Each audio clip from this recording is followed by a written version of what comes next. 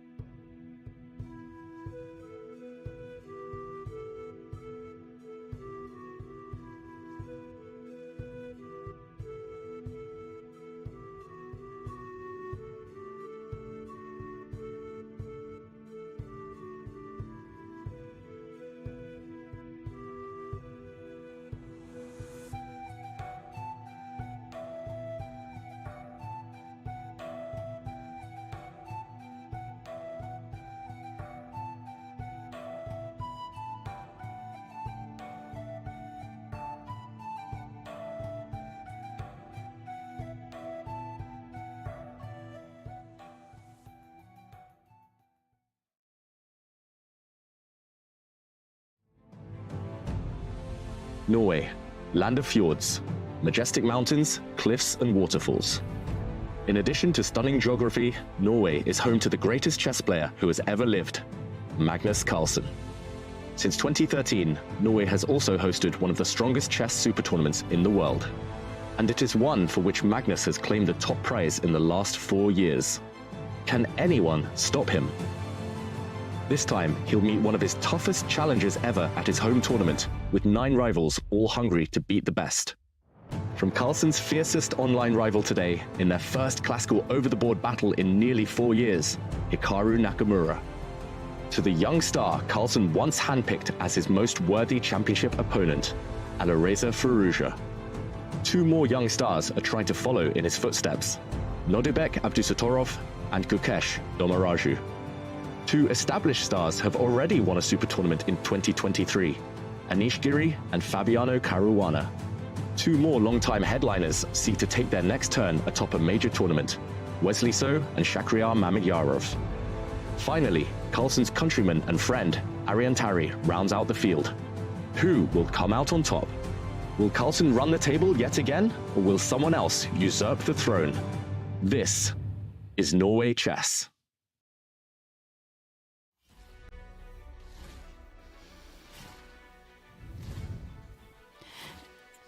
It's a beautiful day here in Stavanger, and we are all buzzing with excitement as we return to the gripping action that is Norway Chess.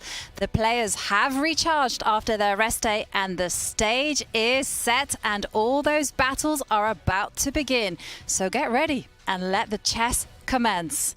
I'm your host, International Master Ivanka Hauska, and it is a great pleasure to be here in the studio alongside superstar Grandmaster Judith Polgar and, of course, legendary Grandmaster and commentator David Howell.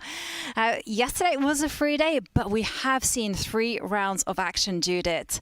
What have been the highlights for you? There are a lot of highlights. I don't start because I cannot finish until the evening.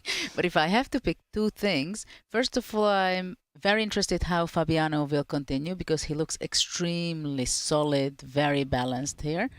And just to pick a game from round 3, it was very impressive for me how Firouzja turned over a little bit unpleasant position with black against Abdusattorov. It was some very interesting moments there. Yeah, definitely. Those have been some highlights. And David, the players themselves had a rest day yesterday. How do you think they will be feeling today? I'm hoping they feel refreshed and ready to continue fighting, but they've been so impressive up to this point, and it's just hard to imagine just continuing in this vein of form. And yeah, I know the players, they will have been doing different things. I think we'll be revealing later on one of their activities on the rest day, but I'm hoping that they were studying some chess, that they've come ready to fight again. Yeah. It's been great so far, and long may that continue. Long may that continue. And let's recap on Thursday's results. And there was an epic matchup there at the top. Hikaru Nakamura losing to Magnus Carlsen in the Armageddon. And then another notable result was Fabiano Caruana racing to the top with his ideal start against Tari. What other results caught your eye on that day, Judith? Wow, which one? I mean, I mentioned already, of course, the Alireza game, which was very impressive to me. And also how Gukesh was playing extremely well against Mamedyarov, because in the classical game it was a draw, and in the Armageddon was really exciting. Of course, with Mamedyarov it's all the time. He had a fantastic position, winning position, and then somehow the youngster could turn things around and even win the game. Yeah, and David, I have to ask you, was your favorite the classical part or the Armageddon? I don't know, Jovanka. Normally I'm a classical guy. I prefer classical chess, but the Armageddons have been a lot of fun too, especially seeing Magnus and Hikaru go at it in a King's Gambit just before the rest day. So yeah, this format is just bringing out the best in both formats. Definitely. And let's take a look at the standings, because there is one person who is at the top of the table with some very impressive play. That is Fabiano Caruana with 7.5 points out of 9. In second place, we have Alireza Firouzja, Hikaru Nakamura in third place with 5 points out of 9.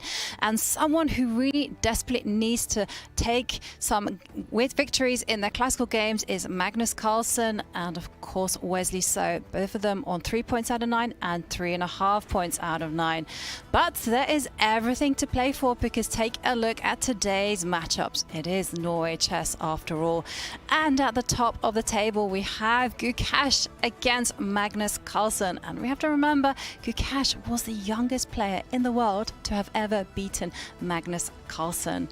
Any other matchups that you're eagerly anticipating, Judith? Obviously, the one you just mentioned. It is something we want to look a lot, I think. I'm very curious. But also about Alireza Fabiano game. I'm very, very curious. They are on the top of the leaderboard, so it's so interesting how they are going to be playing. And look at Firouzja. He really played a great game in round 3. He did. And for you, David? Yeah, I think all eyes is going to be on those two runaway leaders. And Firouzja with white, we know he takes huge risks. We know he's a maximalist.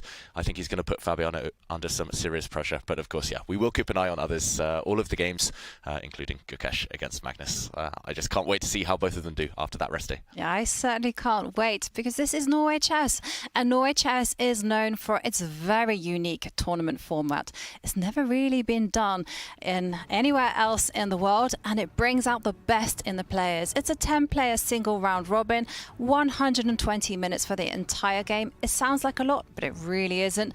10-second move increment is the players get after move 40, and in the event of a draw, Armageddon will break the tie. And of course, this is the home of fighting chess, so no draw offers allowed before move 30. Ooh, this one is going to be so exciting. I mean, we have seen a lot of absolutely thrilling games so far, haven't we? Yeah, I don't recall any boring games so far in the tournament, other than maybe the classical clash between Magnus and Hikaru, but that was a pragmatic decision for both. And here we do see Gukesh getting ready to face the former world champion Magnus Carlsen, now Anish Giri with white. We haven't mentioned him, but he's facing Hikaru Nakamura, who takes his seat.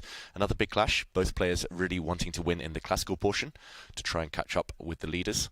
Actually, we could say that of everyone. Everyone needs to start winning in classical to catch up with Fabiano at this point. Absolutely. This format makes it extremely interesting that it's okay to win an Armageddon, but let's face it, it's only 1.5 point, right?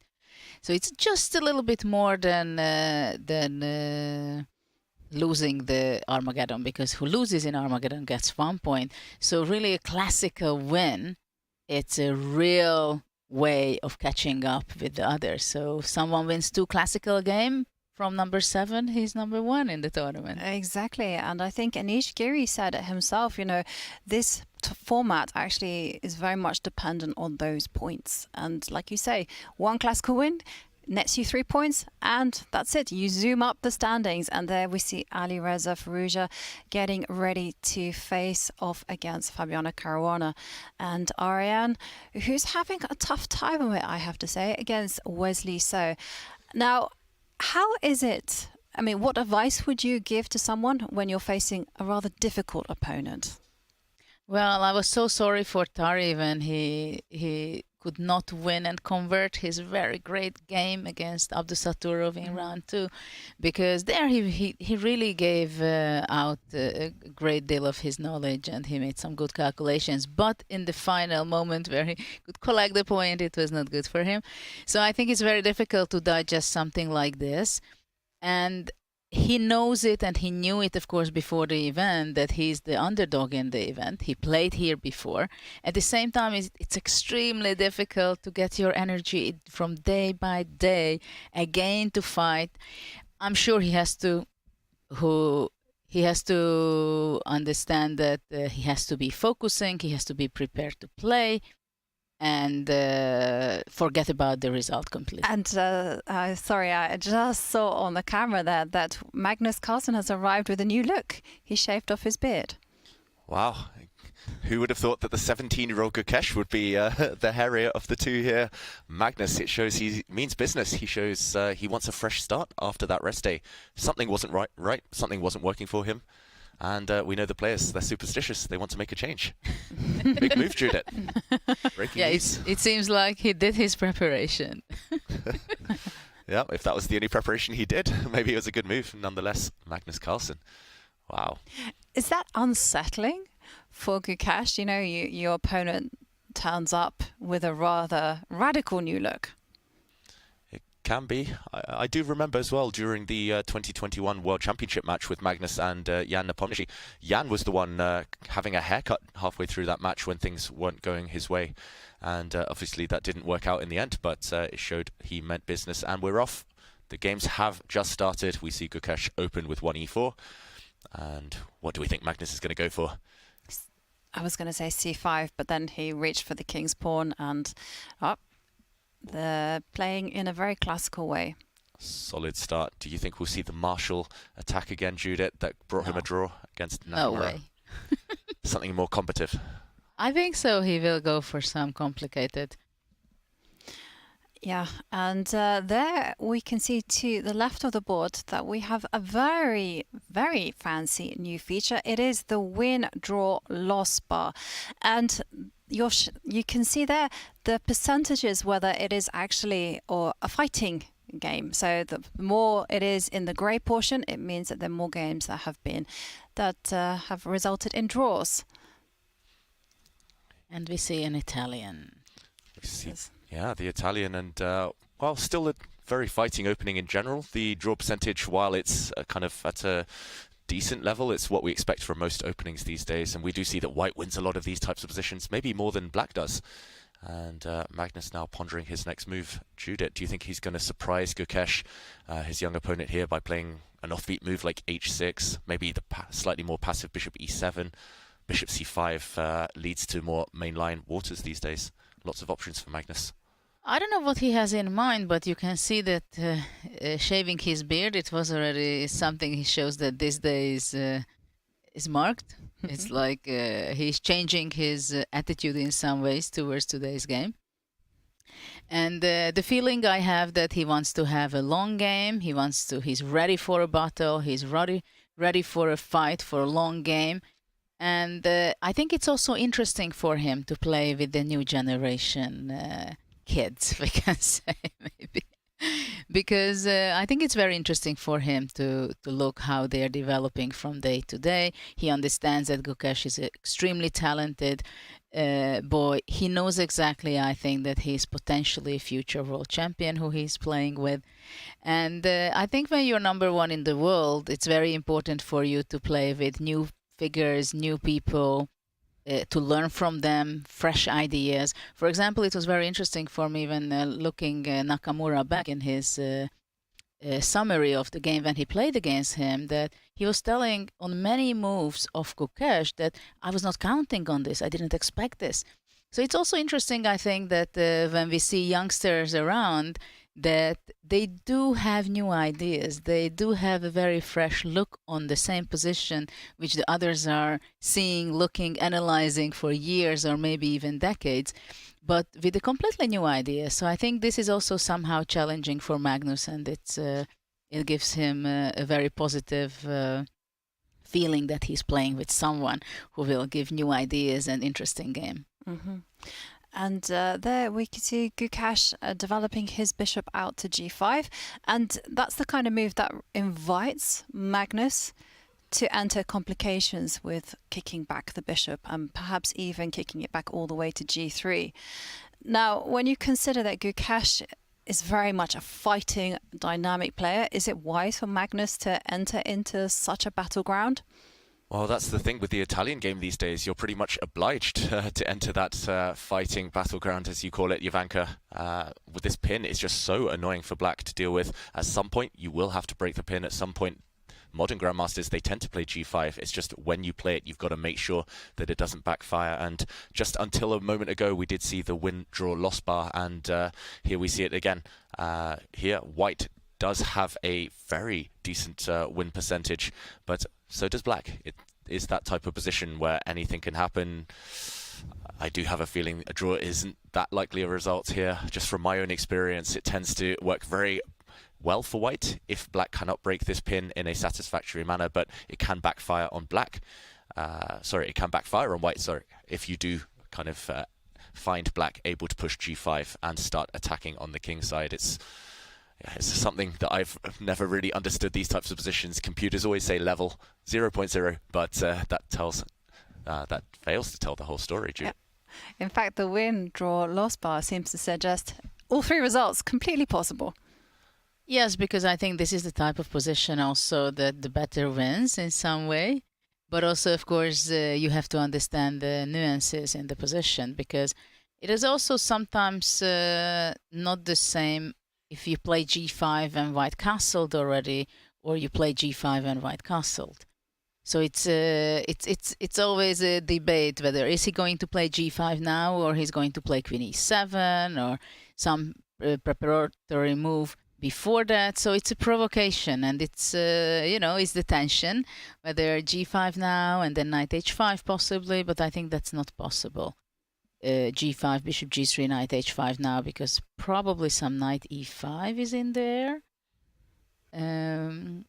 Yeah, maybe we can jump in and show some typical ideas here, Judith. As you mentioned, g5, bishop g3, knight h5 you're wondering about, and that is the question, right? Can white jump out the way and hit this knight? Oh, I don't know, to be honest. These types of positions are so complicated. Maybe white can get away with this. E5, knight g3, knight f7. Yeah, knight takes g3, knight takes f7. Although, or even knight c6 is possible. Yeah, maybe knight takes c6 is the safer of the two. And in this position, if we just go back one move, knight takes c6. And wow, the bar's hating this. What could be happening here? Is bishop f2? Yeah, this is a typical tactic.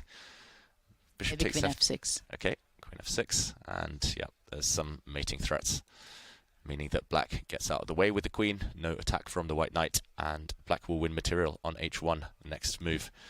Yeah, this type of tactic is quite typical in these positions, but often white just ignores the tension here, even if white can get away with knight takes e5. Often plays d4. Yeah, exactly. White just strikes in the center. A move like d4 breaks out. So knight to h5 can backfire, and yeah, it's just about when to push this move. Do you push with g5 before castling as black? Do you kind of wait for white to castle on this flank before playing g5? Variety of waiting moves. Ding loves to play the move a5 in this position, for example. our new world champion. He loves to play a5, but recently he got caught out in this exact variation by Anish Giri in Romania just a couple of weeks ago. Others, such as Grishuk, like to kind of play queen e7 and kind of wait, and then they play weird stuff like g5, knight h7, and they reroute their knight round to g6. It's so many plans. It's Magnus, I think, picking now what to go for with black. Yeah, certainly very complex. I've seen a lot of games in this particular position and very dynamic. So shall we actually go back to the bird's eye view and have a look at the other games? And there are a few actually that catch my eye. But the one that I wanted to kind of mention, because I have a suspicion that it could potentially finish quite quickly, is the game between Tari and Wesley So. Are the players pedaling furiously to a quick draw? Oh, it's the martial attack. That seems to be one of the games, one of the openings, of the tournament so far. And Jovanka, you fear that one might end early. Firstly, Arian with the white pieces, it depends on how ambitious he's feeling, but he has taken up the mantle here. He has grabbed a pawn, white's a pawn up. This is still very theoretical, but it just comes down to Wesley's homework. If Wesley knows his stuff as black, I've studied this position plenty of times myself. Yeah, he is fine, but actually this specific position, there's maybe more to know than some others. But I think it can be a very smart decision by Tari that, okay, I've lost. I have not much point in the tournament so far, so maybe I want to slow down. I want to make sure that I play a solid game. It's okay if I make a draw even without a huge fight or not a long game.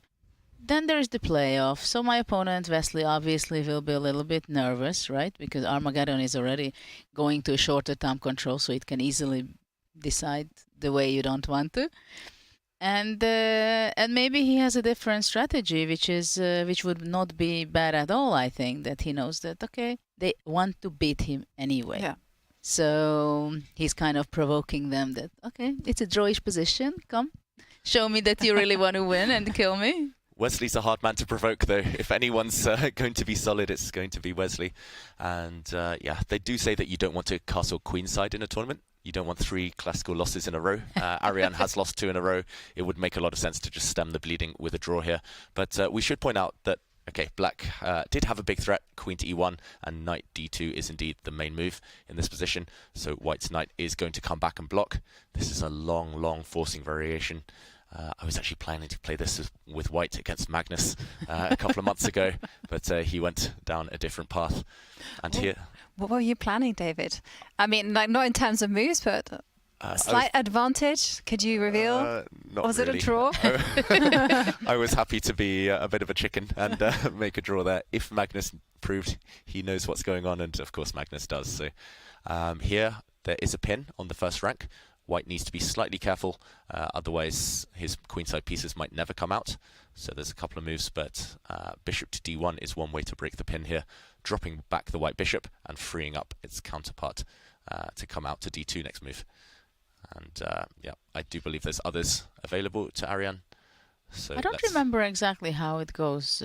Bishop d1, black goes rook e8 or something, bishop d2, and black goes back with the queen, right? And it's not so easy to get out from this kind of passive position for the white pieces.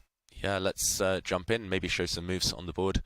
You're going to test my memory here, Judith. I don't know, I'm just trying to recall it myself. Yeah, me too. Bishop d1, probably some rook e8. Yeah, I believe there's also b4 in some positions, but let's say rook e8, bishop d2, black goes back with a queen. Queen e6 or queen e6, queen e5, I'm not sure which one. Maybe queen e6.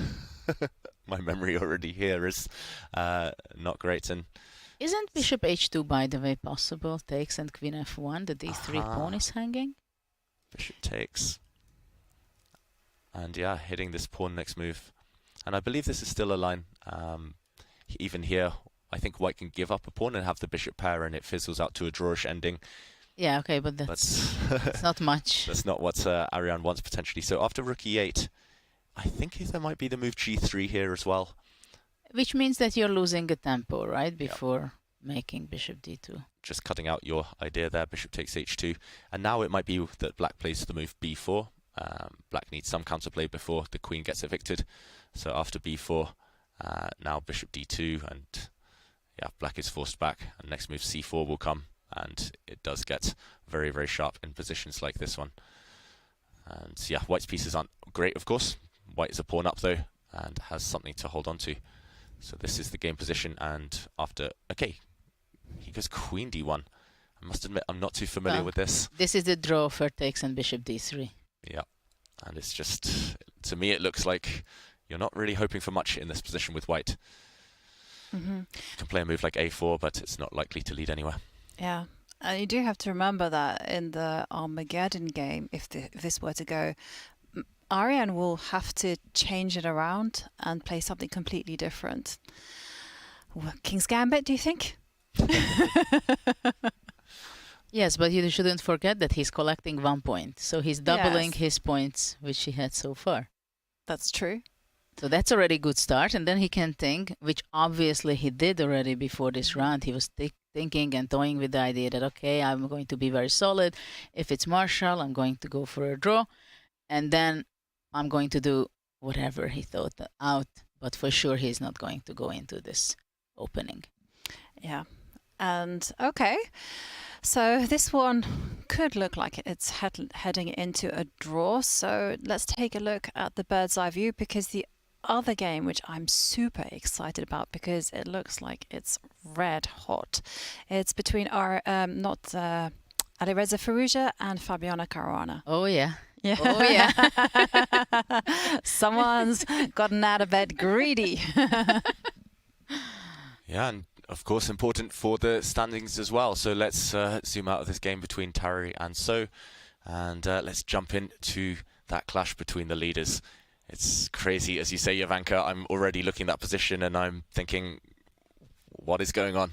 I could have stronger words there to express my feelings, but yeah, just clueless as to the evaluation of this position. But it does feel like both players, or at least Fabiano, are in preparation.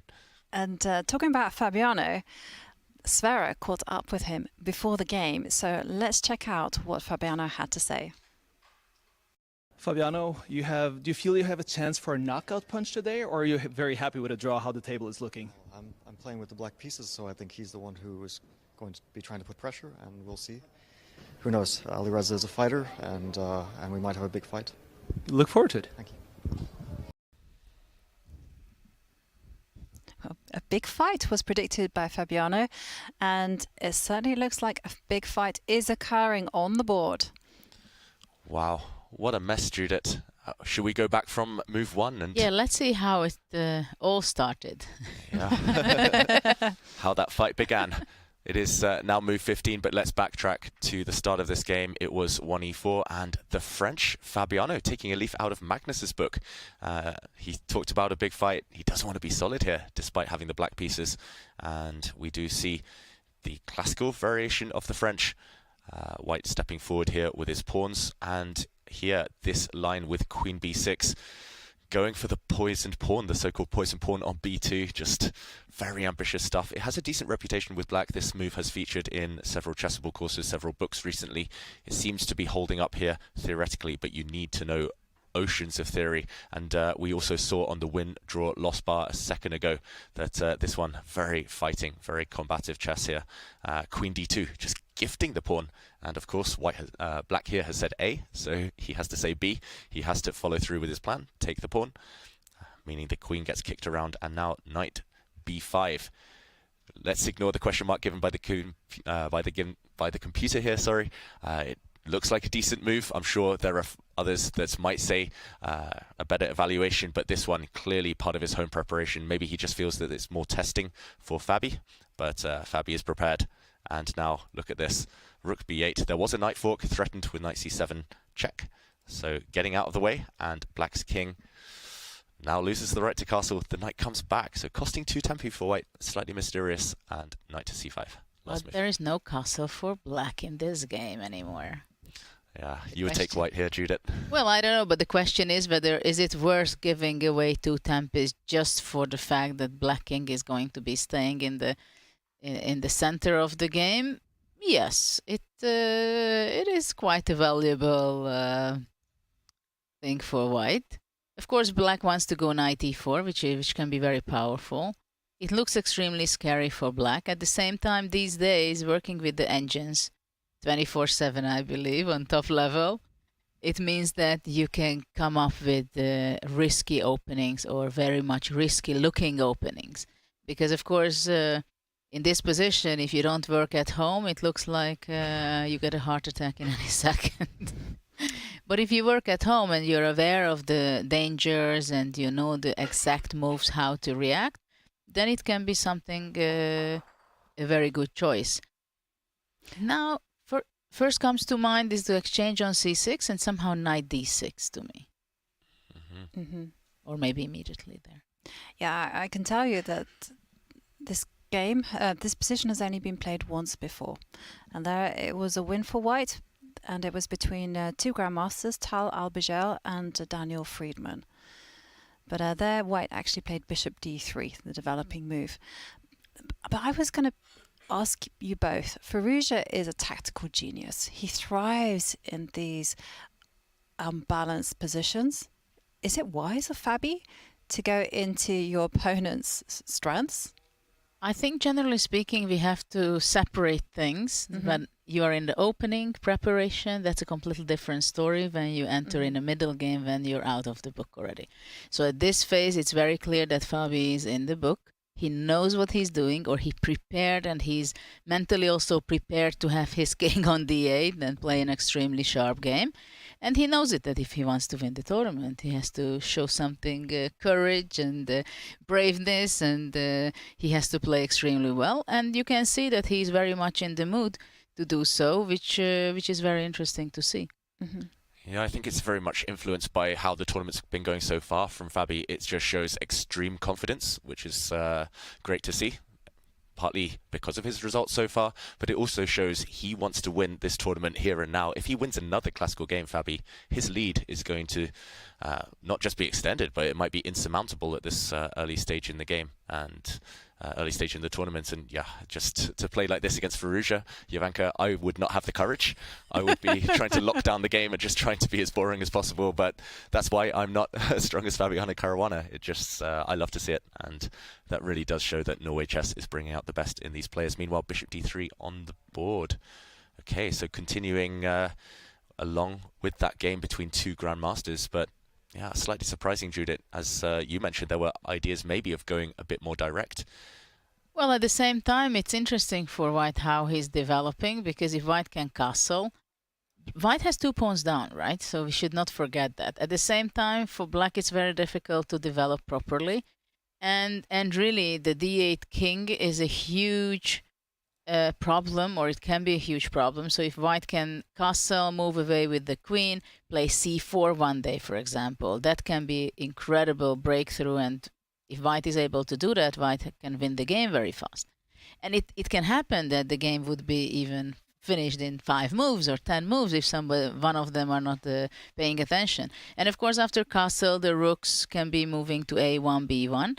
So black has to be very fast, I believe, in reacting. Yeah, and talking about black's position, white's play, as you've indicated, looks quite natural. How on earth is black going to solidify the position so as not to allow white this pawn break? That one we need Fabi's help with. It is mysterious, and I think that's why Firouzja, he's gone for this whole line in general. We saw the question mark appear in the graphic earlier, but that's not necessarily because it's bad. It's just because it might not be the computer's top suggestion, but he's banking on the practical value here. He's banking on the fact his compensation is long-term. Like you say, Judith, that black king is going to be in danger for the next 10, 15 moves if it survives that long. And yeah, in terms of moves, I mean, I want to play bishop d7. I'm not sure why, but again, that costs 1 move, and suddenly white gets castled. I'm not sure black has that luxury. Is there a way to try and trade queens? I don't see it yet. Tactically, things aren't working. Well, I can show you how the one game in the database continued. There, black simply played knight takes bishop. And I can ask you guys whether you approve or not, or disapprove. And then after queen takes knight, the queen came back to a5 and gave a check, upon which white said, big deal, king f2. Wow, nice. And again, it just seemed the rook came to b1, and it seemed like white had a very nice grip on black's play. Yeah, this looks scary. I've got to say, black has no strong pieces, no activity, and it just looks like one-way traffic. The 2 pawns are irrelevant here, Judith. Exactly. This is exactly the position which I would be happy to play from the white side. If we go back, I think really black has to be focusing most on his queen. How to get back to the queen and where, right? So probably some simplification, grabbing the bishop must be the move, either now or in the next move. I don't see anything else. But I would give a question, for example, what about a6 in the previous move? Okay. Because I can take on d3 anytime, right? So why not to play a6 before knight d3? And big question here for white. Sound the retreat or go forward? For me, I would, you've started, you might as well finish, right? Put the knight into d6. Or is... Yeah, I think you're not happy to go back to c3 because then queen a5, there is a pin and you're not active anymore, right? So it's very clear that white should be focusing either knight c6 first and then to move the knight, or to go immediately, as you say, knight d6. So now black is forced kind of to exchange the bishop, I think, because knight f7 is hanging and knight c6, everything is a threat. And the question is how to react with black. Yeah, still looks so scary. We do see the evaluation bar preferring black, but the margin for error is so small here. But if Fabi would be a guy to be scared, he wouldn't enter into this game, right? True. Because with fear you cannot play. Yeah, there are tricks against this knight now, direct threat against this knight in c5. Maybe now is the time to trade off. Yeah, maybe something like taking on d3, queen d3, and then queen c4. What do you think? Could black, yes, apply my golden rule of chess. When your king is unsafe, trade queens. When you're material up, trade queens. Yes, yeah, good principle. Yeah, makes a lot of sense. So this looks like what Fabi could be trying to do, starting with a move a6, just at least asking a question of this knight. Of course, white has other options. One we could mention is taking and then dropping back with the knight into d4. But then again, black's rook has suddenly opened up and on this file, and then, if you can defend the threats, you're okay. Anyway, I think black can try to take knight c3, knight d3, I'm sorry. And then after queen d3, bishop d7. At least there is no pieces around my king, right? And it's very important also that black still has the black square bishop, so it's the c5 square is not so weak. Because if there would be an exchange, for example, then white knight to the black square bishop, and white can put the bishop on c5, still huge compensation, and I don't see why white should be better at all, worse at all. So great compensation. But it's really, if white cannot fulfill his dreams and really get some serious attack, then black may just keep the pawns. But probably rook a1, for example. After rook a1, black should be... Oh, sorry. I misclicked there. Sorry, Judith. Yeah, in that position, if white can get rook a1, then still some compensation. But yeah, here it does feel like Fabi, as you say, has to play a move like a6 just to ask that question. And if you can trade queens, if you can at least gain time by threatening the trade of queens, it should be okay. There is another question, bishop d7. I think you mentioned this already. Bishop d7, and then simply with the kind of threat, so-called threat, to take on d3 and queen c4. Yeah. So, for example, if white castles, maybe now we trade and queen back. Yeah, maybe less scary than we thought. This resource of dropping the queen back to c4, it's a really nice square, gain of time, and I don't think white can ever hope for an advantage if the queens come off the board, even if you gain back 1 or 2 pawns. So it looks like Fabi should be safe. But no matter how scary the position is and very tactical, it can easily be the case that within 10 moves, let's say, there will be a simplification and the position will be very drawish, right? Because it happens in many of the sharp positions that if both are playing well, it's going to simplify the way that eventually it's kind of equalish. Yeah, but rarely with Firouzja involved does it get boring. So yeah, optimistic here that this full-blooded fight will continue. Let's leave Fabi to ponder over how to deal with the defensive dilemma right now. Should we zoom out and check out some of the other openings? Definitely. Okay, where to go next, Ivanka? Shall we pop into the game between Anish Giri and Hikaru Nakamura? I mean, these two have played each other countless times. And I think when it comes to their classical scores, it's Hikaru who has the edge there, winning 5 games to Anish's 2. You know, I'm kind of curious, and it's very interesting that already 3 games, and we are just not even half an hour that we started the games, and 3 of them we are queen off. Wow. Is that the calm? The free day made them solid? Yeah, the calm after the storm. Just a really stormy first 3 days. And suddenly the players, they want another rest day. I don't know, despite the queens being off in some of the boards, still a lot of life left. Oh, absolutely. And as you said, Judith, the queens are off in this one. And this is the current position, still level material. Let's backtrack and do an action replay of the opening moves. This one now at move 15. It started out as a Sicilian. And we saw the Rossolimo variation with the white bishop coming out to b5. We see there with the win, draw, loss bar that white actually scores very well in grandmaster play with this move.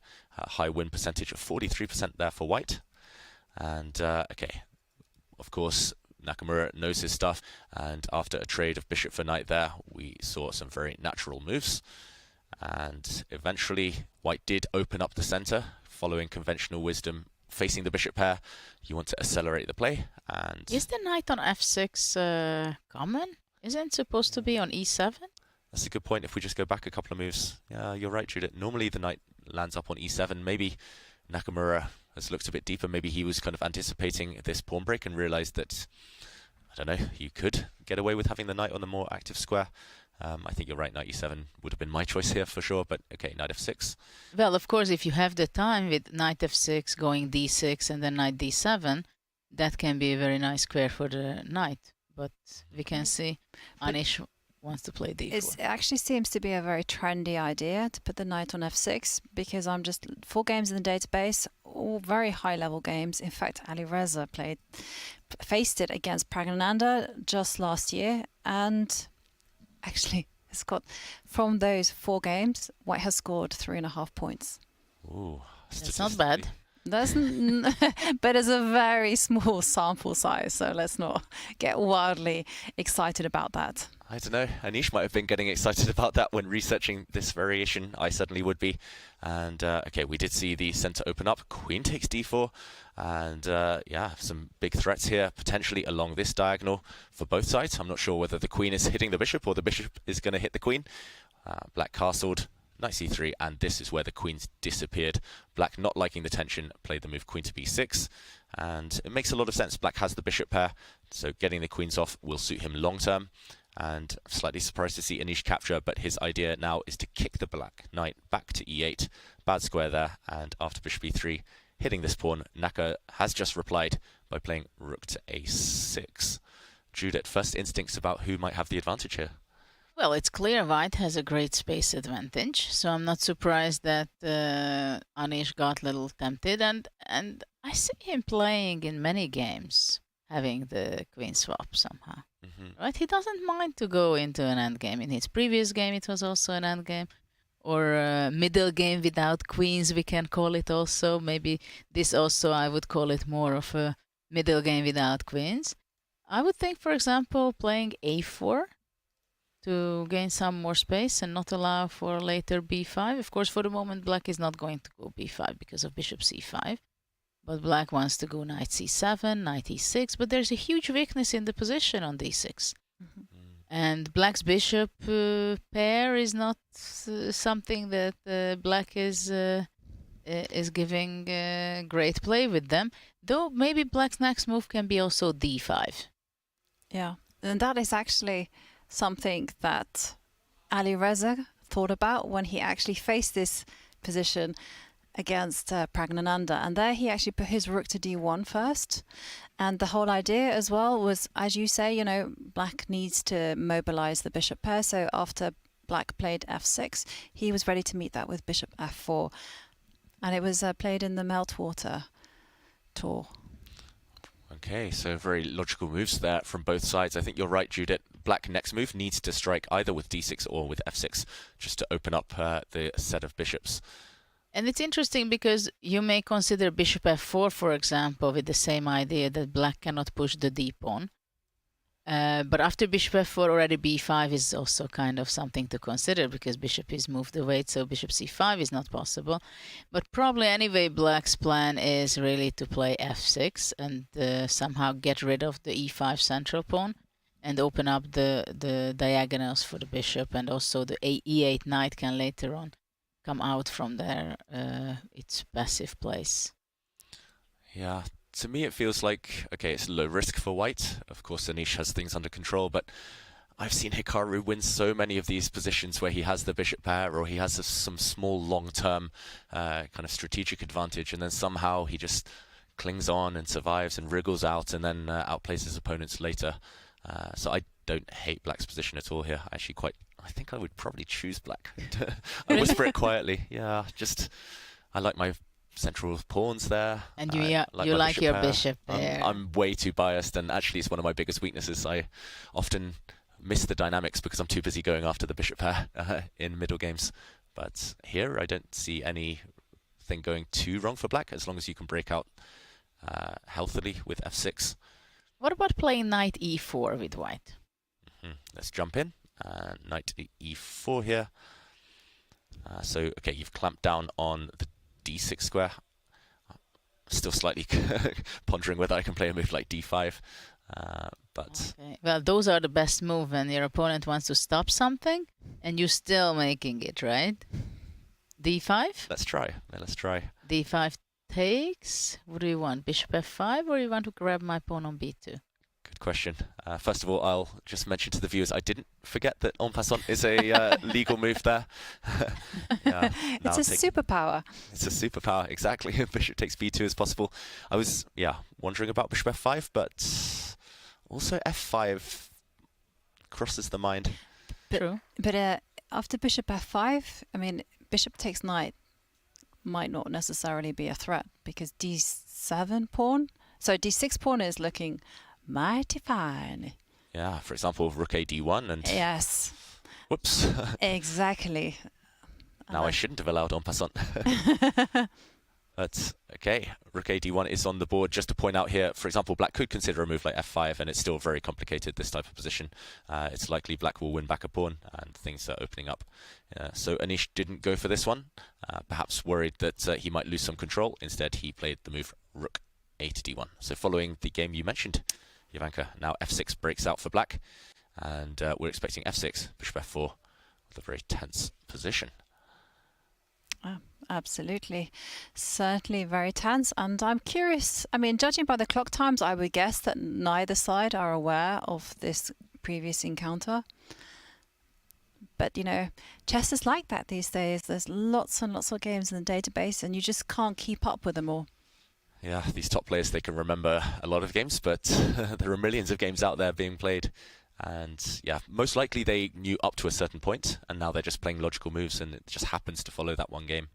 But it happens also sometimes you know the game itself, but you know that you have plenty of time, because let's face it, this position is entering into an end game. It's not so complicated, so you have plenty of time, 1 hour and 40 minutes.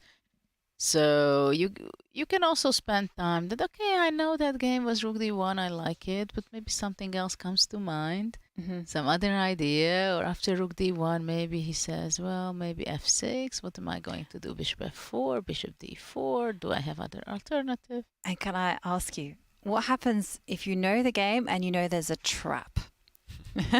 How should you behave? Should you just like blitz out the moves, or should you kind of like regular make a move on the 5-minute mark?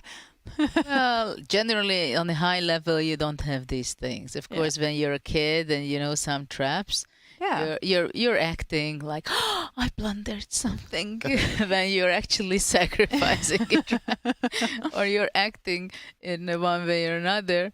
But when you are playing on a higher level, you don't make these jokes anymore. Of course, it happens when you kind of blunder something, then you're just completely convinced, so you need a poker face.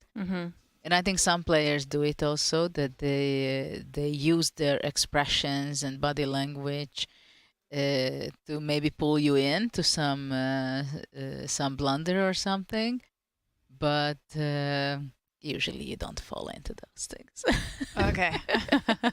I don't know, Judah. I think I'm just a child because I go for all the mind games. I go for all those tricks.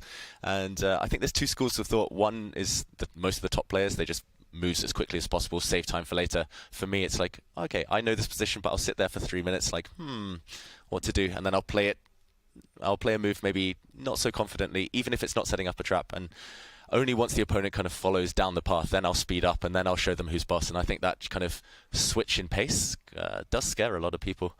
I mean, I've played against Aronian, for example. I kind of sat there being like, what to do for 10 minutes in the opening. And he walked straight into my novelty, straight into my preparation. Managed to win that game as black.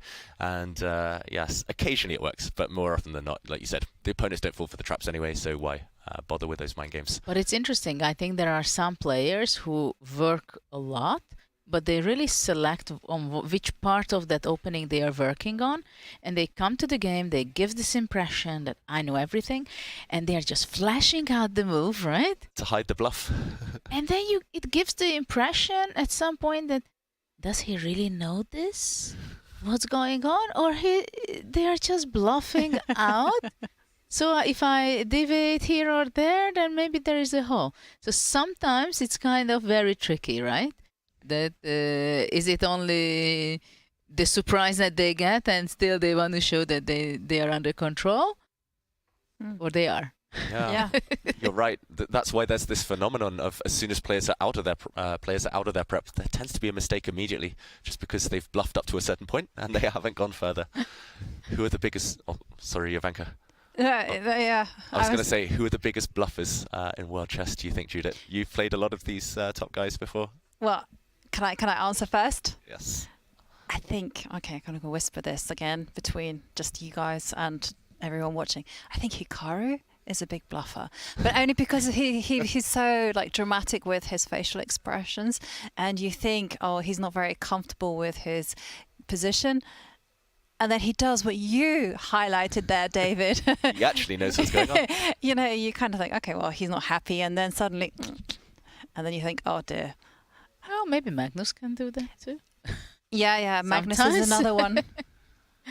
Yeah, Magnus, I get the impression, I shouldn't reveal too much, but he knows some stuff, like you say, Judith, extremely well.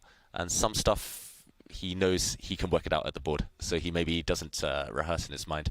And of course, he's good enough. All these top players, they're good enough to work things out at the board. But yeah, they normally, the complicated stuff, like we see in the game between Firouzja and Caruana, that stuff they'll memorize. They'll know inside out. And then maybe more mundane, slower positions, they'll trust themselves to just freestyle. Yeah, absolutely. And let's head to the bird's eye view. And speaking about Magnus, we should take a look at his game, because rumor has it, actually I have it here right in front of me, he went into the confessional booth, and we love it when the players give us their thoughts, and he said it in Norwegian, so I will have to give you a translation, which was basically that his goal today was to surprise Gukesh and get him out of his preparation. And he was thinking that Gukesh would never prepare for such a dumb line. So Magnus concludes that he thinks that he could be worse out of the opening, but his opponent will have a long strategical fight ahead of him. So shall we take a look at this dumb line that Magnus has employed? Ok, så målet med de siste par trekkene mine var bare å få ham ut av forberedelsen. Jeg tenkte at noe så dumt har han sikkert ikke brukt noe særlig tid på. Så nå står jeg sikkert noe dårligere, men jeg håper at han er ute av forberedelsen, at vi kan få en lang strategisk fight. And we could see there Magnus in a good mood, because he says he's gotten his opponent out of his preparation and there is going to be a long strategical fight ahead of him. And of course, he has the satisfaction of employing a dumb line. But he was really happy. You could see that he was in such a good mood, right? He had this childish smile on his face. Yeah, I mean, it was nice to see more of the face after that shave. That was the main takeaway for me from that video. He looks like a new man. Magnus, yeah, normally when he feels good, he plays good. I think the same for everyone. And we see the position in front of us. It's changed slightly. There has been a trade of one set of pieces so far, a bishop for knight exchange, but white has doubled A pawns. And like he said, it's going to become very strategic long term here. Bishop to B5. Yeah, it feels like Gukesh, of course, is doing okay, but what is his plan, Judith?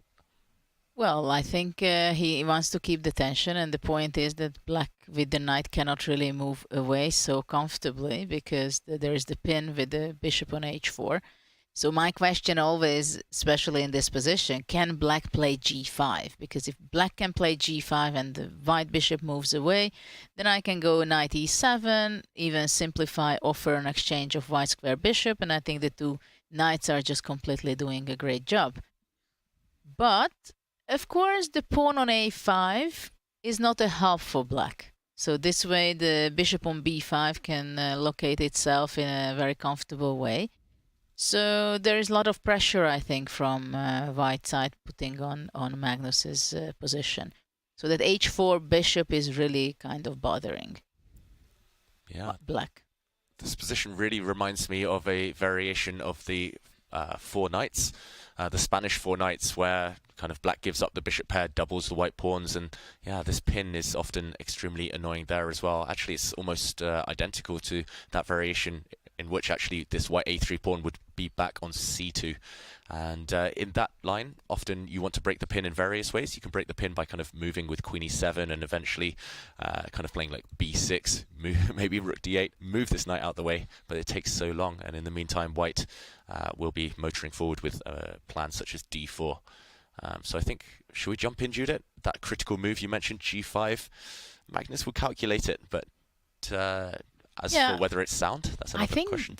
Actually, I think g5 probably cannot be a real move because of knight g5 takes, and f4 is simply unstoppable. Let's show this on the board. g5 is a very thematic sacrifice here. Knight takes g5 would happen, and like you say, this looks too scary to contemplate. If black had still his bishop on a7 or c5 on the long squared, on the dark squared diagonal, then it would take a while longer for white to initiate f4. But here you can motor forward f4, and yeah, this pin looks deadly. It's not Magnus. It's not Magnus' style either, I think, to play a move like g5 unless he can guarantee there will be no tactics. So probably for black it will be queen e7 and play slowly. Maybe rook goes away from b8 to d8 and then knight b8. For example, I think that's a plan. And regroup it to d7 eventually. Is it ever a plan? Instead of going queen e7, I mean, I've seen it done in other lines to kind of try to get the knight to the king side. So the question, I guess, is how to do that, because we would love to play a move like knight to e7 to reroute it to the king side, as you say, Jovanka, but bishop takes knight will ruin the pawn structure and you have to be really careful. I mean, maybe this is fine for black. Often, if you get a 2 or 3 moves, you can kind of play king h7, you can put the rook on the g file, stare down at the white king. If you can get rid of your doubled pawns with f5, you'll be doing fine. But here, I slightly worry that the white knight will come to h4. Maybe white will just play d4. I don't know. It feels a bit shaky with these pawns. It's got to be weighed up at least. Yes. Certainly, and as the chat says there, this game is about to get spicy. I think it's time to take our first quick break, and it's time to mention that there is a very special event happening. It's the 2023 Speed Chess season, beginning with the Junior Speed Chess Championship on June the 13th. This 4-day event showcases the best young talent in speed chess with over $45,000 on the line, but the real prize goes to the top finisher alone, who moves on to the main Speed Chess Championship later this summer. Catch all the action starting June the 13th right here at twitch.tv/chess. Use !JSCC in chat for all the details, and we'll be back with the Norway Chess action right after the break.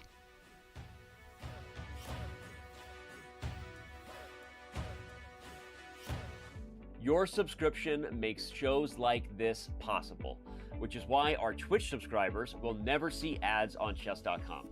Connect your chess.com account and Twitch account at go.chess.com/connectaccounts, and bang, boom, voila, you're done. 100% ad-free bliss forevermore. Whether you're following our events on site or on stream, type the command connect in the chat, and thank you for helping bring these shows to life.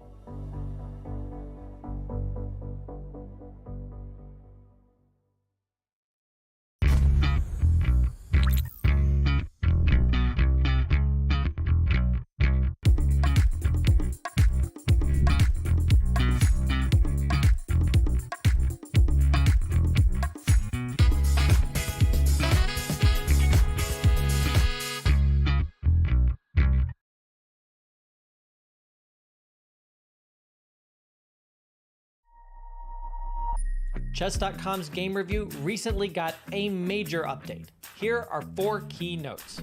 At the end of each game review, you will now see a summary of the game from your coach, your performance rating for that game, and a quick grade for you and your opponent in the opening, middle game, and end game. We've added a new classification called miss for when a move fails to take advantage of an opportunity, but it is otherwise a sound move. We've also changed the definition of blunder. Now a move will only be considered a blunder if it loses material or allows a checkmate. Coach will now draw arrows and highlight squares when you hover over or click on the highlighted words in the move explanations. This should make move explanations easier to follow. Finally, Coach's explanations will now reference specific pieces and threats in the explanations, making move explanations much more intuitive. The new game review experience is available on chess.com right now.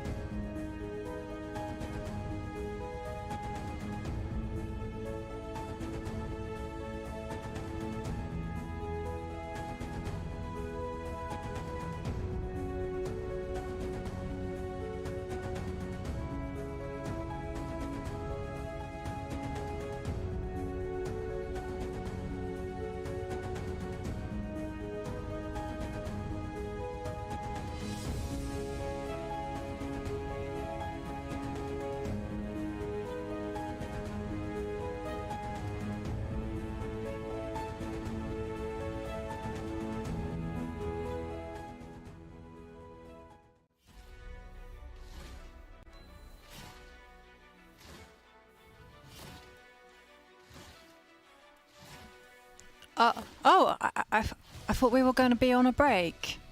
Hikaru, can you take over? Welcome back, everyone. And for today's intro, what we're going to do is we are going to be talking about the games that are going on right now in Norway Chess. Now, first and foremost, I'll start with my own game. So far, this is all preparation. I looked at this before the game. So nothing new so far. I think, we're sort of at the edge of where the theory ends, or at least in terms of what I looked at. Obviously, I think Anish, based on his facial reactions, I think he knows that kind of this position is equal, and he's hoping that I wouldn't know this whole line with queen b6 and rook a6. Because without that, I think white's a little bit better. So based on Anish's visual reactions, I think he's a little bit disappointed, and there is some chance my game could end in a draw fairly soon, depending on which one of the next couple of moves Anish plays. Of course, it could also go for quite a while. So my game's looking pretty stable, but as we move around to the other games, there's a lot of stuff going on. So first of all, we have the game between Tari and Wesley, where Tari has decided, you know what, it's not his tournament, he's probably not going to win, so he might as well consolidate a little bit, get some points where he can, try to make a quick draw with Wesley, eat up like 2 or 3 points. I don't know exactly how many points he gets for a draw, but definitely trying to trend towards the Armageddon, pick up those classical points and just move along. Wesley trying not to do that. He played this rook e8 move instead of queen h4 like Magnus. Now, of course, I think if you were to ask Magnus about this, why Magnus didn't play rook e8 against me, the reason is because in this variation, generally speaking, white can end up with slightly better, and by slightly I mean very, very minor, nothing super exciting, but white can end up maybe a touch better with 0 chance for black to win. It doesn't look like Tari has played it necessarily quite in that order per se, but still, I mean, it's hard to believe that Wesley can generate anything. So that game, I assume, will be drawn within the next probably 20-30 minutes, so we'll get an Armageddon there. Elsewhere, Shaq's game against Noterbeck, I mean, fairly stable, maybe small edge for white. He's got this nice center, e4, f3, g2. Magnus's game is actually quite interesting. So Gukesh played this Gucci piano, or the Italian opening, where he played this bishop g5 with knight a3. Now Magnus, of course, played d6 and a5, which is one of many lines. And Magnus decided to take on a3. Now I've had some positions similar to this on many blitz games, so I waste my life playing online chess. And I think that generally white's supposed to be a little bit better if you're precise, but you have to be super precise to prove anything. And so I think Magnus is sort of gambling that in the long term, Gukesh won't be super precise. The double pawns on the a file will be an issue, and so that's what Magnus is aiming for. The other game, of course, which is very wild, is the game between is Alireza and, of course, Fabiano. Fabiano coming up with this French prep, typical Fabiano, of course, with his prep.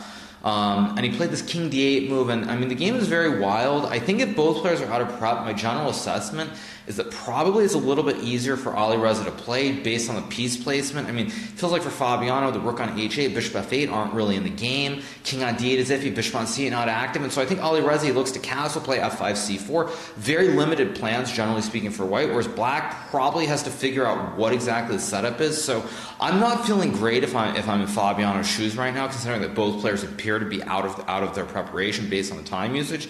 So I mean, that's pretty much what's going on. I mean, so far, I mean, a couple interesting games, a couple pretty dull games, but that's just how chess is. So I hope you guys enjoyed this update, and I'll probably be back later on. Probably I'll be back later. If I'm not back later, that means I'm playing an Armageddon. So we'll see. See you guys. And a big thank you to our fourth commentator, Hikaru Nakamura, who is giving us his thoughts right from the confessional booth. So we certainly need to digest a lot of the information that he gave us. So let's have a look at the bird's eye view and process his thoughts. Yeah, Jovanka, I've got to say, Hikaru gave us more information there than I think we've passed on in the last hour combined. So thank you, Hikaru. We needed that. Oh, I love it. And meanwhile, Anish still in thought. Bring Hikaru back. He's got time. Well, he did tell us, that he would be back. So we live in hope, Hikaru. I can count on him. And he should be scheduled. Once per hour, he comes on in 5 minutes, breaks down everything, and then we can just go back on break. Exactly. So let's see, what did he say? He said, interesting game with Alireza, right? Which is absolutely true. Interesting that with Gukesh, what did he have? He said that white has to be extremely precise, and that's what Magnus is counting on, that probably Gukesh will go wrong at some point. Yeah, I guess that's how Magnus kind of plays against the youngsters. He talks about anti-young player chess, and often he just wants to slow the game down to a different pace, slower, strategic, and he hopes that they kind of miss the moment later on. So interesting thoughts from Hikaru, kind of mirroring what we thought the storyline of the game would be. We see on the camera Anish deep in thought, and also Hikaru if you notice what he said about his position, he seems to be in book. He seems to know exactly what's going on. We mentioned whether he was aware of the predecessors, the previous games in that position, and he said if Anish goes down a certain line, it's just going to fizzle out to a draw. If Anish wants to play on, then he needs to be very accurate as well. And Anish just mulling over that big decision now in their clash. Well, we can also see it on the clock that he spent only 20 minutes, while Anish is nearly 40 minutes what he's spending. Yeah, which is interesting. It's answering our question from just before the break. Like, do the top players play instantly if they know what's going on, or do they kind of just take their time at their own leisure? Spending 20 minutes for most people is a lot, but Hikaru, even though he knows what's going on, yeah, still taking a pause here and there. And okay, which game should we focus on first? Should we take a look at the game that we haven't checked in on between Shak and Nordebek? Yeah. And Shak and Nordebek actually coming off losses in round 3.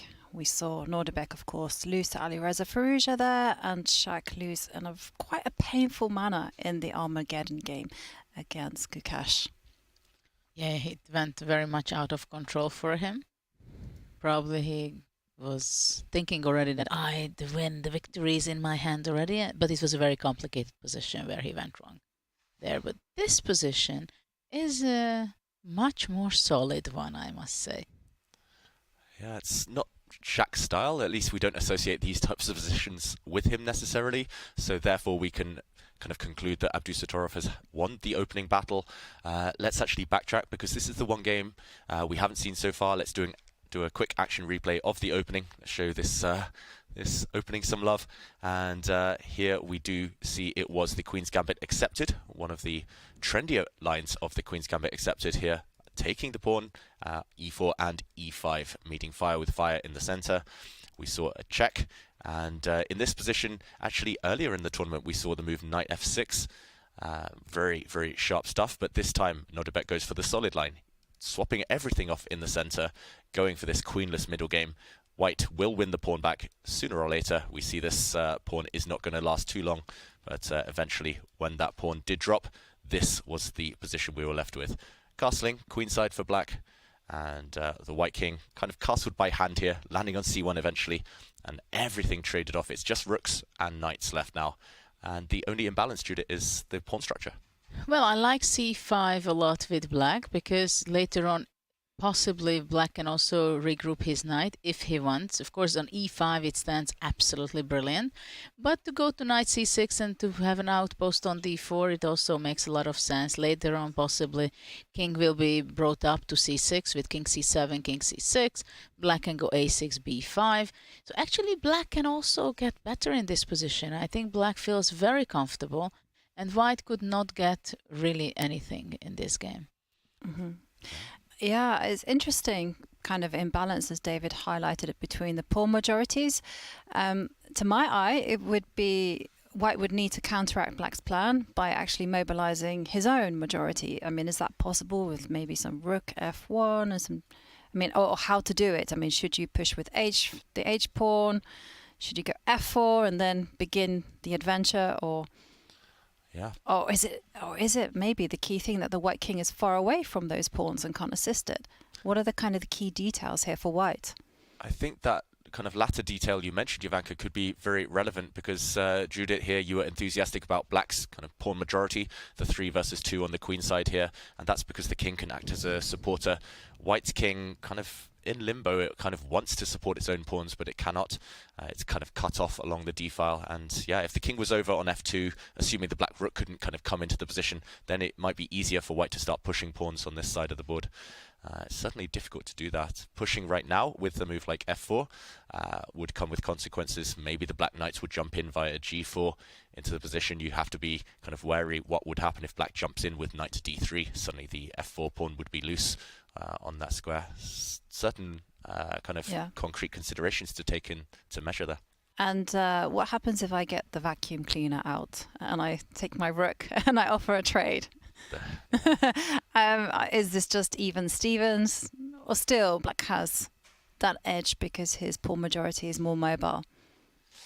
Well, after rook d1, there are several options for black, but rook d4 is, for example, something to consider just to keep the tension. But I would just take a look at capturing the knight, the rook on d1, and then with what are you going to be capturing back? Because whatever knight you take back, it's not standing very well. If you take with the king, then possibly knight d3 can be unpleasant. But anyway, even if I don't want any concrete stuff, I can come just king c7, king c6, or also something else to think of for black, to play g5 and stabilize the knight on g5, on e5, because g3 is not possible yet, so maybe white has to play king e2 in order to play g3, and with the idea f4, black will be moving back with the knight to c6, knight d4, black plays b5, king comes up, and I think black is at least as active as white's pieces. Yeah, I fully agree. It feels like rook d1, it's not a bad move, but it feels like an admission that things haven't gone to plan. And I just want to point out as well, this type of position, it highlights the difference between middle games and end games. In a middle game, I think white would have great chances here if queens are on the board, maybe a set of bishops, just because black's e6 pawn is so weak, it's isolated, and stepping forward in the center would certainly favor white if it were a middle game. But yeah, because it's the endgame, black's got so much activity. Black has this nice pawn majority on the queen side. It feels like those dynamic considerations are far less relevant. It's all about kind of long term here, and black's doing great. And I think in this position, it's also important for white to have the mindset that what am I playing for? Am I playing for a win? Am I playing for a draw? Or I just say that my evaluation is whatever. Let's say it's roughly equal. I just want to go on and understand the position and play the best move. Because if you have a misunderstanding in evaluation, for example, you can easily go wrong. So it's a question whether how Mamedyarov is taking this position. I think f4 is something to consider immediately. At the same time, maybe black would just go knight g4 and possibly just exchange a pair of knights. Yeah. And it just depends who that favors. I don't think it necessarily favors anyone, to be honest. It feels like that could be a safe approach for white. The thing with f4, like you say, Judith, if you don't get it now, it might take another 10 moves to get it. So do we delay? I think it's kind of up Shaq's street to play f4 and hope for the best later. But yeah, I just love what Nordebek's done. And I think I would pick black. How about you two, if pushed? You guys have really been selling the black position to me, so I'm like, black, of course. But, you know, my instinct said white. Then I am backpedaling furiously. But that's probably because of pattern recognition, and I totally understand. Yeah, first instinct for me was white as well, just because I saw this isolated pawn. I thought, ugh, there must be a way to target it later. But the more I look at it, the more I think the knights, it just favors black right now. Does it make any sense, or good or bad move, I don't know, to play h4, for example, with white? Trying to push h5 and gain a little space. Let's put that on the board. h4 makes a lot of sense. If you get 2 or 3 more moves, you can kind of push forward. And I do wonder whether black plays the move h5. Then I wanted to go rook h3 maybe, and rook h3, rook g3. Maybe I'm going on a very bad path. I'm not sure. It could be a very good path though, as well. Looks fantastic, Judith. Yeah. And then stick the rook on g5. Oh, beautiful. Yeah, and that's the thing. After h4, h5 for me would be the kind of thing I play in blitz here as black, just because I want to kind of clamp down. If you ever play f4 now, I have a beautiful outpost for the black knight on g4. But like you say, there's dynamic considerations. Rook h3 in this exact position, and maybe a bit awkward. This black knight on f6 I really don't like, I've got to say. If this one was more active, then maybe this would be less scary for white. Yeah, I was also thinking if after h4 black wants to go knight h5 to control some black squares on g3 or f4, but then knight e2 was my plan. Quite a good plan. Maybe after h4 black just ignores everything and says, okay, you do what you want on the king side, it will take you a few more moves, and let's initiate on the other side, maybe king c7, like you said, maybe a6, b5. I'm not sure which one to rush forward with. What about playing h5? Let's say h6. Yeah, I'll just let you, for instructive purposes, do what you want on the king side first. You know what I want? I don't know what I want. I was thinking to play h6, but after h6, g5, or g6, my pawn can be vulnerable there. It's either very good, it will become a queen, or it might just drop off the board. This h6 pawn. Yeah, so many difficult decisions. I mean, actually, this type of position is often harder than a tactical kind of melee, because at least when it's tactical, you can calculate and you can make a concrete decision. Here, it's kind of, you're just playing by feel. You've got 5, 10 solid moves. f4 was played. Yeah, and you guys called it. You said that's more his vibe, and sure enough, it appears on the board. Oh, it certainly seems like a lot of the games are in in-game mode. But let's go back to the bird's eye view, because there was one game that was on fire, and we have to see how that one's developed. And that was between Alireza Firouzja and Fabiano Caruana. Alireza playing in a very enterprising style, sacrificing pawns, and now big decision.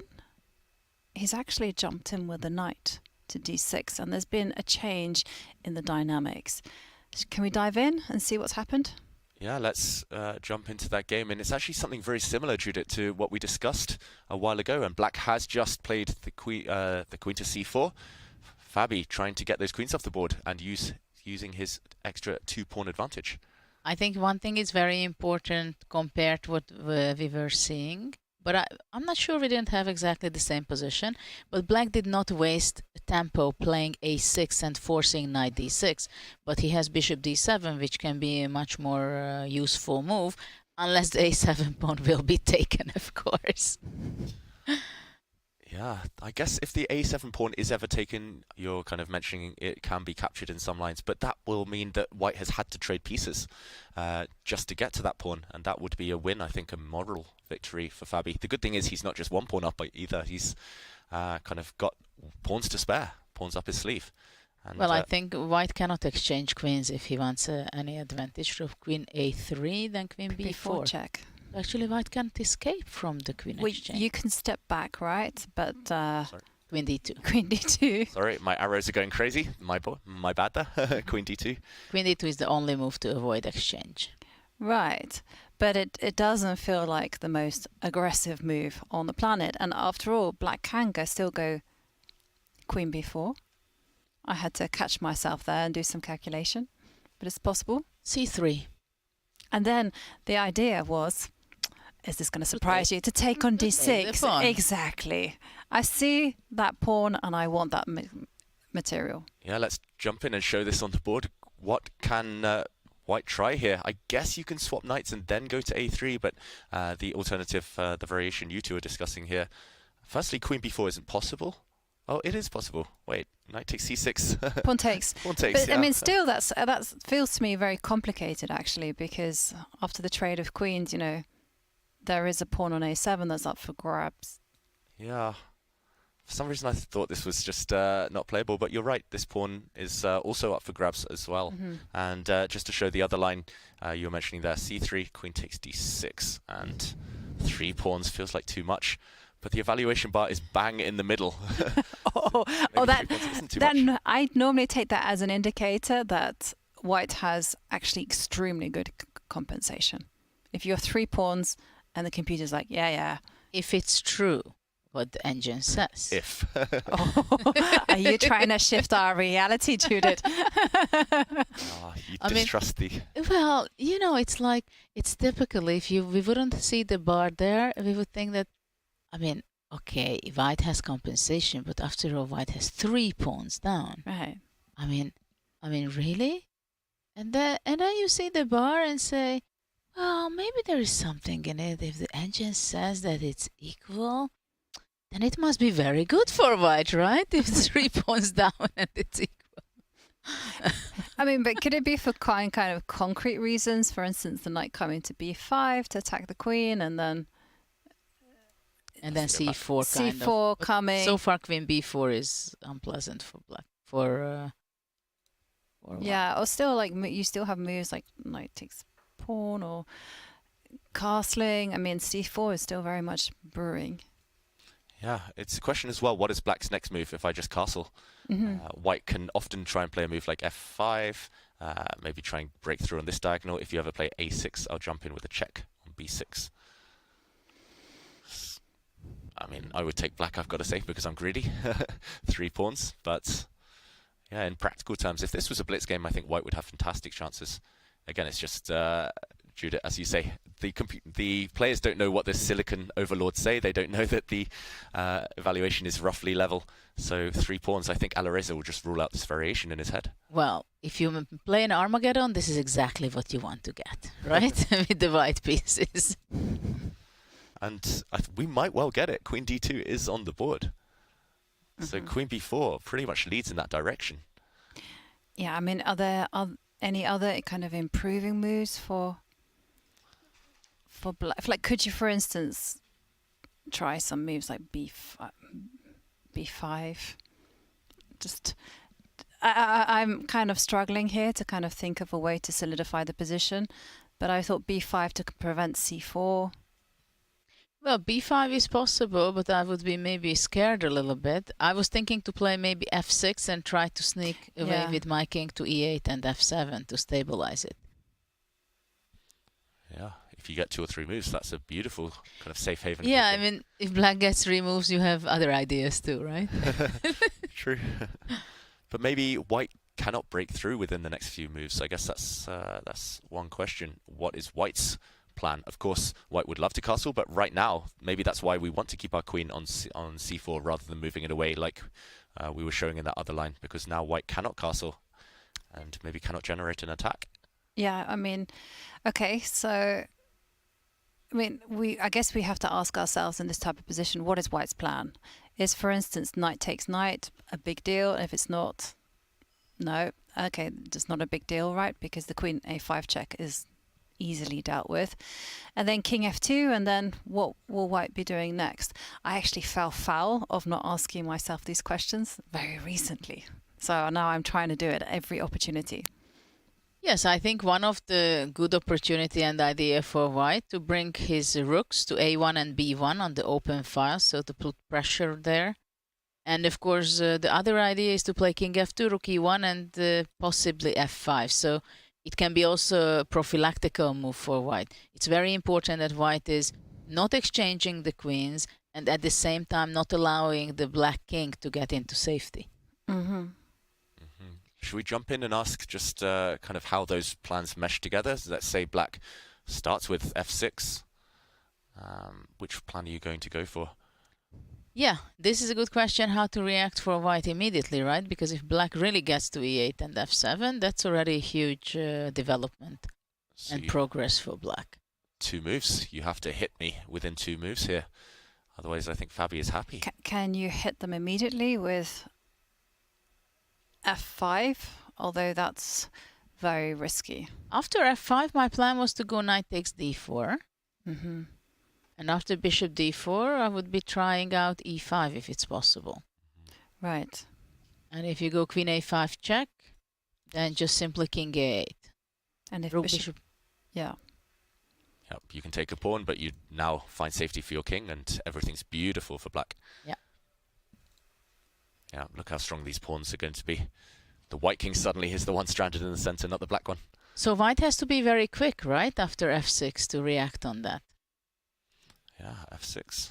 Looks so logical once you've said it, Judith. I love it. And knight takes knight is nothing here, I guess, because after this check... Or maybe we don't take with the bishop. Which piece do we capture with? I want to get a check in next move. Do we take with the queen? We'll take it with the queen. I thought the queen. Yeah. This check can just be met again by running away. Yeah. Yeah. This pawn as well dropping. It's going to be a 2-pawn advantage, and they say in these positions with heavy pieces and opposite color bishops, it's about who can attack, who can have the safer king, and it doesn't necessarily look like black has to worry about that anymore right now. f6 looks so logical. I really didn't like Firouzja's idea of just jumping in with knight d6. It felt a bit premature. Yeah, it's like he had to wait for a6, right? Yeah, just if we backtrack a few moves ago, we left it here, and maybe there are other moves. I don't know if white had a threat, but knight d6 felt too soon, and we do see it was given a question mark by the question engine. Why didn't he castle first? Why was he in a rush to play knight d6? That looks healthy to me. Here you kind of keep options open of f5. You sometimes threaten rook a1. Yeah. Mysterious stuff. Anyway, he instead went for knight d6. And this is the current position where we are awaiting f6. And it's super important here that Black actually can't castle because Black has already moved the king. When you've moved the king, that's it. You forfeit your castling rights. And chess is simple as that, really. You know, so certain pieces have special powers right at the beginning. Like for instance, pawns, they can move 2 squares at a time. But for the king, it loses its superpower once it moves, or if one of the rooks where you want to go to that side have moved as well. I have a question after f6. What happens if white sacrifices 1 more pawn? You know, doesn't matter already. 2, 3, 4. So let's go f5. Okay, let's jump back in. f6, followed by f5. And here we were saying... Oh no, we weren't saying e5, sorry. We were saying because knight after takes e5 it seems like knight e6 check, right? I'm not sure actually it's true that it's so bad. I'm also not so sure. Oof. Maybe I just take and look at these pawns. They're Takes so and beautiful. d4, right? At d4. Yeah. These pawns will drop. They won't last long.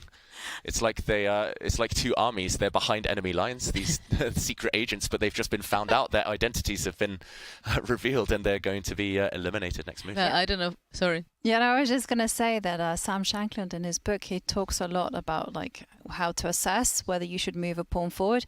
And one of his golden rules is basically that if you have to look at whether you can support them, not just now, but in the future. And there you go. They're right for the taking. Yeah, and look at this. If you step 1 forward, then fully blockaded. Black might even eat up these pawns with his king.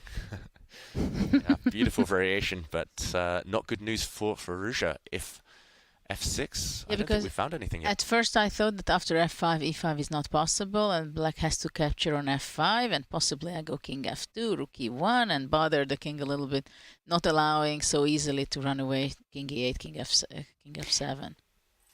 And what happens if you just, you know, forget that you're material down and just continue the game?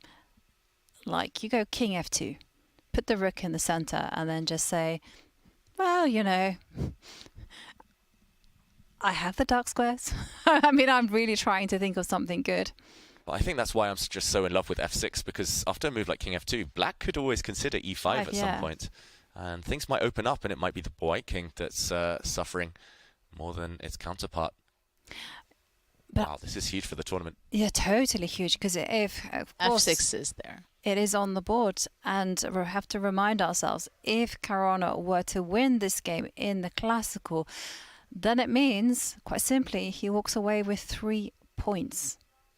And he already has 7.5 points out of 9. Take him to 10.5 points, and that's quite a significant lead. And he has, of course, defeated Magnus Carlsen in the first game. Yeah, taking down your biggest rivals, that's the key to winning tournaments, especially doing it with the black pieces in a game like this one. Firouzja is on a hot streak, winning 2 games in a row, but yeah, this one feels like it's gone wrong in the opening. Coming up against Fabi, that's the problem. How do you get him out the opening? He often has the surprise up his sleeve. And playing the French defense looks like he's being rewarded. And it's so interesting that when you play such a sharp opening, if you have this tranquility in yourself, right? That you just focus on the position. You know that things are okay. You know objectively you analyzed it properly. You're not averse, but you will have to find the right moves. But he has the self-confidence for that, to enter in this kind of position. And just look at that. He just very calmly played f6, stood up, walked away. But you could feel somehow with his body language that he's happy with his position. Yeah. He's confident. Yeah, and that confidence is just building day by day. We saw Fabi beat Magnus on day 1, of course. He had a decent blitz event as well before kind of the classical chess started, and just feels like yeah, in his mind he believes he cannot lose. He believes he's just going to beat everyone at this point. Just, wow, f6. It looks so simple once you see it, but to find that move is not easy in the first place. And the simple plan, as we've been mentioning, king e8, king f7. But you see, at this point you said, okay, we ask questions, what is the plan? And this is exactly that this way I also said f6. This was the conclusion, right? That you have to put your king into safety. If you have to put your king into safety, then you try to look for moves very safety, right? Yeah, it also makes sense in opposite color bishops kind of positions. Put pawns on dark squares. You control the color complex that your opponent has the bishop on. And yeah, none of these lines we've seen look even vaguely playable for white, gotta say. Yeah, material down, and black keeps it. Yeah, okay. Certainly very complicated, and Fabiano looking like he has the upper hand there. Shall we move on to another game? Take a look at the bird's eye view. Can we look at Tari's game, because I think it's very instructive, or it can be instructive what's going on there. Okay. Yep, let's zoom out of this one and go over to the game between Tari and Wesley So. And oh dear, I do fear for the underdog in this one, Judith. This is what I want to say, that if you look at that, White just gave away the extra pawn, which he collected after the opening in the Marshall Gambit, because he thought that, okay, we simplify, it's a draw endgame. But, you know, just to have a drawish endgame, it doesn't mean it's going to be a draw unless you understand the position, at least as well as your opponent. And this is we are witnessing right now. I don't know what will be the outcome at the end, but one thing is sure, Black improved his position immensely, right? I mean, look at the pawn structure. The Black has the black square bishop. White is blockaded with a4. Look at that a3, b2, c3 pawn structure. So if White cannot come back with somehow playing knight d2 in the next move or something and breaking out with c4, then White can easily have a very bad endgame, because Black is just, look at every piece is more active of Black than White. Look at this f1 knight. I don't like it. I hope it comes back to d2 and really pushing away the e4 rook. But definitely it's Wesley who is pressing in this position right now. Yeah, you can already see the outline of how Black is going to win this game. Either Black will come and kind of get a knight round to c4 eventually, where it's going to hit this b2 pawn, maybe even win the b2 pawn, or the Black king long term. If the rooks disappear, it has a clear path into the position, as you say, Judah, on the light squares. The light squares all belong to Black due to the pawn structure, and Black can start advancing on the other side as well. Just start gaining space here. It feels like Black can play on both flanks. White is so passive. Well, it's still not the end of the world, right? It just looks bad. Yeah. But it can get bad if White is going to be playing inaccurately. That's for sure. Yeah, and there we can see the chat. Ariane does, of course, have his supporters. But what happens if you initiate one of the plans that you mentioned now? Like the knight coming to d2 and breaking out? Because I agree with you, White's positions has the makings of being an exercise in suffering. You don't want to let that happen. You've got to fight suffering with activity. So go for it now. And let's put this on the board. Knight to d2, one of the only active moves in the position at least. But there is also another move you can consider, because in this position, of course, with White, you say, I want to make a draw. I can't show off with, I'm going to be playing for an advantage. No, you know it's clearly you play for a draw, right? So rook d4 was something also I would consider to check, just to simplify the position. But it's very tricky, because Black would be exchanging the rooks, I believe. And let's say after bishop d4, Black can try to play c5 and maybe b4. Yeah. Possibly already, because the b2 pawn is going to be a huge weakness, right? Yeah. So this is one thing. Then you're going to start calculating, okay, I don't like rook d4 because there are some dangers. So let's go and try knight d2. After knight d2... firstly, the question is, does Black kind of trade off this bishop? Black's knight is beautiful, but you could maybe make an argument for wrecking the white pawn structure. All of the white pawns now are on dark squares, targets for Black's bishop. But maybe I go e4 and I try to simplify, and it's a fact that the pawn structure is very bad, and let's say one day if we take off the rooks and the Black bishop can come to c1 and grab the pawns, that would be deadly. At the same time, I'm not sure Black is able to achieve that. So maybe I just go e4, try to simplify, keep the rooks on for the moment. But it's always White who has to be careful because of this b2 weakness. Maybe only 20 moves from now, maybe 30 moves from now. Yeah, maybe this is playable. I mean, you have to calculate, for example, you mentioned Judith, the bishop coming, and whether this pin is okay. It looks like white is fine here. The evaluation bar hates this for some reason, maybe just king e2 and white is doing okay with the knight coming. But already there's some tactics where you're kind of hanging by a thread. And but if we go back and after knight d2, I think knight e3 is something, of course, it comes to mind to check it. But what about knight d2, rook e6? And then again, white has to make a decision. Can I play c4 or what? Yes. Because after c4, it's a completely different story, right? Now takes on e3. And already, for example, bishop f6 or bishop c5 first and rook e1, bishop d4. I don't know, but there are a lot of weaknesses that white has to look after. Yeah, this feels like one-way traffic, and yes, you're playing for a draw with white, but this just looks like pure suffering. Bishop f6. I just don't see this white knight ever getting active. Black's got the perfect scenario with pawns on light squares, bishop on dark squares, and just perfect strategy. Also, you're playing Wesley, who's one of the best in these types of positions. Exactly. At just kind of milking these small advantages. Yeah. No, it really is quite depressing, really. I thought that white's position, I must admit, was worse, but not that bad. It's and not now that bad. And now I'm thinking, oh no. I kind of felt a bit Eeyore about it. I mean, it's possible to play bishop d4, for example, with the idea of knight e3 trying to simplify. Right. And I did wonder that maybe it was time to do, like, I mean, you've all highlighted time and time again that this bishop on e3 is vulnerable. It forces a change in pawn structure in certain types of position. I do wonder whether, you know, maybe you can go king. I know it doesn't look great, and it's no. I was going to suggest a blunder as king e2. I was thinking of, but then already there's like bishop takes a3 in the air. Oh, so, yeah. Tactics, yeah. And it's not just the position that makes me fear for Tari here, it's just the momentum of this game.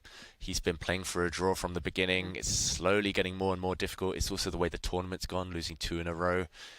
It would be very easy here to start getting a bit down on your position, to start seeing ghosts, to start taking even more negative decisions. It should be fine objectively, but yeah, black is the one having the fun. Yeah, and for those of you who are wondering who Arian Tari is, he's the number 2 player in Norway, but let's have a look at some of his stats. And there you see, he does, of course, have a lot of big history. He defeated Magnus Carlsen at the 2022 Norway Chess. I remember that game. It was magnificent. He's been 2019 Norwegian champion. In 2017, he became world junior champion, and local, was born in Stavanger. Only 23 years old. Definitely one of Norway's brightest hopes. Yeah, and that's the thing. He's been a prodigy for a long time. Unfortunately, he's been stuck behind Magnus Carlsen for a long time too. So it's just about whether Tari can hit the next level. He's a fantastic player. He knocked me out of the World Cup once in 2017, so I know how strong he can be. But yeah, it's just among this kind of field of sharks, how do you survive? And so far, it's been a tough start to the tournament. Certainly. And shall we zoom out and go back to the bird's eye view? Because just taking a look at the evaluation bars and pawn structures, I can just see that Magnus Carlsen, am I seeing right? Is he a pawn down? I'll have to do a bit of counting in that game, Ivanka, but it does look that way. Magnus has lost a pawn in his game. Wow, should we go there and check out developments? Because this could be, wow, devastating for Norwegian fans. Looks like both of the Norwegian players potentially in a little bit of trouble at this early stage. And yeah, Magnus, that freshly shaven look, not working so far. Gukesh with the beard, showing where the power is at. I was just thinking of the story of was it Samson and Delilah, right? Lose your hair, you lose your power. The hair is still there. And this is the position we see in front of us. Let's just do a quick action replay and go back from the last moment we were at this game. And it was about 4 or 5 moves ago. We left it here. White had just played the move bishop to b5. And Magnus reacted by stepping out of the tension with those light squared bishops, bishop e6, hinting that he might get greedy and grab a pawn. But Gukesh said, no, just do what you want. Go and capture it, because after d4, suddenly the bishop might well find itself trapped. If it takes on a2, white would just step forward with the rook and no safe retreat squares. Magnus lost a move here. Really strange stuff, I've got to say. Bishop g4. He moved this bishop twice in a row. And after a trade here, d takes e5. Magnus's idea was to capture on f3, but suddenly a really clever intermediate move, Zwischenzug here from Gukesh. Rook takes b8, calculating correctly that black has to recapture with the queen.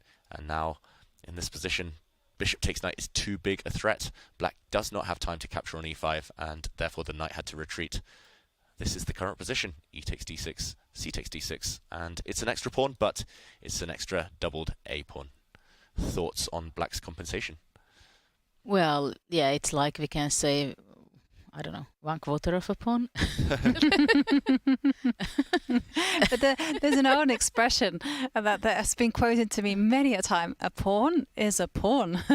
Well, it's not exactly, because you see the a5 pawn holds up both of the a pawns. The question is, I think, whether black can control some of the white squares playing queen b5 or something. Well, unfortunately for black, I think queen b5 probably it's not possible to bishop e7.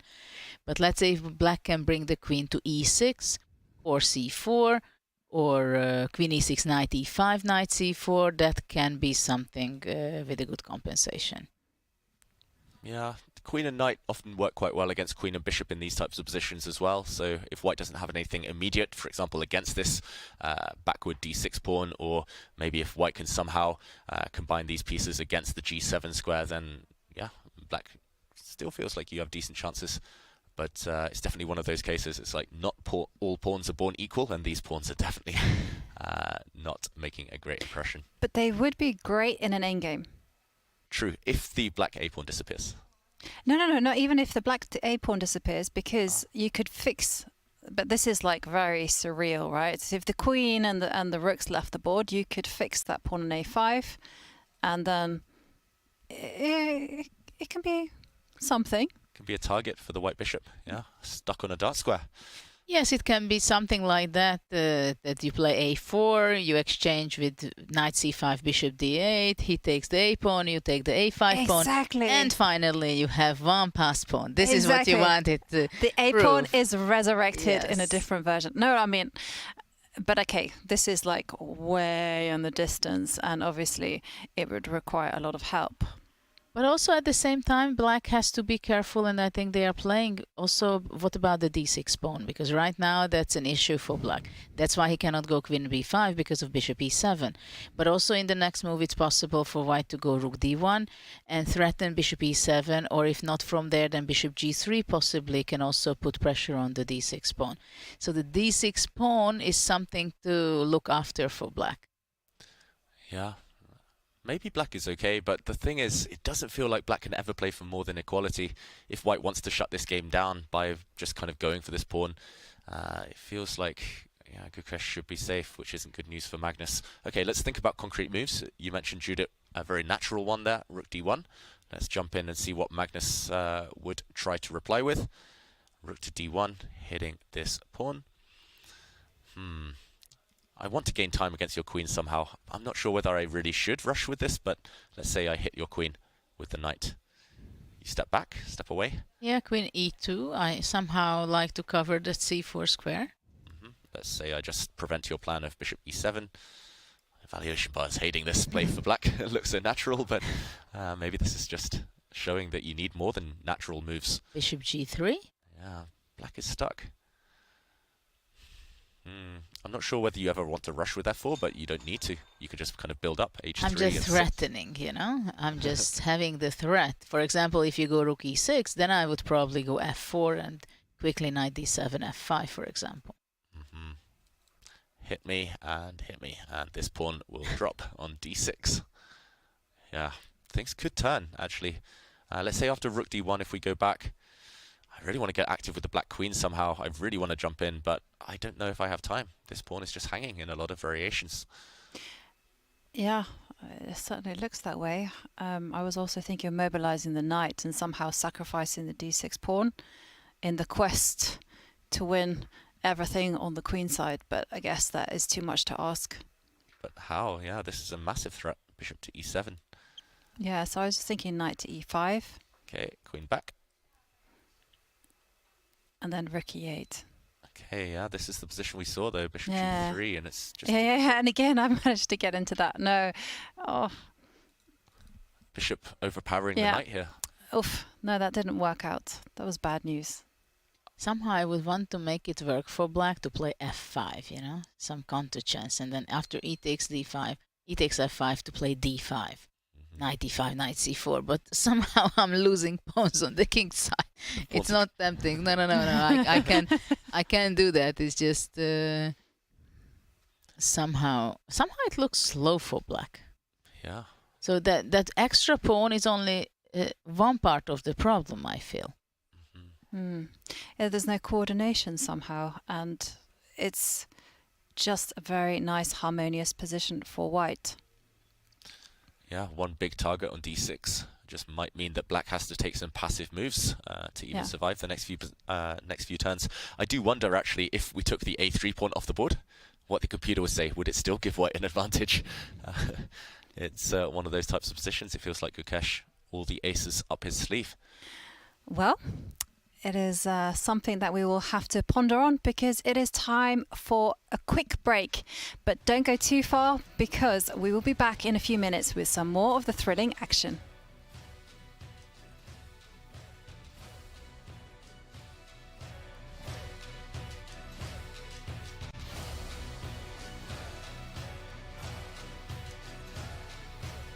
What's the best way to follow any chess event, from the Champions Chess Tour to the Candidates, Speed Chess Championship, Title Tuesday, FIDE World Championship, and so much more? Chess.com/events has all of the top chess tournaments played both over the board and online.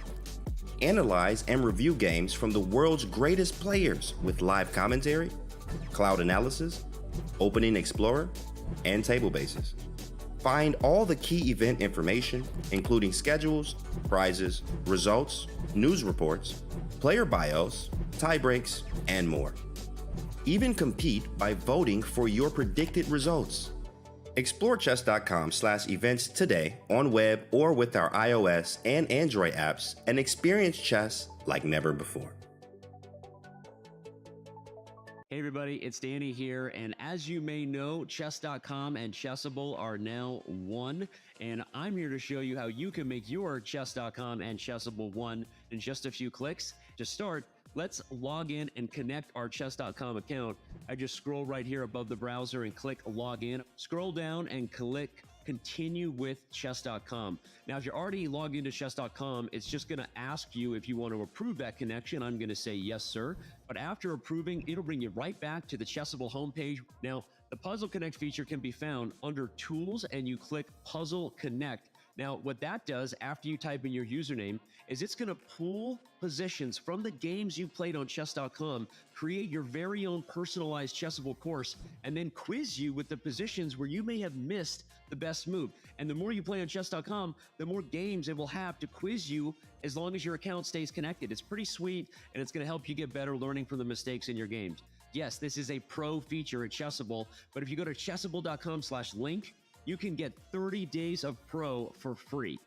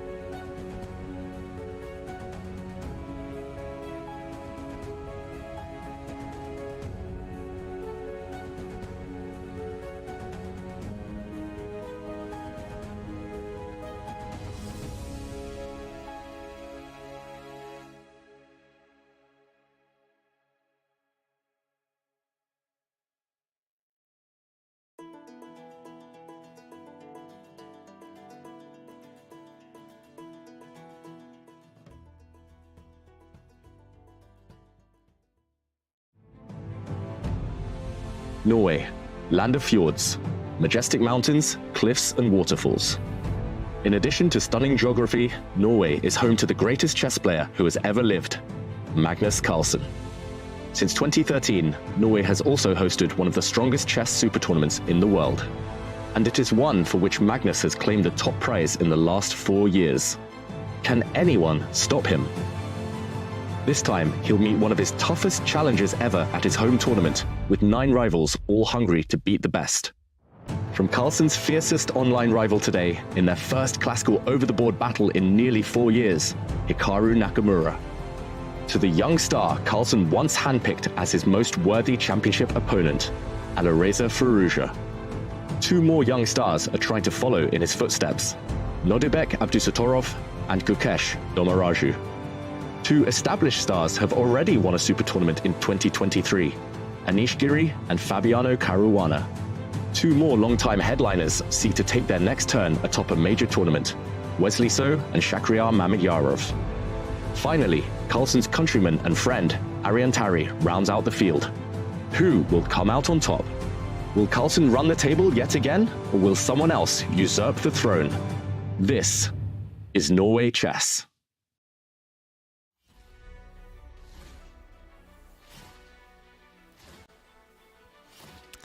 Hello, and we are back. I hope you're refreshed and ready after that pause.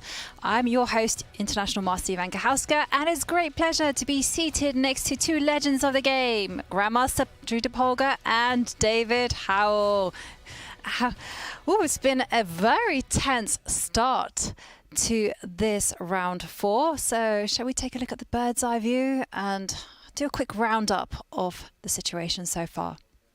Yeah, we've seen all of the games in differing detail, but there could be some shocks on the card. There could be some decisive games in terms of the tournament standings. We see at the far left of the screen and on the camera, Gukesh against Magnus Carlsen, and we liked Gukesh's position, a pawn up. Maybe not the best pawn in the world, but he seems to be in control there. Magnus fighting for his life, fighting for equality. Judith, Giri against Nakamura. Well, that's a very interesting endgame by now, right? And it's interesting, did he really play knight f3? That's kind of a strange move to me. But probably the reason is because black had a very strong strat, playing d4 and c5 in the next move, which would open up the huge long diagonal for the bishop, and then black would have been taking over on the position, because f5 now stands very well, but for the moment, black's b7 bishop is really not very active, so this is a prophylactical move playing knight f3.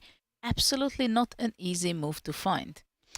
Certainly not. And moving on to Ariane Tari and Wesley So, you kind of named it. You know, Ariane just seemed to be suffering there. He has perhaps the worst end of a drawish position. And then we go on to Mamedyarov, Nordebek Mamedyarov. What do we think about that one? Feels like, okay, big decision just being made there, but it feels like a roughly level position again, where Mamedyarov struggling to get anything out of the opening, and Abdusattorov just looking extremely solid, looking very impressive so far, I've got to say, in this game as black, but roughly in the balance, that one. And a lot of endgames, but there has been one firecracker on the board, and that is between Alireza Firouzja and Fabiano Caruana. These two have played each other countless times, and to my eyes, and judging from their track record, it seems that in recent years, Alireza has been suffering against Fabiano Caruana. And take a look at this. Alireza Firouzja, well, here they're head-to-heads, age 19 against 30. And then here are the important stats. Caruana leads with 3 wins and 1 loss in the classical games. What do you guys think about this? How easy is it to play a difficult opponent? Well, I think it can be misleading, the rating points, what you see on the screen, because it shows that Firouzja has a higher rating at the same time when you're such a strong player like Fabiano and also Firouzja. Fabi is there for so many years already on the very top. He has such an experience with the very best players, playing World Championship match and many other events, that still I believe that that he's. I'm not sure he's a better player, but he can score very, very good results because of this amount of knowledge and experience what he accumulated. Yeah. And David, are you surprised by some of the numbers? Not really. Firouzja is, after all, a young and upcoming player. Fabi, he's been around, he's older, more experienced, and some of these wins in Classical and Rapid would have come when Firouzja was very young. I've been saying to everyone in recent years, life begins at 30, and Fabi proving that in this tournament so far.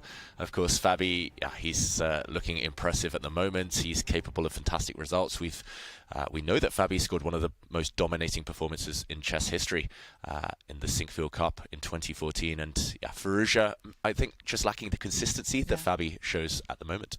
Yeah, but there have been some important encounters between the two. They played each other in the candidates, and there Fabiano won. And they also played each other in the Grand Swiss. And it was, again, another important victory for Fabiano. So we will see. But I have to say, David, I hate to break it to you, but you've got to wait a few more years before life begins. Oh. If it gets better than it is right now, then I'm not complaining. Can't wait. But experience, it does tend to count. And of course, Firouzja, capable of great results. He's on form as well this tournament, but occasionally he makes some big decisions and committal decisions, and it feels like that's happened in this game, Judith. Well, and he's not only number 2 in the world right now, but he's definitely one of the most interesting players out there. I remember years back, I think it was 2 years ago, when he was playing in the last round against my countryman, Richard Rapport, who played. He was leading the whole tournament for like 8 rounds, and in the last round he collapsed with the black pieces, and Firouzja just gave away a rook. And they said, yeah, he thought it's a nice idea. Why not to try it? I mean, of course, there was some little compensation, but he said it afterwards in the analysis in the studio. Like, yeah, why not? It was interesting. It was a very nice experience for me to see how he was thinking at that time. Yeah, but is this like the trademark of youth, that you feel like you can just give up material? I know that Firouzja is a flamboyant, creative player, but this confidence that comes. I think braveness is definitely a trademark of very talented young players. Mm-hmm. Yeah, that's I said life begins at 30, and that's the one thing I miss about being a teenager. Just that kind of lack of fear, lack of caring. You know, you just play for the sake of playing. You think every game will end in checkmate. That's the one thing I miss. Now it's like, oh, every game ends in a 70, 80 move grind. But I love Firouzja's style and just the way he approaches chess, like you say. Just why not? For the fun, for the entertainment, and that's why the fans love him, and that's why he's been so successful. And what do you think? Should we jump into that game? It's still Firouzja deep in thought. He's been spending a long time on this last move. Over 30 minutes in the tank for Firouzja. It's move 20. It's this f6 move, which might be a killer, Judith. You spotted it. Well, yes, and it's very a big problem when you realize it, that you start looking at the position and you see that, 2 moves and the black king is in safety, the rooks are connected, and suddenly my 2 pawns are gone. So this is a very unfortunate discovery, I think, for Firouzja. And of course, now he has to be extremely sharp. How can he make damage control? Like, should he be going into some endgame, like knight c6, capturing the a7 pawn, gaining back 1, but still 1 down? But the problem is the d6 pawn right now seems like it can be more of a weakness than a powerful passed pawn, right? And after f6 and later black king moves to f7, it can be very powerful, maybe much later, but once black is going to be playing e5, possibly pushing away the knight or whatever, and play d4. So And with different color bishop, it can be a very annoying position where it's going to be a long game, but you know that you play only for 2 results. Yeah. Yeah, there's also a big danger in actually simplifying the position because, yes, you make your life easier for yourself, but at the same time you do the reverse for your opponent. And as you've mentioned, you know, black has material. And, well, we're going to see a move. Knight c6. Knight c6 played. So he did backpedal somewhat and go for that extra. Well, just go for that A pawn, basically. Well, 1 pawn down is better than 2. I think this was the conclusion of Firouzja. Great classical chess wisdom there. Yeah, he wants to take a pawn back. Why not? If you see nothing better. Yeah, and now the question is whether black is going to be capturing it with the bishop, which seems like it's not the best move because of queen a5, right? And queen c7 would be very strong. So black has to choose between queen c6 or b takes c6. Okay, so if we kind of go for the most solid one, which David has got highlighted, queen takes knight. Yeah, let's show this on the board. Queen takes c6. The only drawback of queen c6 and the only reason I would want to keep, if it's possible, on c4, that now white can castle. Oh, well, hang on a second. It's all a little bit hypothetical because we do see that Fabiano super quickly, he's been anticipating this move for a long time, actually captures that knight with a pawn. Yes, because he does not want to allow the castling, you see? Yeah, and it makes a lot of sense as well. Now the rook on b8 is out there and mobile. It's opened up, and now there's 2 kind of logical moves for Firouzja. He either takes this pawn immediately and at least gets one of those 2 pawns back, the deficit reduced, or he gives a check with the queen on a5. And we're always taught, look for checks first in every position. Shall we check out this Absolutely. Check? Queen a5. What does black play here? I guess you have to go towards the center. You have to run with king e8. And let's say I take your pawn. What has Caruana got up his sleeve? What has he got in store here? Because at least now the king cannot run. This is why I was reluctant to take with a pawn, because the 7th rank has opened up and the bishop would then be loose, attacked. That's true, but maybe black is going to be playing simply queen b5. What do you think? Dropping back with the queen. Or queen b4 check, that's also possible. Simply queen b4 check and go back queen b7, let's say. But then white has good drawing chances, actually. But wait one second. Actually, this is probably not good. Takes and rook b1. Right, but I was actually thinking not about queen b7, but I was thinking about being as greedy as I could possibly be. Wow, grabbing this pawn? Yes. Makes sense. Take it. And at least give me because one of the great things about being a commentator is that these are not my pawns, and I always have the option of take back. Yeah, now I've planted my king on f2. I definitely cannot come forward and attack you because you take this pawn with check. And it's nice that you kind of defend everything. You defend your rook. But I'm going to go rook b1 instead of bishop c5. Yeah, now I really wish I could castle. but you can artificially castle with king goes to... Yeah, because you've lost your castling rights. That's very, very important to mention. Once you move your king, that's it. You can no longer make that special move. And but you can go king f2. King f7. King f7, sorry.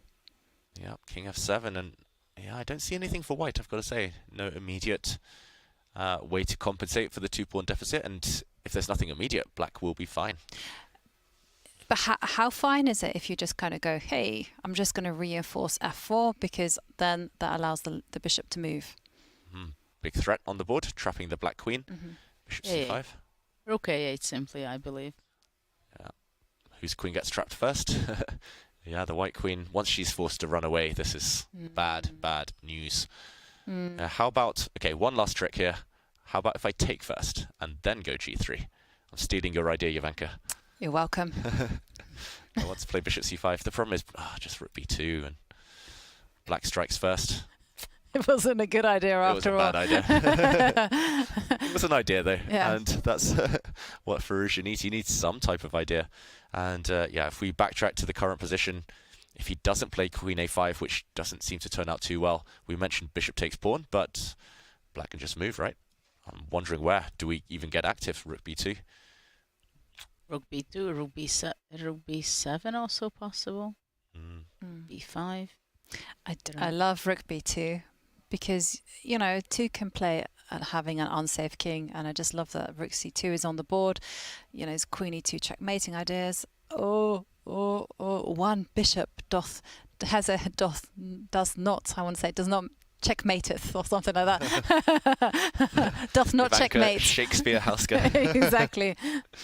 Yeah, this one looks terrible, I've got to say. And the lesser of the evil seems to be this queen a5 check. Let's give Firouzja a bit more time. 35 minutes on the last move. Now another 5-minute thought. Maybe he didn't expect b takes c6. Maybe he thought Black's automatic recapture would be with the queen instead.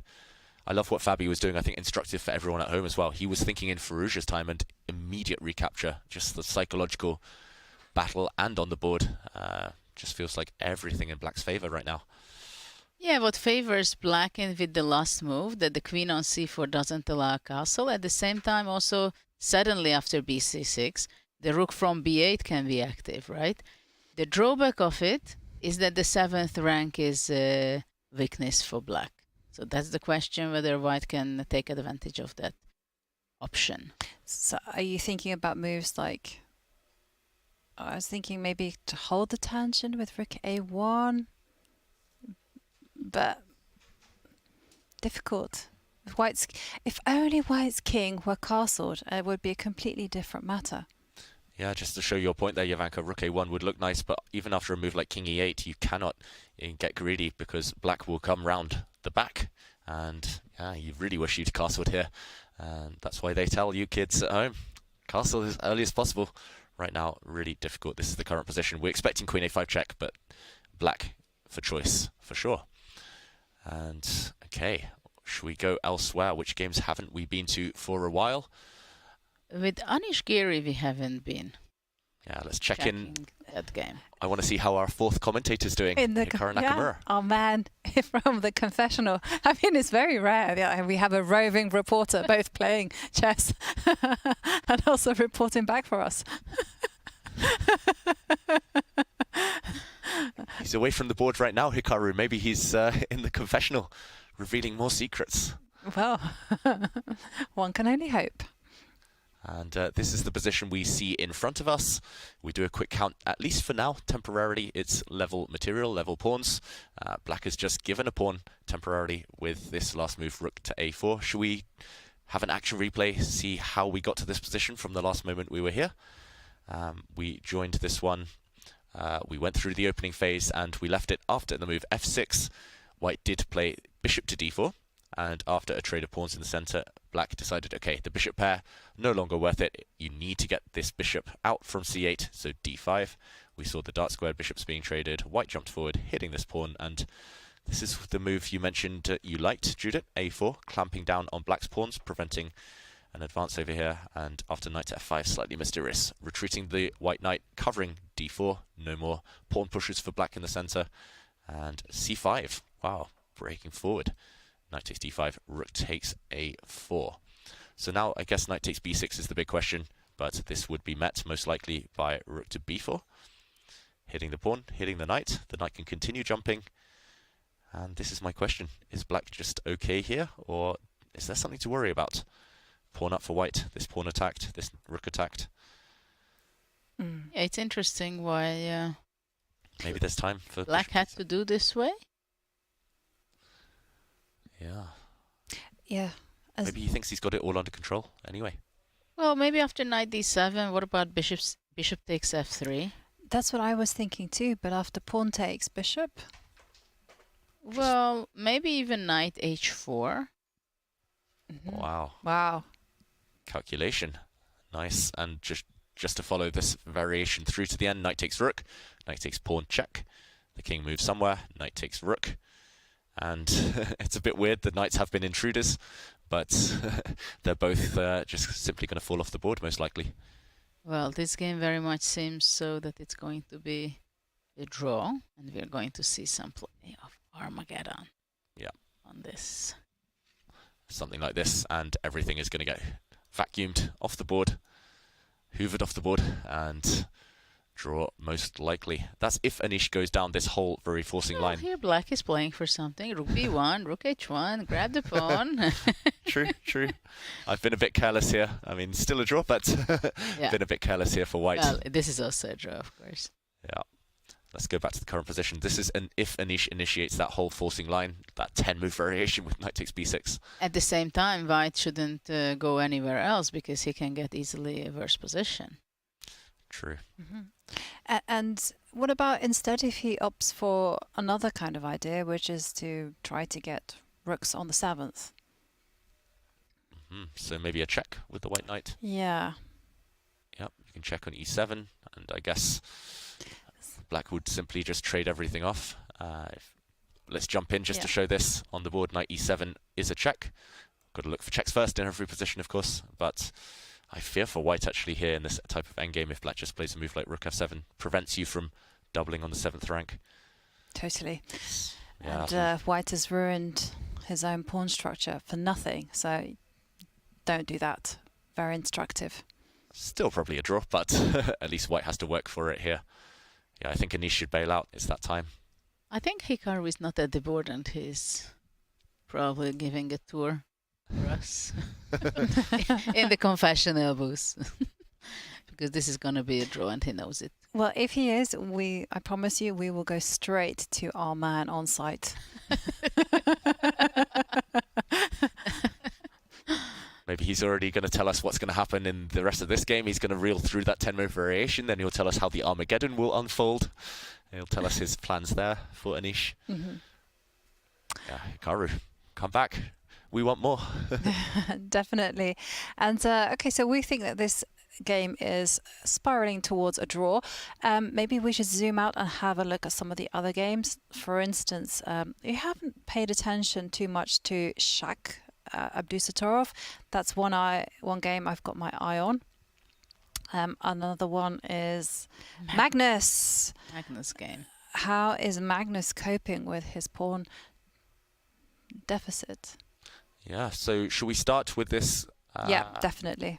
Okay, let's start with the game we now see in front of us between Gukesh and Magnus Carlsen. This one really springing to life. And okay, I think this is turned at least in favourable ways for Magnus. I'm not sure whether black is better, but suddenly I'm seeing an active black knight coming into the f4 square. Suddenly, okay, white's still a pawn up, but this pawn is loose on e4. What do we think, Judith? Is black in time here before white grabs all of the black queenside pawns? Well, probably white wants to grab c6 pawn more than the a5 pawn for the moment. But taking the a5 pawn releases 2 passed pawns on the a file. Yeah, but it's still queens on the board and some tactics might be happening. But yes, I understand that a5 is also something to look after. What about queen b5 here? Endgames. I'm not sure at all that it will turn out to be any good for black. Yeah, I actually learnt this from Jovanka a couple of years ago. Queen and knight versus queen and bishop tend to favour the queen and knight if they're able to coordinate, but rook and bishop beat rook and knight quite often. And I never knew this, I never really thought of it, but rook and bishop seem to combine better than rook and knight do. So going into an endgame, risky maybe. Yeah. Should we jump in? Shall we? Be concrete. I'm glad you've reminded me of my own rule that I had forgotten. But actually, the more I think about it, I think it's maybe too risky, right? Because after queen takes queen, go into that endgame with open arms, and then you can now start... Maybe something like this. Exactly, this is what I wanted to do. Anchor the bishop, and then target the b5 pawn. I'm not sure. I thought rook b1 you want to go, but after bishop d4 I would take on the e4 and rook f5, knight f4. So now if I take this pawn, you'll meet me with a check. And you'll capture your bishop. Just in time to capture the bishop. Yeah, maybe it's holding together just concretely for black. But I was more afraid of rook b1 after capturing on b5. This position, rook b1. Yeah, I wanted to stop knight f4 coming, just again with this check, but maybe it's just okay for black. But wait 1 second. White will have 2 doubled A pawns. And I actually, this is like super important because I once had the opportunity to play this type of ending against Humpy Canaru, and there she only had 1 A pawn. But it was an interesting situation because David's going to highlight it right here. Yes, you know, both sides will have almost equality in terms of pawns, but the bishop will support that outside A pawn. And I spent like 40 minutes on my clock trying to assess it, and in the end I was just too chicken, and I was like, I can't do it, can't go into it. What do you think? Well, I think in this position, of course, white is clearly better. You can go bishop b6 or bishop d4, and once you start pushing the pawns. Yeah, but it's just whether that's enough to bishop win. b6 not possible to knight d2, knight c4. Ooh. So I have to find some better square for the bishop. I blundered that one. But yeah, either way, it feels like black should be able to hold a draw, but white is the one having the fun. Magnus, I was about to ask, can he be more ambitious? And he's keeping the queens on the board. Yes, I think it's the much better solution. Yeah, just attacking this pawn, getting ready to centralize the black knight. At the same time, of course, knight on e4 stands very well, but on f4 it was also not a bad spot. And the white bishop from d4 will be very well centralized. So, for example, I can go starting with bishop d4. Because if queen c6, then possibly you go knight g4, or that's not the idea. Ah, interesting. Yeah, let's... Forcing g3. Let's put this on the board. Bishop d4, potentially. Yeah. Actually, maybe after this also you want to go knight g4, right? Threatening a sneaky checkmate on h2. And white doesn't have too many choices. Let's say g3, queen b2. Yeah. Oof.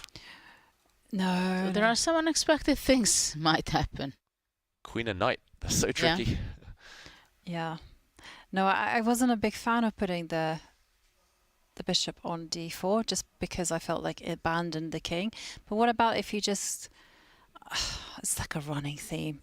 Maybe even a running joke. Make it into a meme, whatever you like. Queen takes pawn.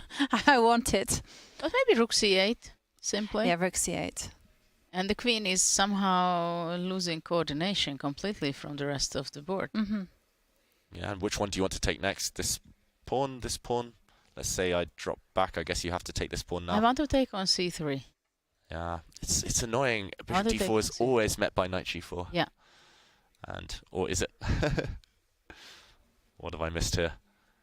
Maybe just e5 and I block, but either way, this is starting to lose control for white, this whole variation. Queen takes c6, rook c8, really nice move. Yeah. And the white queen forced onto really bad squares. I've got to say, I love this last move by Magnus. It feels like he's turning things back in his favor, and at least now it's Gukesh who's starting to see ghosts potentially. I would be seeing these variations where black is actually coming in with knight e4, with knight g4, and I would be wanting to pull the break here for Gukesh. And yeah, I think he'll take one of these pawns, a5, c6, but whether he still has an advantage, that's up for debate. I don't think he does, got to say. Worst comes to worst, we'll maybe just see an endgame like the one we highlighted earlier. I think that's what should be the outcome of this position. Somehow queen b6, or somehow playing... Just get the queens somehow off the board. Somehow simplify it with white and enter into a drawish endgame. Yeah. Because black's pieces are very active. Rook is extremely well placed. The knight is regrouped to a very bad option, either e4, g4. Both are a very good spot. And of course, white's all pawns are weak. e4, c3, a3, a2. And there's no way that white can hold on to this e4 pawn, because that seems to me the key point. So can you kind of go bishop g3? I know this is just everything in. Yeah. And then go e5. Yeah, let's try this. Jovanka, this is maybe white's only real attempt for an advantage. Bishop to g3, hitting the black queen. Where do we run to? In b2. Yeah, let's go in. And if e5, where does the black knight go? Maybe the only problem is there's no good square for the knight. Anywhere you jump, I'll take this pawn and I'll hit the rook. Maybe I'll hit your knight if you choose a poor square. So after all, maybe after bishop g3 going queen b5. Mm-hmm. Or I'm going to the wrong direction, exchanging queens. But maybe it's just an improved version for black over the line we looked at, because now black is ready to jump in and capture this pawn, followed by this pawn, maybe followed by this pawn. It's like hungry hippos here, just eating everything. Yeah, it feels like this one will fizzle out towards a draw. Maybe this is what Gukesh should do, though, at this point, having lost a bit of control. Tense. Well, Gukesh has plenty of time to deal with the issues and come up with a way to handle it. But it's, I have to say, like, bailing out or kind of, if it doesn't feel, or like liquidate into a draw, doesn't really feel like his style. He's known for his fighting chess. He's known to be very gung-ho. I suspect we're going to see something quite aggressive from him. Yeah, bring it on. I think Magnus also wants to see that. That's the problem. Magnus will hope that Gukesh is in the mood to take risks, because that might backfire. But yeah, either way, I mean, it's been a great game so far from Gukesh. Can he take Magnus down? That's the big question. Should we check out some of the other games? Definitely. We mentioned the endgame between Mamedyarov and Abdusattorov. Exactly. Let's head there. And it seems like everyone woke up today and was like, you know what? Let's play an endgame, a very long, drawn-out endgame. Maybe they've been watching our man DVD, no, not DVD, but course. I'm showing my age with his DVDs. And like these days, I get a DVD, and I'm like, I don't even have the thing to put it. Yeah. Yeah, and this one, as we mentioned, the queens did come off early. It is an endgame. It's rooks and knights, tricky knights though. And I'm not sure who's being more ambitious of the two players. It's really come to life, this game. We thought it was about slow strategic maneuvers, black slowly pushing on the queen side, white pushing on the king side.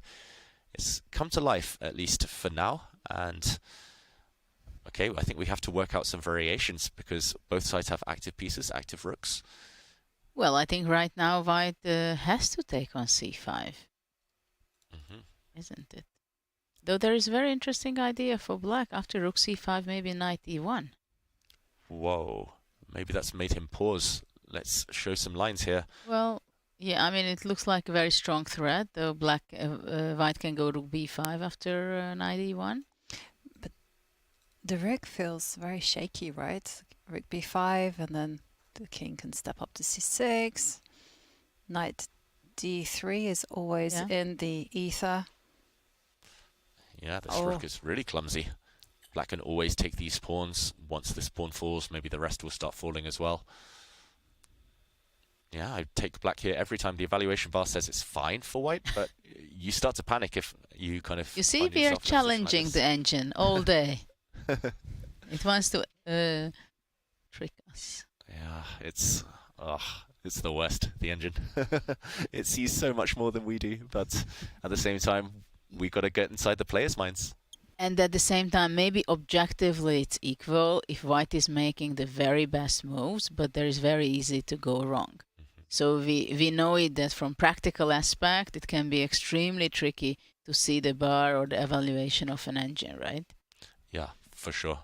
So white does not want to go to c5, capture the pawn, or hesitating, because the active becomes very strangely placed there. So, for example, if white goes rook g8, but after that black can capture, I believe, on g3. And after knight e4, let's say, black gives a check. And can't black just defend the pawn with b6? He can. I mean, I'm wondering whether white can kind of continue the fun with swinging the rook to a8. Going after all the pawns. But I guess you just... I can give a check. At the very least, I can drop back with the black knight if I want to keep control. Maybe there's more than that. And also a5 is possible to save the pawn. Yep. Next move a5. And the black king will start coming towards the center. Black's a pawn up in this line. I think Mamedyarov just has to kind of bite the bullet here. He just has to, in this position, take on c5 and go down that line and hope that he's not in any trouble. We know, thanks to the evaluation bar, that he's fine, but it does feel a bit scary for humans. What about if you go after the a pawn and just go rook a8 immediately? I don't like this because it feels like you're saddling the rook out there in no man's land. Yeah, maybe. But maybe, right? Maybe. Oh, I think there is an option to go rook g1, and after king c2, knight d4 check. And again. And somehow it can be quite annoying, because where do you go with the king? I can go rook g2 check. Ooh, you're forcing me back. I don't want to move forward because then you would have taken a pawn with a check, so I'm going back. This feels all wrong for white somehow. Like it's no coordination. a6. Just simple. Yeah. And there's no knight d4s trying to... Knight e4. Sorry, knight e4, yeah. King c6 might start coming.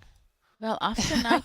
yeah. But after knight e4 also rook c2 is possible, and you're forced to go to d1 because king b1 rook e2. Or not. True. Because you can take on c5 and you have rook c8. But I don't think rook a8 is a good move. I think he has to take on c5. It's just because he was pausing for thought. But it's not tempting. But then what else? Process of elimination, he might have to, and that's why he spent almost 10 minutes at this point, at this juncture. Mamedyarov, he doesn't really want to take because of knight e1. Judith, I've got to compliment your knight e1. I think this is the third time now in one of the blitz games you suggested knight c1, and then there was a knight d1, and now you suggested knight e1. These types of moves aren't on my radar. I would just be looking at a pawn. I'd be like, oh, free food, I can take this pawn. But actually, why not to take the pawn? Yeah. Because rook b5 would be a blunder, for example, after rook g3. Now rook b5 would walk into a check. Yeah, check and knight d4. And, yeah. Well, knight d1 is the only move. Yeah. And next move, the knight will take this rook. So this one also on the radar, but knight e1 really sneaky, threatening a monster fork on d3. And this is scary, suddenly, for Mamedyarov. Yeah, because white is losing a little bit of coordination, what he had. The rook on c5 is trickily placed.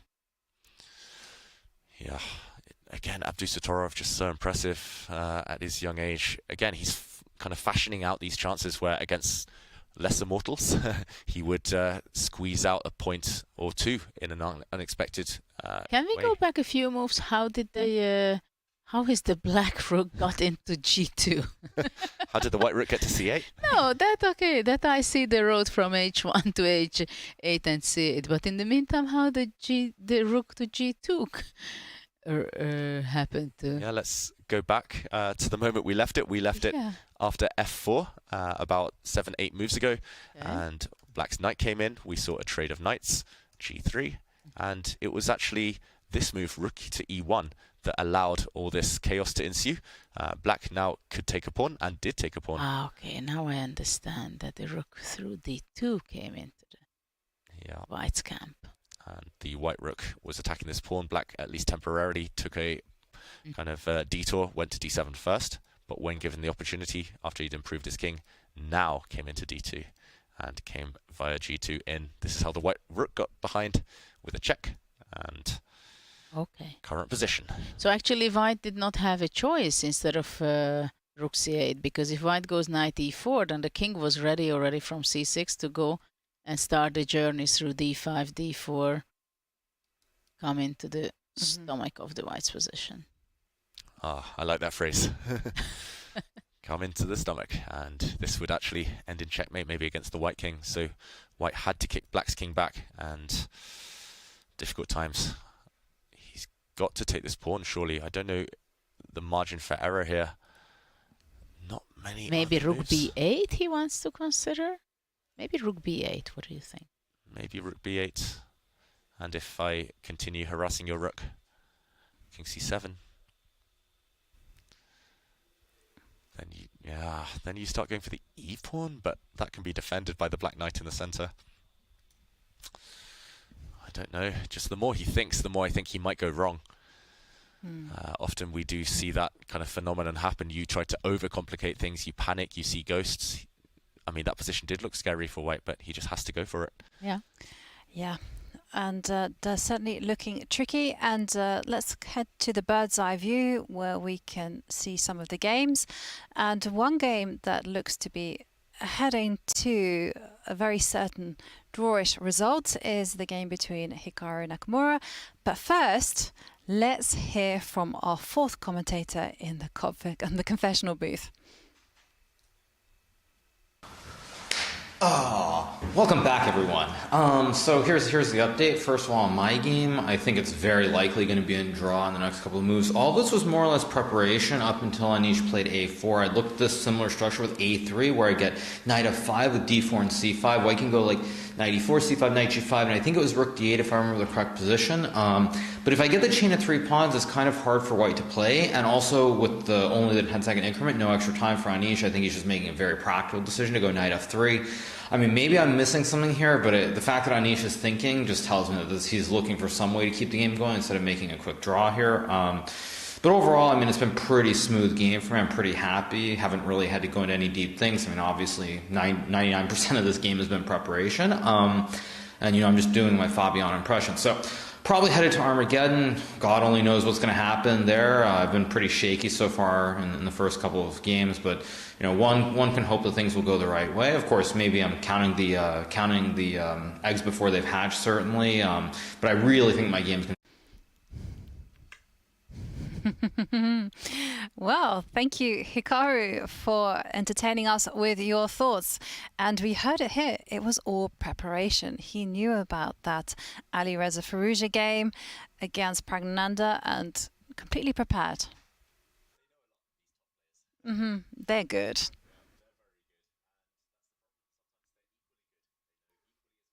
And this seems to be one of those cases. I'm impressed they're still playing, Judith. It's past move 30. It's a dead level rook endgame. Which move is it? It's move 37. 37?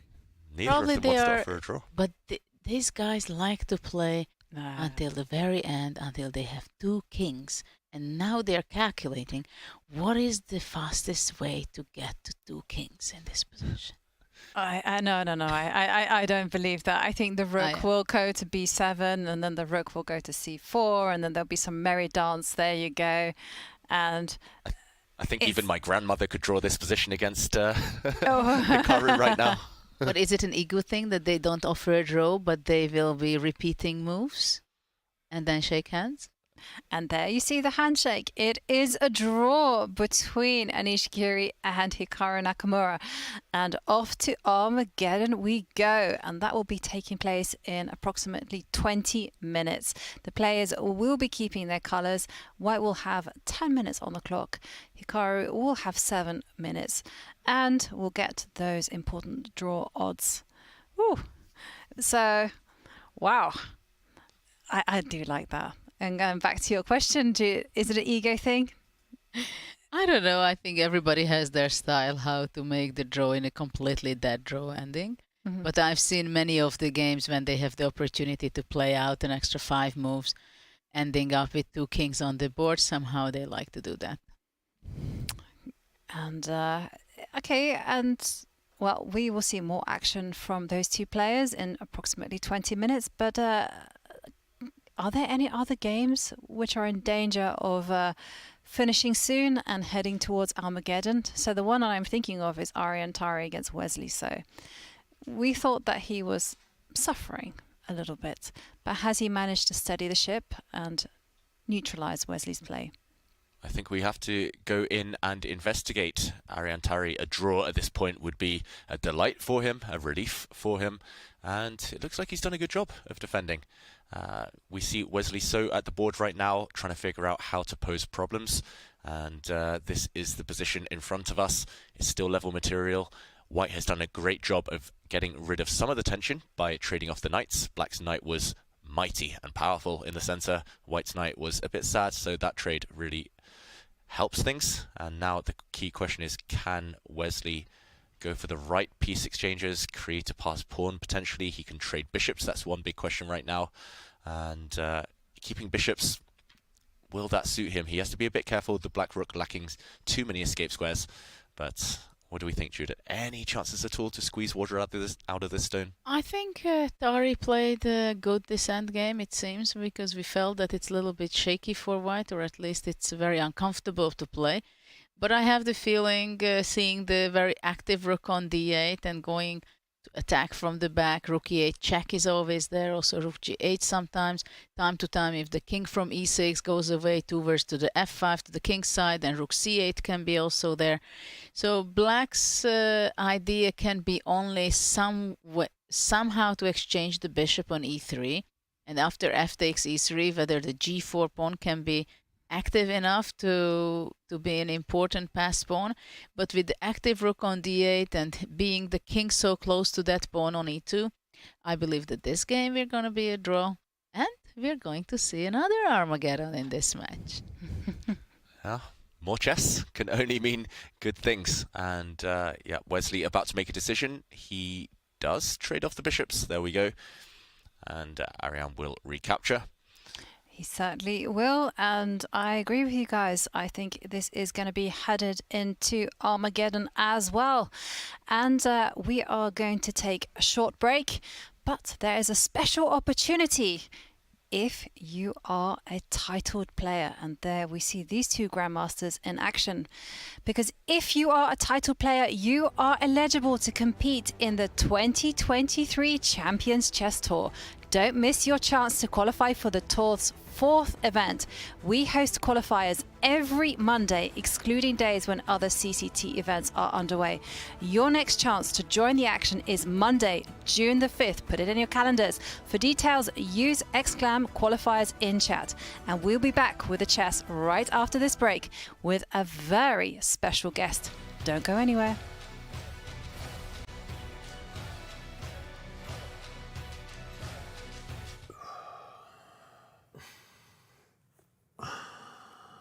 Dude, it's impossible to not hear you just breathing super loudly. Okay, fine. I will hold my breath for 3 minutes. All right, let's go. Okay, let's go sure. right now.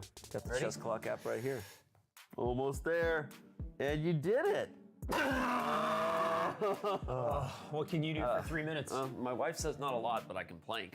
Keep that big butt down. Dude, nice. 2, 1, you did it. Wow. I feel better. Oh, yeah. You were timing me? Yeah, you were in there for 30 minutes. Oh, man. Let's Sorry. play some chess and get some dinner. Let's do it. Time odds? Yeah. Okay. You bring your clock? Oh, I left my clock at home. Dude, you idiot. I told you to bring it.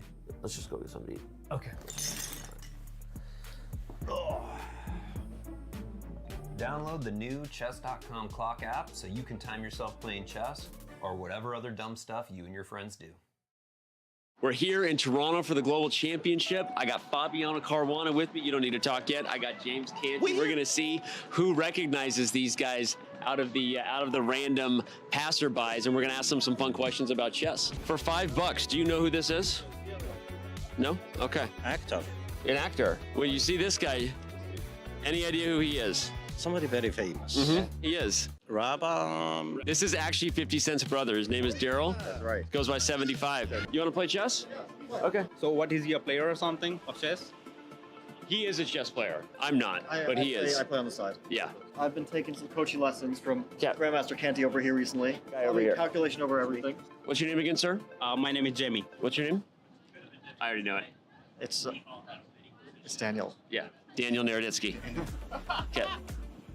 There it is. Come on. On the attack, baby. On the attack. If he wins, I know the guys at chess.com. We'll get him a diamond membership. Okay. Do you know what that is? Yes. Okay. Is that something you want? Yes. Yeah? Okay. Look at you. Look, is this a London? Yo, we got a pro here with the London. Full on London. How'd it go? I won. You won. Okay. That's great. Hey, good game. All right. I should have said youtube.com/CSQpod. What is the URL? Just YouTube? I actually don't remember. Okay. look at the pod.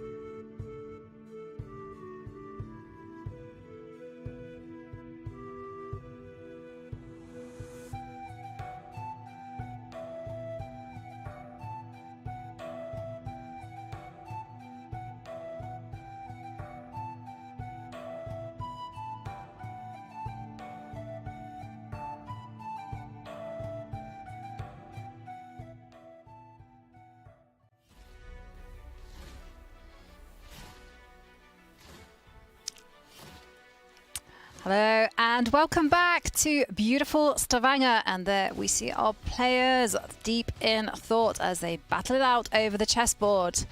And I'm here ready to comment on all the action, but we first have a very special guest in the studio. It's Grandmaster and one of the world's finest commentators, Maurice Ashley. Such a pleasure to have you here. And I heard that it's your first time in Norway. How are you finding it? I'm feeling great. Thank you so much, Jovanka, Jude, and David. Great to be on the show. Yes, it's been great in Norway. I didn't expect it to be a little brisk as compared to my Florida climate when I came, but I've been enjoying the fresh air, as they call it, and being able to go around Stavanger and enjoy just the environment and, of course, the chess. It's been great. Yeah, and how are you finding Norway Chess and its very unique concept? I think it's brilliant. I love the idea of the Armageddon afterwards. I love the idea of decisive games. I think we should all have these kinds of the tournaments everywhere, something decisive at the end as opposed to 80% draws. It's like, you fall asleep, or there's any excitement, but this, it's guaranteed excitement all the way to the end. Mm-hmm. Do you have any favorite moments? So far, not really. I'm still waiting for something out of the ordinary to happen, but I just think the games have been fantastic. I've been really surprised by Magnus losing that game to Fabi in round one.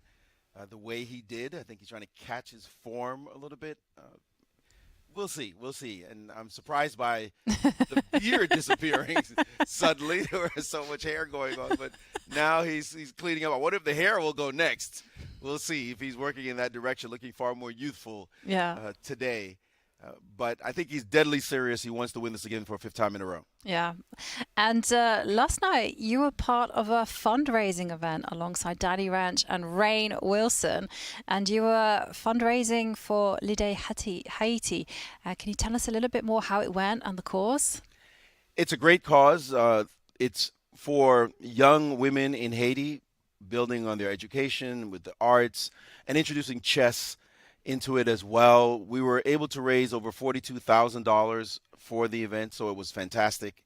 It lasted about 3 hours, and Rain Wilson, absolutely great guy with his wife. They are very focused on helping these young women who are not quite in the center at Port-au-Prince, but off in the mountains and the rural areas, and trying to just build more, give them more options for their lives. So great cause, Lide IT, and you can check it out. Anybody wants to donate, they can go to lidehaiti.org.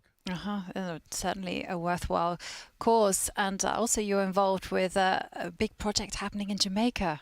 Yes. Indeed. My home country of Jamaica, I convinced the government to put up some money, and they did, which is fantastic, to make the next Jamaican grandmaster. Technically the first, because I was Americanized by the time I got to the United States. And, of course, I'm a U.S. citizen and became a grandmaster. So we're working now to find the next one. It's like American Idol, Jamaican chess idol, if you will. And Jamaica has embraced chess as something special in the country. And we're just looking for the top talent. So we're going to train them. We're going to provide GM training. We're going to provide money to travel to international tournaments. We're going to do camps as well. And we're looking for boys and girls. So it's a great project. It's GM in 10. We're given 10 years to create the next GM. I think we can do it in like 5 or 6, but that's because I'm ambitious. But we'll see how it works out. But it's fantastic to see my home country embracing chess in such a big way. Yeah, because the whole world seems to be gripped with chess. So it's fantastic that Jamaica is also on board. And you reckon you can do it in 5 to 6 years?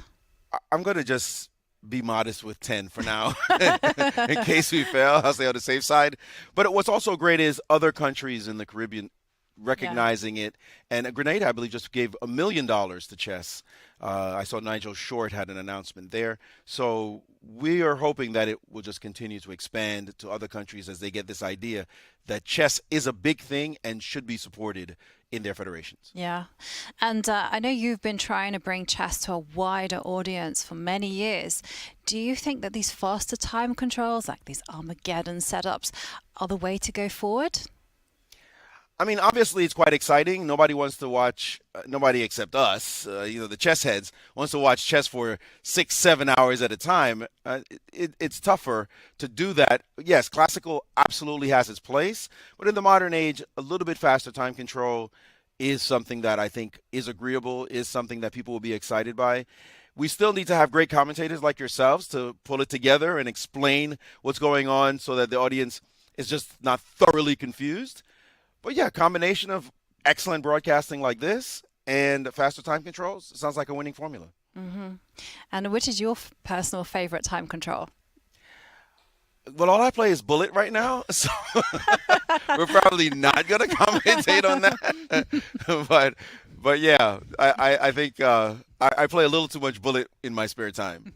You do Bullet because you don't have the time for longer games or because you love them? I think it's just I enjoy the adrenaline rush. Games are over quickly. And it can be reasonable chess even. I have had some pretty good games. But, when you beat somebody and there's only 0.3 seconds left on your clock, there is nothing like that feeling. And it shows it to the next decimal place, by the way. So you'll have like 0.32. And I'm going, yes! Got him! Mate! I know someone else on the commentary panel who was just like, yeah. But yeah, absolutely. And Maurice, of course, you are a fantastic grandmaster as well. I mean, what do you think about this game between Gukesh and Magnus? Do you think that Gukesh will be able to squeeze something out of this position? Yeah, my feeling is that Magnus has enough chances here to keep the game level. It's just not enough. The white pawns are too weak. It looks like it's not much. It's not much. The knight is very dynamic. The bishop, of course, will have a good square on d4, but I just think the weaknesses are enough. Magnus, though, is on the defensive. Clearly, there's only one player playing for the win here, and it's white. But we'll see. I'd be curious if Magnus slipped up and that c pawn started racing down the board just a little too fast. But the bishop does need a secure square, as does the knight, by the way. I mean, the knight, always needs an anchor square of some kind. But it seems like the light squares, the bishop can never compete, so it's not going to overwhelm this piece. And you're going to have to use a rook and a queen somehow, which means your rook has to probably leave the back rank. I don't know. It doesn't feel as though it's quite enough to handle all the issues in the position to overwhelm Black's defense. I often find that this type of position is where like your favorite subject comes in, chess geometry.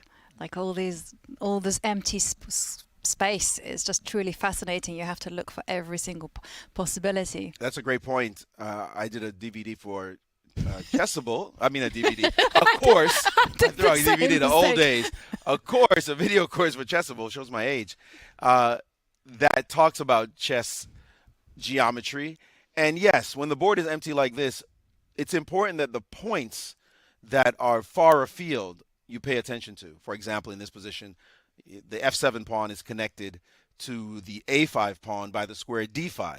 And so the queen, pawn, and the two pawns have this point of concurrency, I call it, in the course, is that d5 square. So those things you have to be very alert to. I know Judith is quite fantastic at finding those points of concurrency. She spots them in seconds. And probably that's, now you mentioned my favorite moment. I won't say necessarily a favorite moment, but something that reminded me of something I would put in the course, maybe number two, the second version, was this moment when Ariane could have played queen b4, queen b2, and g3. Very geometric. You had to spot this, and of course, you did spot it. But that's the kind of stuff that really separates the top players, and the dynamic moments that you have to see are those geometric points. Yeah, that's very fascinating, these points of concurrency. I've had fantastic reviews about your course. Thank you. A lot of my friends are saying they love it. They have it on repeat. Not the DVD version, though. I made that mistake as well. Do you even have a DVD player? No. And if we go back to the bird's eye view, do any other games catch your eye?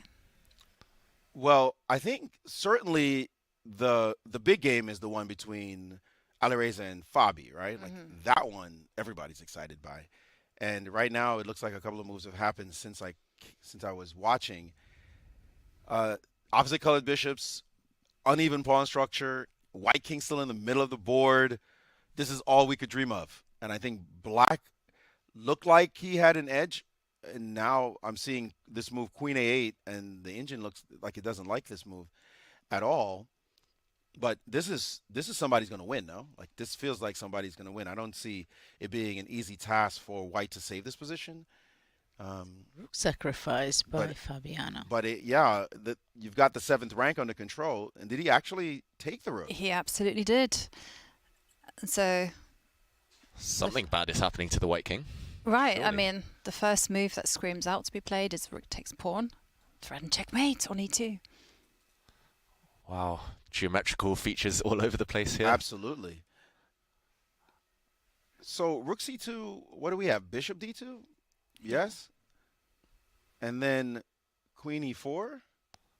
Let's jump in and show this on the board. Yeah, we need to calculate here. Rook takes c2.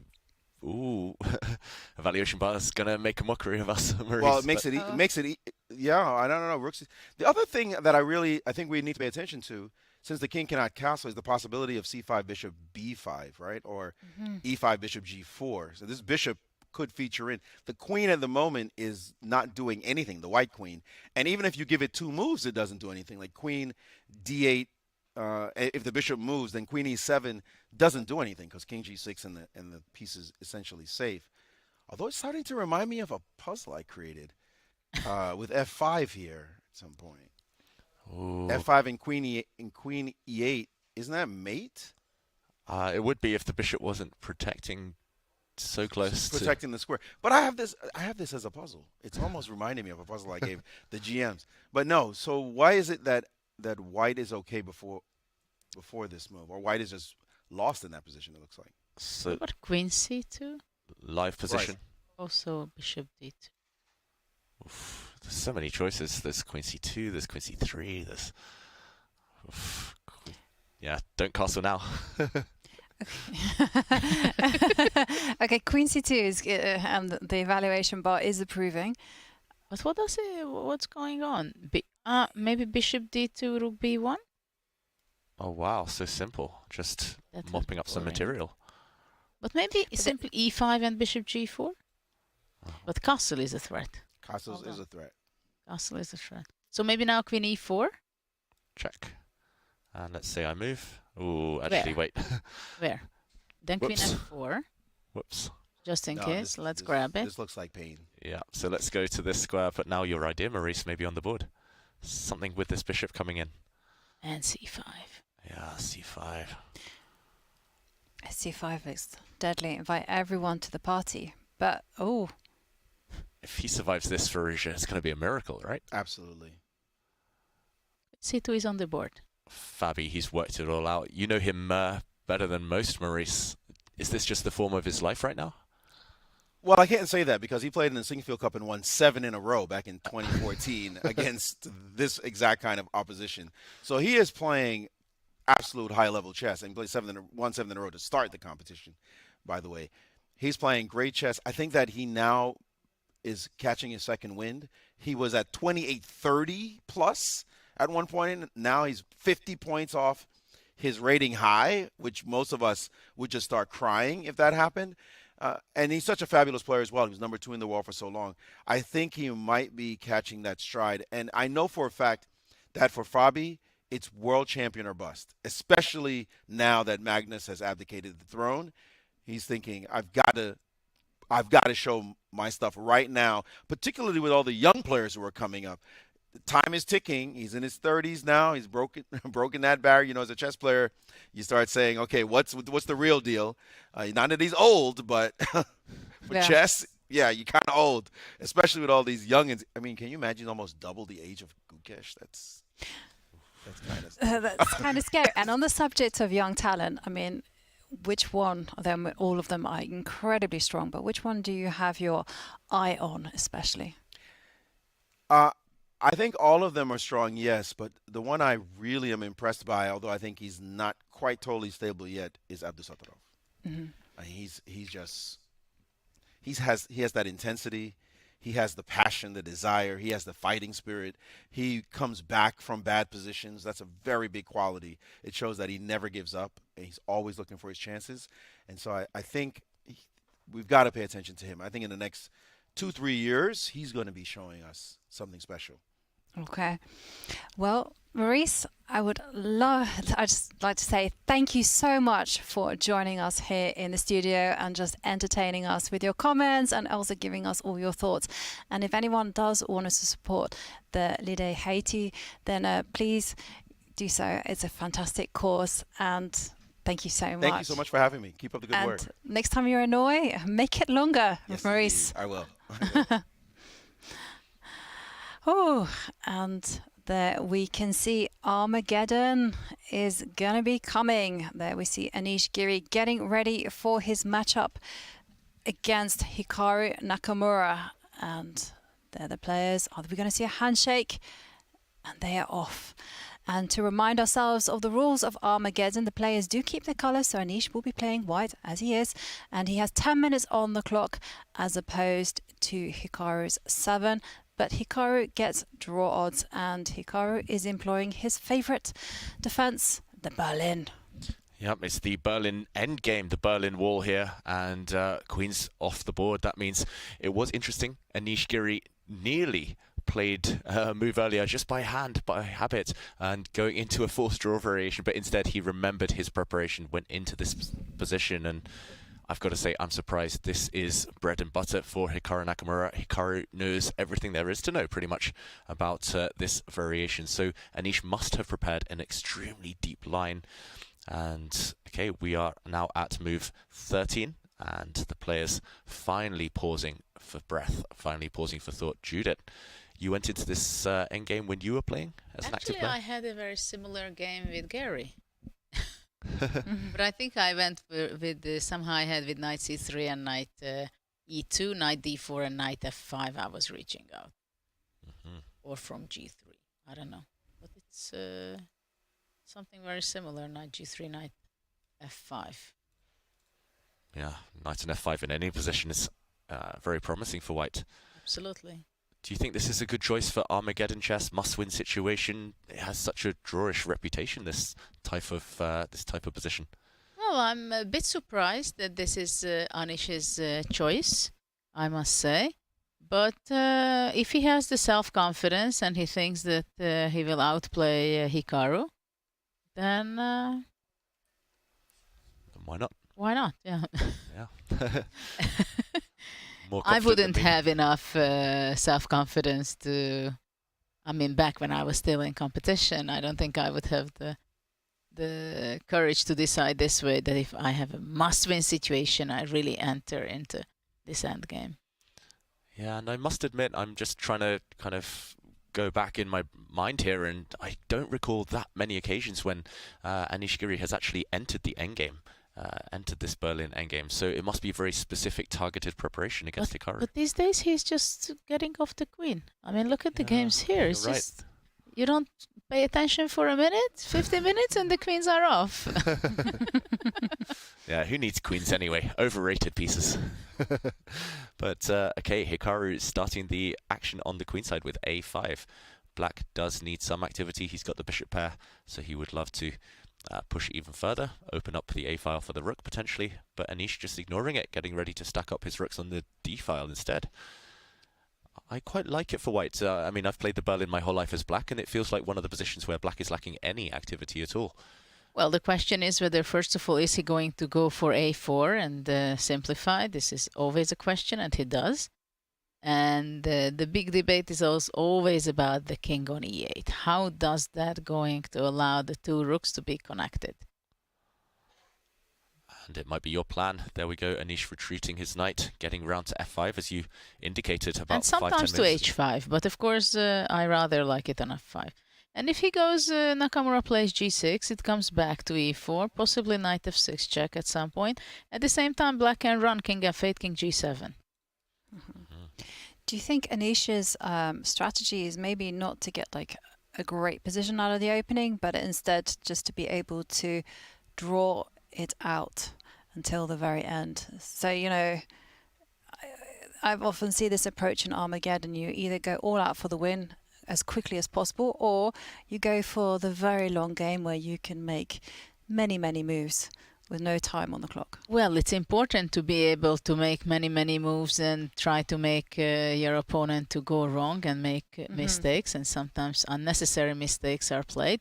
But it's not so easy to get those kind of positions, because here, for example, Black just played King F8, goes King G7, immediately brings the rook, going to be exchanging A takes B3, and it's not always that you have this resource that, okay, I'm just going to play around, right? You have to come up with an idea. He's going to play bishop e3, f4, bishop c5, exchanging the black square bishop, coming up king h2, king g3 possibly, so bishop e3 on the board. Yeah, as David's indicating, he is threatening to play bishop c5 and trade off those dark squared bishops. Yeah, and you mentioned the phrase "draw it out," Jovanka, and I think that might be an unfortunate use of words. Draw it out, and I would think Hikaru is odds-on for the draw here. It just, I don't know. Even if it went slightly wrong, maybe for a couple of moves, it feels like Hikaru has now stabilized, and I think just giving Black that extra 2 moves, that extra 2 tempi, with the white knight dropping back, then coming back to e4. I think this is actually a really useful inclusion. G6 and King G7 for Black. Suddenly everything is covered. Black's going to open the A file, as Judith mentioned, bring the rook maybe to A2, or just simply trade off all the rooks on the D file. And can you break that fortress?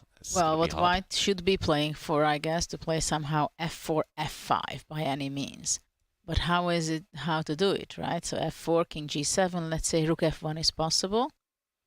And, or maybe, yeah, somehow it should be for f4, he went knight c3, forcing Black to capture on b3.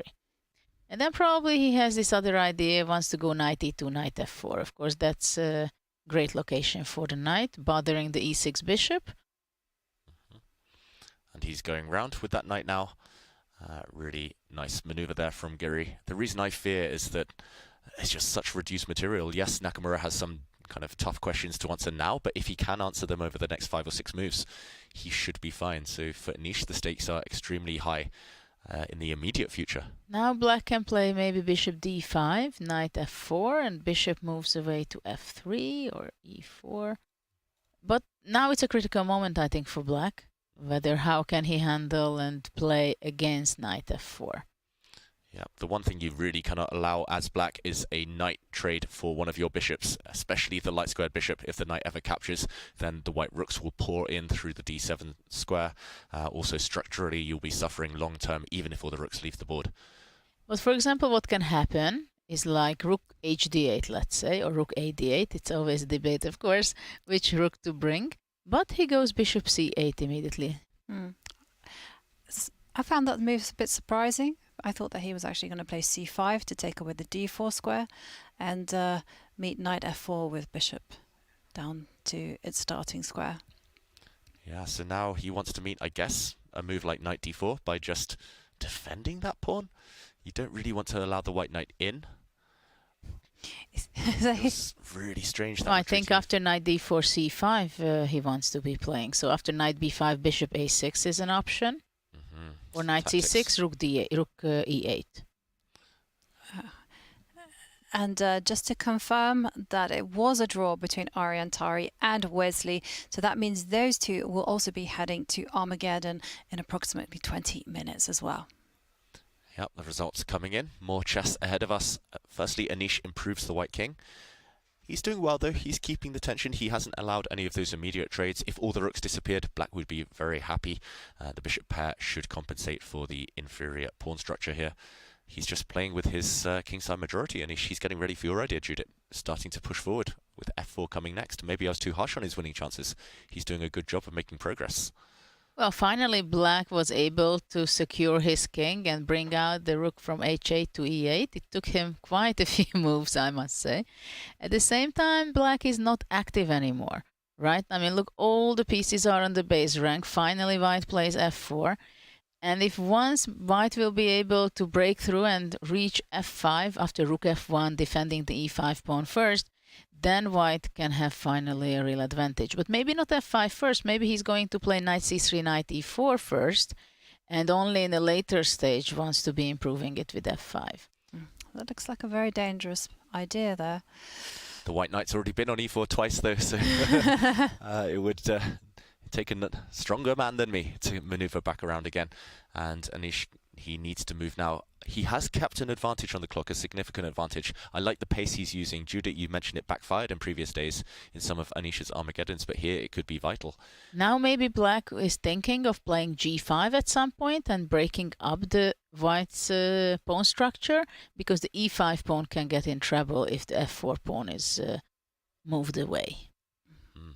Maybe f6 also. Rarely it also works out. Yeah, critical moment now, you feel like, for Anish Giri. This white knight not doing too much. Maybe it needs to be improved. Maybe bring it into d4. Now it's possible to play also knight c3 with the idea, if you go g5, I'm sacrificing a pawn by playing knight e4. And if g takes f4, bishop f4, probably bishop e5 is maybe not very good, because give a check on d8 and white gets very active, and the knight can be very unpleasant, possibly on f6 or knight g3, knight h5. Just lots of dark squares, if even if black wins a pawn in some of those lines. Yeah, I agree. Just move the knight. I'm inclined towards knight d4 because I'm a cheapo merchant, as they say, one-move threats. Just try and take a pawn. But yeah, knight c3 also very logical here. He's slowed down though, Anish. I think we shouldn't forget that Hikaru is not very good so far in the tournament in the Armageddon. I think he lost twice. And this is the third Armageddon. He also said it. That somehow the Armageddons doesn't work on his way so far. Yeah, he lost to Wesley. He lost to Magnus in Armageddon games. This time, though, at least he's solid. And, okay, Anish stepping forward. h4. All the pawns running. Oh. And striking out on the other side. It's you just saw it being awarded a question mark from the game review, and also miss for Hikaru. I mean, the kind of move that immediately jumps out to me after you make the moves h4 is just to go g5 and undermine those pawns. And also sometimes h5 can be considered to create the f5 square for the white, for the black white square bishop. But now there is very important square. Ooh, d5 was weakness. Now the d6 square is a huge weakness. c5 is also a huge weakness. And Hikaru speeding up. How many moves are we away from move 40? Because on move 41, the players will start to be getting the 1 second increment. Only move 33. So okay. we are getting near. 1 second will be vital for these players as the clocks tick down. White's knight is on a proud, beautiful square right now on d6. A nice outpost, but what to do next? Black's light squared bishop is holding everything together. It's the glue in black's position. And very interesting decision by white playing g5. So forever, black cannot think of moving the f7 bishop, nor to f5, nor to f6. It's a very committal move. This is very interesting that it was exchanged on g5, because one day maybe if white can double the rook on the h file and jump into f6 with the knight, I know many moves has to be taken and done until that point, but it can be dangerous sometimes for black. And Anish moving his pawn up the board, it really does feel like Hikaru is in full-on grovel mode. He's just simply trying to withstand the storm. And I like this next move, you know, just saying if you're going to trade rooks, it has to be on my terms. But Anish, he seems in full control. The question is whether it's going to be enough or no. Bishop f8, I don't know. Of course, that f6 square is incredible for white. Just to visualize it, that one day the knight jumps to f6, it can give real trouble for black. But for the moment, he goes knight b7. So to go knight d8 or knight a5. Or just opening up the line on the d file. okay, and some hesitation we saw on the camera there from Nakamura. He does plug the open d file with his light squared bishop. He's allowing a trade of dark squared bishops though, so no more bishop pair for black. Also, the white knight should stand quite well on dark squares, but maybe there's no breakthrough. Hikaru's arguing he's built a fortress. He holds the only other open file, the a file, unless white can work some magic there, and pieces flying on the board. They are certainly flying, and I think Hikaru also had a big threat of playing rook a2 and using the rook and bishop. Move 41. So the players are spoiled. They get 1 second per move from here. well, Hikaru will appreciate that 1 second because he has just over 1.5 minutes. Yeah, I think you have to do something. You have to sacrifice here. But it's also very dangerous because the 2 rooks will be very active of black. Yeah, but they're going to be active anyway, Judith. And also king e6, king f5 coming up with the king. So white is getting a worse position now. Typically, you can see the knight on a5, bishop on d5. It just favors black so much. Yeah, I think that's where Anish went wrong. He needs to win, so he took a risk. He put his knight on the edge of the board, but it has backfired. His knight now has no influence, and black is coming in from both sides of the board. That white king is living a charmed existence, even if black does start advancing, as you say, Judith, in the near future. It looks really promising now for Hikaru. I think he'll first improve one of his rooks. And the one thing Hikaru has to avoid is trading off all the rooks. White's knight will come back to dark squares. Good knight versus bad bishop, but yeah, as long as he keeps one set of rooks on the board, black is super active, no weaknesses. The bishop holds everything together.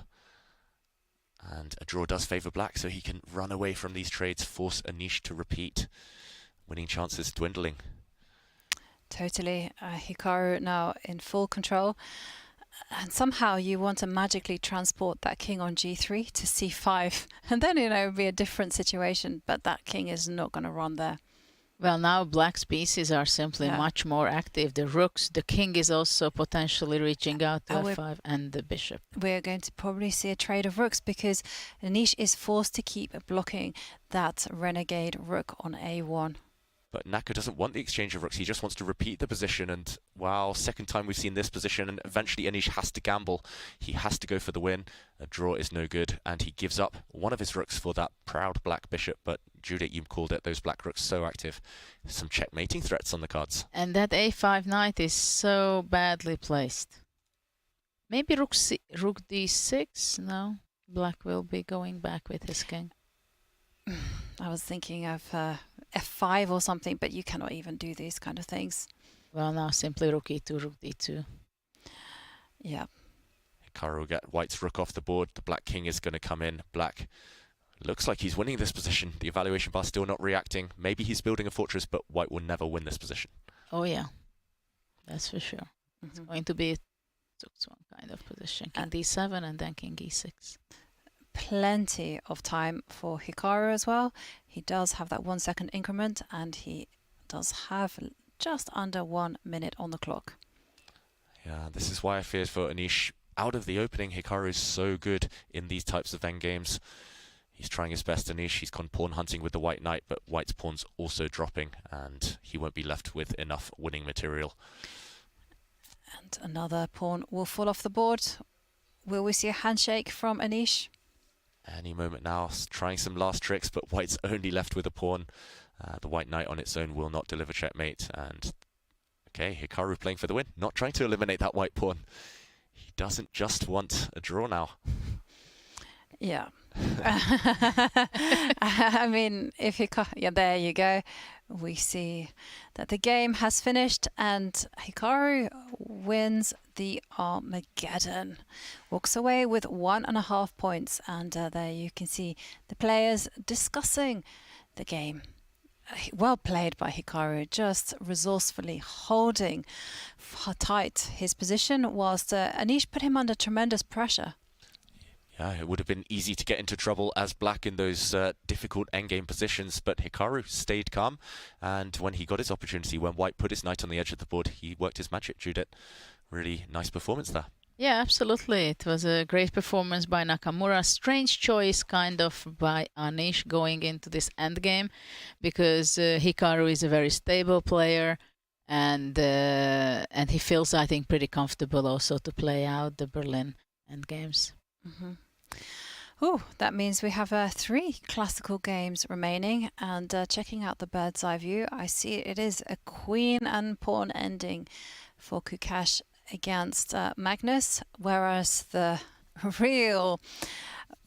game where everyone had their eyes on between Alireza Firouzja and Fabiano Caruana has followed that line that we indicated earlier on with Maurice. Yeah, and we know that this is potentially decisive on the tournament standings. Shall we check in there? It feels like Fabiano has a knockout blow. He has a winning move, but he has paused right now for 10 minutes. He's trying to work out all of the details. We did predict this position here with Maurice. Maurice was trying to get this black bishop into the game. That feels like it could be the final ingredient in a winning attack. But how to do it and how to just break white's defenses here. Currently, black is a rook down, so time is of the essence. Where do we start? What's going through C5? Fabiano's mind? C5. You want to come out with a check. And I remember we highlighted this and the evaluation bar didn't approve for some mysterious reason. Maybe it just gives white enough time to push the pawn and run away. Was it here that c5 was not good enough? Yeah, so maybe you should do a check first, right? Queen d3? Yeah. And then I guess you have, if you go king f2, it's more than sufficient, right, to go rook takes bishop. I'm hoping. I think so. I think so, right. That's what I would guess it. So if you have to go king e1, now c5? Or e5. That's another option. And bishop g4. Yeah, so we can open up the bishop this direction, we can open up the bishop this direction. You just have to choose here if you're Fabi. Queen and rook alone, unlikely to deliver checkmate. Where is the win? He's doing the right thing. This is great and instructive for everyone. Just he knows. And he plays queen d3 check. Yeah. He's precise all the time. He's precise, and also he knows he has a draw up his sleeve, so it's easier to sacrifice a rook if you know you can repeat moves. Just in case, if everything goes wrong, you can give a couple of queen checks, but of course he wants more. So let's see what is the move. c5. What can white do against that? c5. Again, it depends on whether the white queen can come back in time, maybe give some checks. Queen d8, bishop b5, queen e7, king g6. And white can take this pawn, queen takes e6 at the end. And let's put but this on maybe the board. c5, queen d8, and maybe... Just to show, bishop b5 does threaten checkmate in one, but it does allow the white queen to check and come back, covering this square. So, Judith, you wanted something else in this position? No, it seems like it doesn't work. Maybe now we give the check. Queen e4 check. Because now, yeah, king f2 walks into queen takes pawn check. Due to this pin, the white bishop cannot take the queen. This looks decisive, and yeah, if you go to f1, the key detail is now there's a check, and this will be checkmate. Next move, killer on the diagonals. Do you think that's going to be found? I'm sure. I mean, here he has to be calculating all the possibilities, and there is not much, I believe.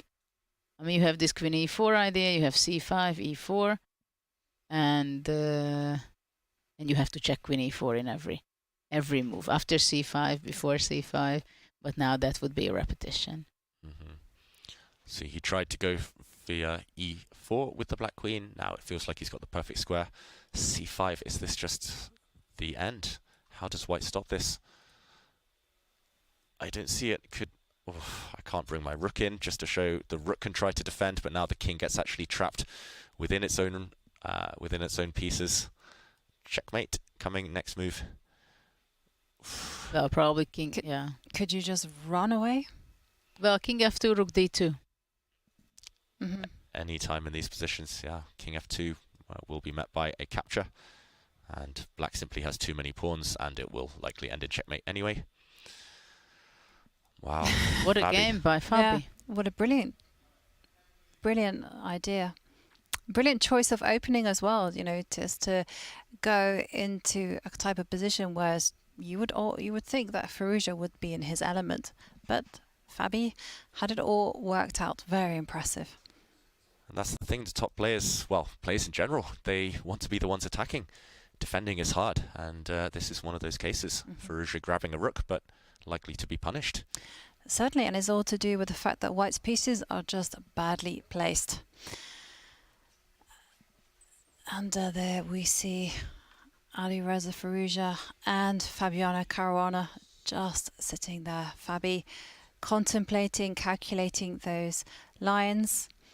And we're going to leave those players there because we are joined by a very special guest in our studio. We've nicknamed you our fourth commentator, but really you're just grandmaster extraordinaire, Hikaru Nakamura. Hikaru, congratulations on that victory in the Armageddon. Yeah, thank you. It was obviously a very choppy Armageddon game. I think most Armageddon games are going to be like that, unless it's a smooth one-way game for the player with the black pieces. But I think in the game it was very messy, and then towards the end there was a certain point where I was able to start playing quicker after I played this whole b5, c6, and once I was able to start making moves instantly, I think Anish kind of fell apart. And I feel that if I get to those situations where I can make a lot of moves very quickly, I'm going to win a lot of the Armageddon games. That being said, like the game against Wesley should have been pretty similar, and I found a way to lose that one. But overall, I'm quite happy with my play, and that's, the classical portion matters more than anything else. Mm-hmm. And so you mentioned that in the confessional that the classical game was all preparation, well, up to a point.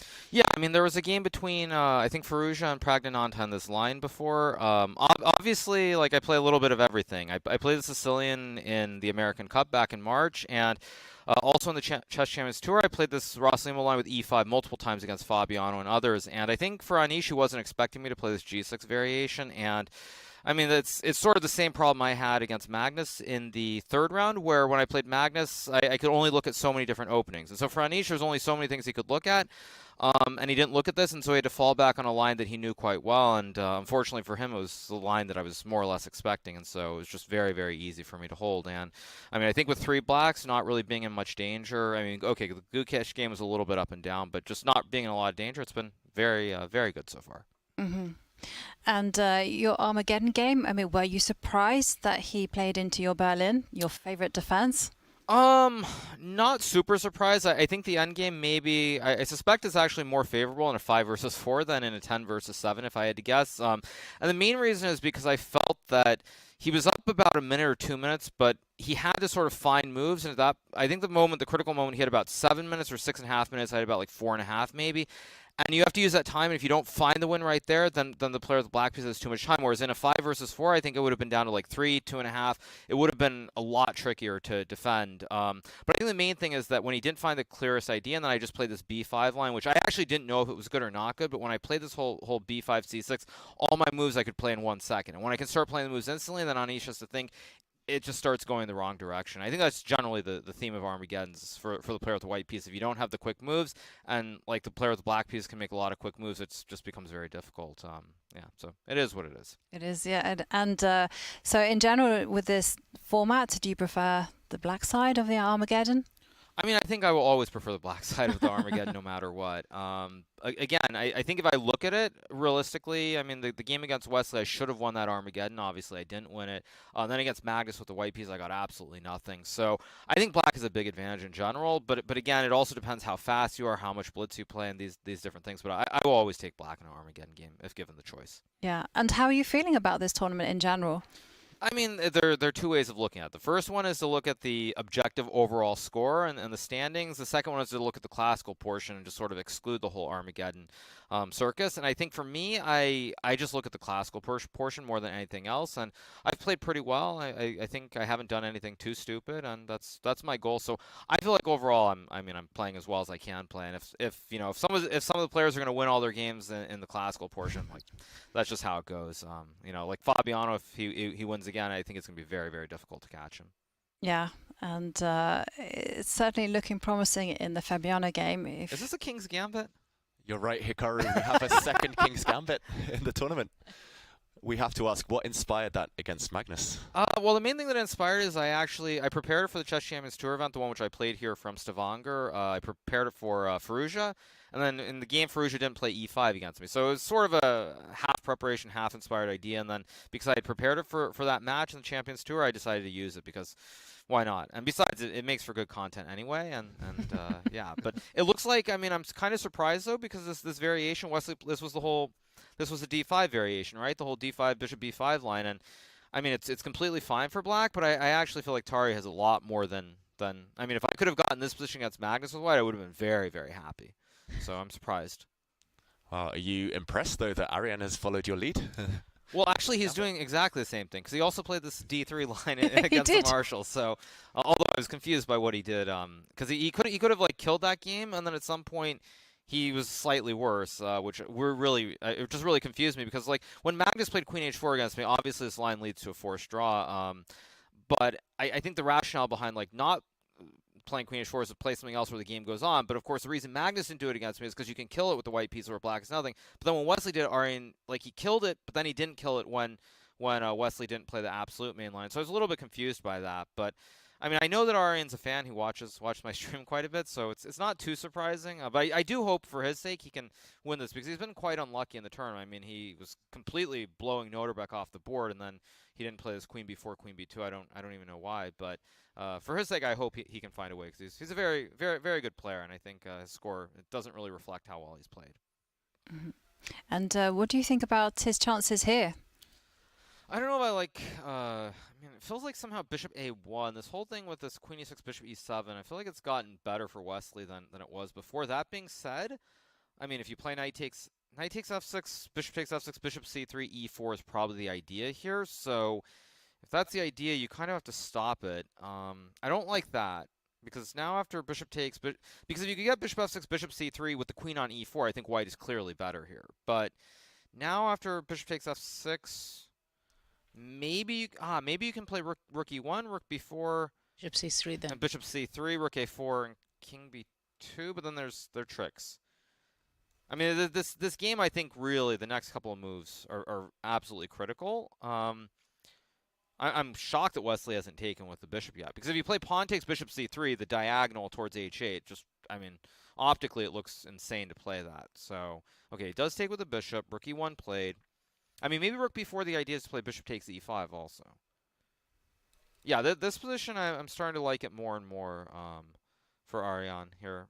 Because, okay, rook fe8 looks like the correct move because bishop c3 again runs into e4. And if queen e4, there's rook b4 always. Maybe here you can play d3, maybe. d3, rook b4, king b1, something like this. I mean, this is a position I'd love to have half an hour to think with the white pieces. So I mean, of course, I can't tell what the bar is saying, but intuitively it feels like white should be better here. But it feels like it's something where you need time to think. My intuition tells me white should be better, but I don't see it in the split second, and you don't really have the time to think. And now after e4, I think Wesley's getting all the counterplay. Probably takes with the pawn, because you take with the queen, there might be queen c4. Rook b4, queen c5. We're heading in that direction. Still tricky, though. Still tricky. Still a lot of play here. Like, rook b4, queen c5, rook e5, queen a7. So probably rook b4, maybe just queen a6 even. Again. But yeah, it feels to me like Tari's misplayed this. Like, there was probably something in that critical moment. I'm not sure what, but it feels like it. And I think the bar actually was saying white was better, right? Yeah, significantly. Yeah, it comes back to what I've said. I mean, there's certain positions where you can sort of intuitively, you can feel like there's something there. You don't quite know what it is, but you can sort of feel like it has to be better. Apparently, rook e5 is a blunder. I don't know why. Or, I mean, this could be the chess.com engine. Maybe there was just something stronger. It doesn't look like it loses anything. Yeah, but queen a7, even just h6, h5. This is the problem, though. Black's moves become too easy. This is the exact problem. Black can play like h5, g5, g4. You can go rook g5. You have very minimal plans to consider here. And Tari has to figure out what even his plan is. C3? C3? Whoa. Mm-hmm. Oh, and look at this. Double question mark from Black's move here. Wesley's blundered his rook. It's trapped. No! Oh, he misses it. And we see the cross there because he missed the opportunity to trap that black rook on b4. That's so easy to miss, but huge opportunity. That would have won the game. He would have won the game up 2 minutes up a rook. He would have won there. That's really really tragic. Yeah. Now e takes d3. But after rook d3, it still goes on though. I mean the endgame's not dead now again. Now it's not dead because black doesn't have the central pawn, doesn't have the passed e pawn anymore. I mean I assume it's still after rook e4, but. Okay, takes queen c6, rook e1 maybe, then rook c3, rook e2, g3. Can you try to go queen c3 and? Yeah, I was saying queen a8, king h7, queen c6, rook e1, queen c3, takes rook e2, g3. Maybe, but g3, f3, king b2, f2, rook f3 is probably winning for white. So, yeah, this goes on. I think probably what we'll get is queen a8, king h7, queen c6, rook e2. Wow. He's going for queen d3. Rook d8 and queen d3. I mean, it's a try, but this doesn't look right. It doesn't look right. Okay. And tomorrow you'll be playing white against Ariane. So what are your thoughts on that? I mean, he's obviously the lowest rated player in the tournament, so I will definitely have to take my chances. But again, I think if you try to just prepare something, play something, and hopefully a bit of a surprise. I mean, we'll see. Okay. And also, we're very appreciative of your confessionals. And of course, there are thousands of viewers watching your streams and enjoying that as well. So do you have a message for them? Well, I don't think there's a message, but I know some people thought that I was doing it just because I can't help myself. But I mean, that actually isn't the reason I've been doing it. It's simply because I feel like it's something that's good for the fans to have some idea of what's going on. Obviously, for me, it's very natural to do anyway. But I think it's something that, you know, I've said this before. I think I've said this quite a few times. But fundamentally, if I look at chess as a game, just if someone comes off the street and they don't know anything about chess, they see two people sitting down playing a game, they're going to find it very boring. They're going to understand what's going on. What is this? It has no meaning per se. And so I think for me, when I think about the bigger picture, you know, you have to try and make it interesting. You have to make it more accessible. And so for someone who's watching the commentary and they want to get some insight, by doing that, I'm giving them an idea of what's happening. And I think it's really, really critical. And I kind of wish some of the other players would do it, but you know, there's only so much you can ask for at the end of the day. Yeah, no, it's a very good point there. And Hikaru, thank you so much for joining the show. Thank you so much for doing your entertaining confessionals, and we wish you good luck and hope to hear more from you. Thank you so much. Thanks. And meanwhile, okay, this endgame has really livened up. It's a race at this point. Black's F-pawn running, White's A-pawn running. Anything could happen. The clocks are getting low. Wesley down to 2 minutes, but he does have the valuable 1 second increment just now that they've passed move 40, and Ariane fighting for his life. It feels like he's lost control, Judith. Has it all gone wrong for White, or is he still in this? White's A-pawn dangerous. Well, you never know in a rook end game. They say that every rook end game is a draw, unless it's not. And when there are pawns running around and there is a race, you can go wrong in any second, I must say. And I don't see exactly how White wants to play. Probably A7, which after rook E8, for example, rook A6, then F2, then it can go back. Well, Black has an extra pawn, but it's not clear whether he will be able to convert it. And well, big threat on the board of A7, so that's why Wesley locks the rook down to the 7th row. Oh, and Wesley's king is now marching up the board. Wow. We're off to the races again. Well, then now it's an interesting idea maybe to go rook F6 and after H5 to go rook F5, because the king is tied down a bit to the H5 pawn after that, which maybe Black should be sacrificing after king comes through H2 and G2, H3 and G2. Wow, he's going with the White king, Ariane, but this is a very slow plan. Black looks ahead here in the race. It's just shocking to me that the evaluation bar is in the center, because this looks anything but drawn. It feels like one side is going to be ahead here, but he simply wants to win that black rook. He wants to push his A-pawn forward. The black rook will have to give its life up, and then the white C-pawn runs. Black's got 2 passed pawns though, and Wesley doesn't have any time to calculate. Just over 1 minute now. Ariane a minute up on the clock, and that could be vital. Well, it can easily happen that we end up in an end game where Black has only a pawn versus a queen. And actually, I don't understand why White went all the way to... because check. Yes, A7. Yep, and Black's rook has to give itself up now. Surely. White's about to make a new queen. Wesley just doing some calculation. I think it's a great try what Tari was just doing, but... Oh, but it's going to be a race, and the White king is on a square where the black pawn is now threatening to promote with a nasty check. If the White king was anywhere else, White would be doing well. Suddenly... But he can go and G1 check. G1 always comes with a check. Once Black makes a new queen, the White king is hit. Maybe he missed this.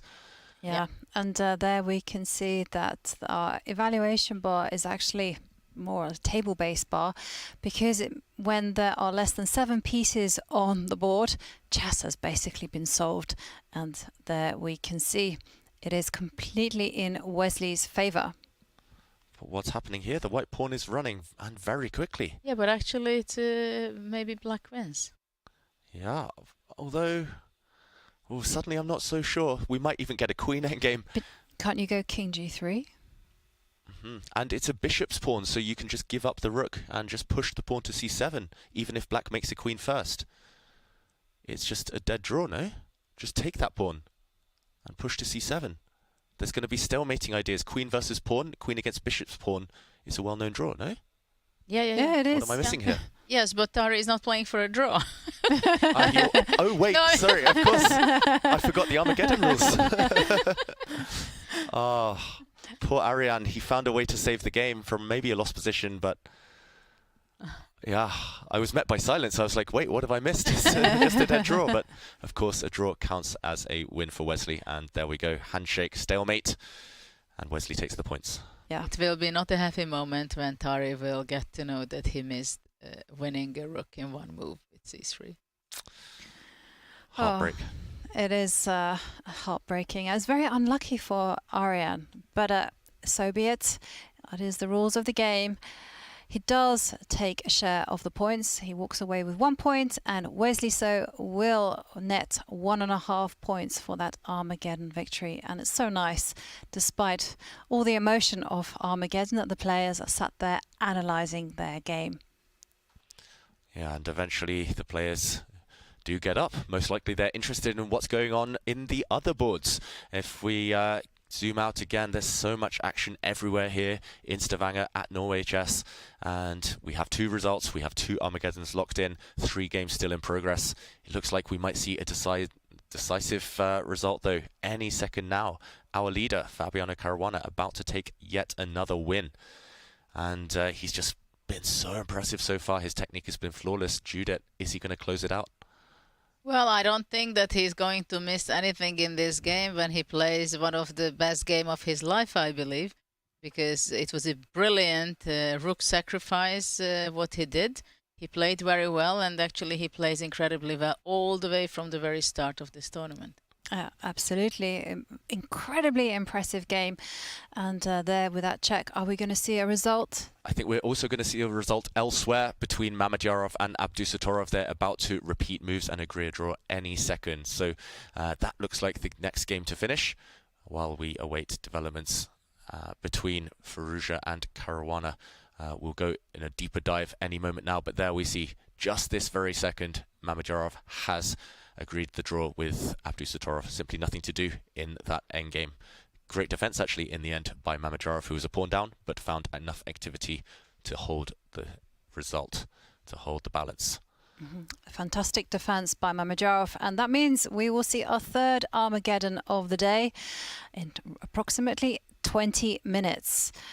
Whereas 2 games still remaining, Fabiano looks like he's putting it in the back of the net against Alireza Firouzja, but Magnus Carlsen still playing a queen ending against Gukesh.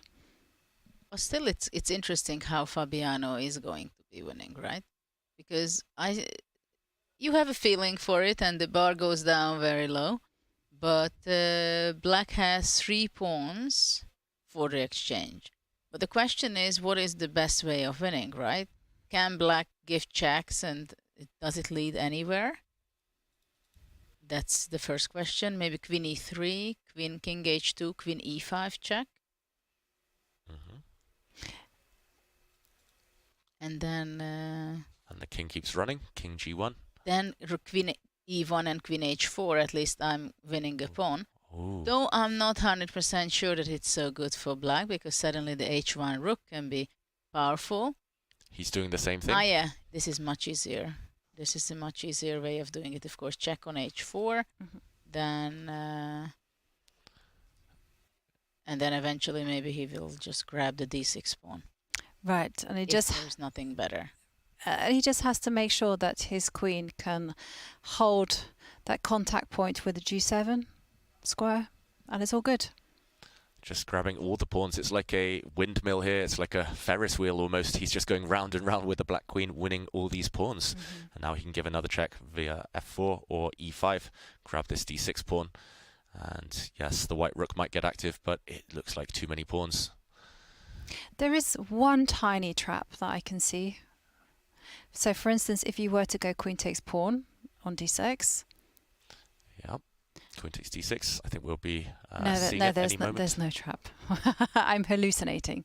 There we go. Another pawn drops. It's Yeah. currently 6 pawns against 1 for Fabi, but one of those will drop now. So after rook h7, is it queen g3? Queen g3. But Or rook takes queen h7 is impossible. Black plays queen f8 and trades off the queens. Yeah, so queen f8 is the other move, and probably that's the simplest.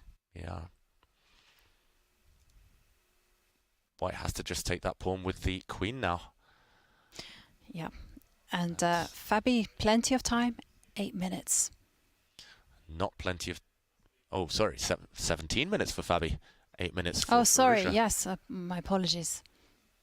Yeah, Firouzja here, he's been playing every move instantly because he's had no other legal move. It's so depressing when your opponent just gives you no option other than to just hope for the draw, hope for the repetition, and this is the remnants of what has happened. Oh, he does play rook takes pawn. At least creating a threat. Mate in 1. Rook takes g7 threatened. But moment of truth, Judith. Do you think he's going to go active with the black queen or trade off? Trade off.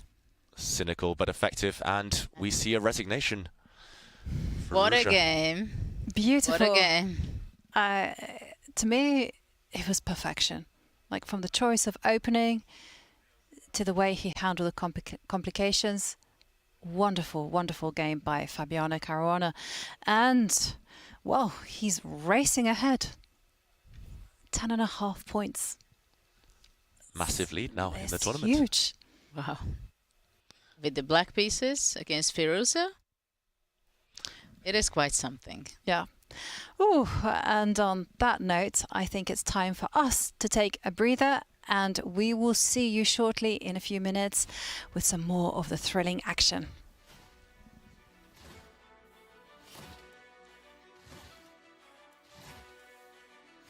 Chess Kid is fun. Chess is great for the brain, but it's also fun to play. And Chess Kid makes it easy to have fun. Whether your child is a total beginner or a prodigy, they can hop on and find a well-matched opponent from around the world at any time. Chess Kid is the safe, parent-approved way for your child to play chess online. Chess Kid is educational. To kids, it feels just like playing, but chess is a great way to learn patience, strategy, and critical thinking. Chess Kid features a comprehensive training program that guides kids to level up on their way to mastery. There are more than 50,000 chess puzzles and a whole library of entertaining videos that teach strategies, tactics, openings, and endgames specifically for kids. Chess Kid is easy.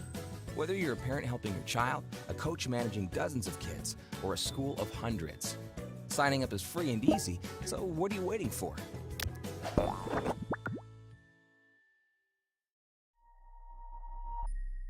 So I loved puzzles. I loved solving any puzzle you put in front of me.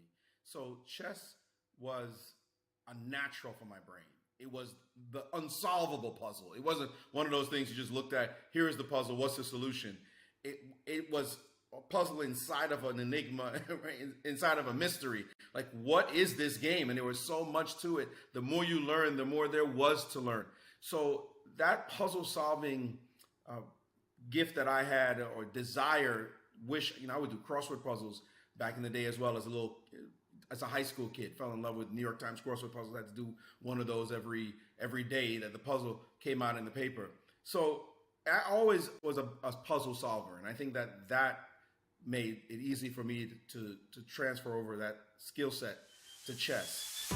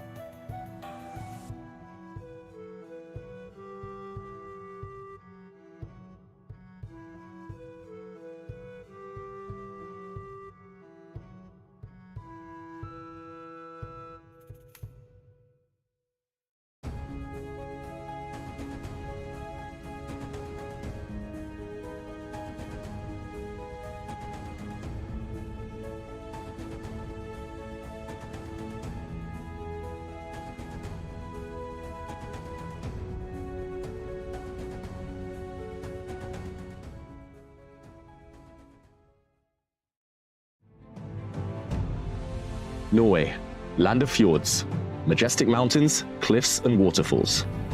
In addition to stunning geography, Norway is home to the greatest chess player who has ever lived, Magnus Carlsen.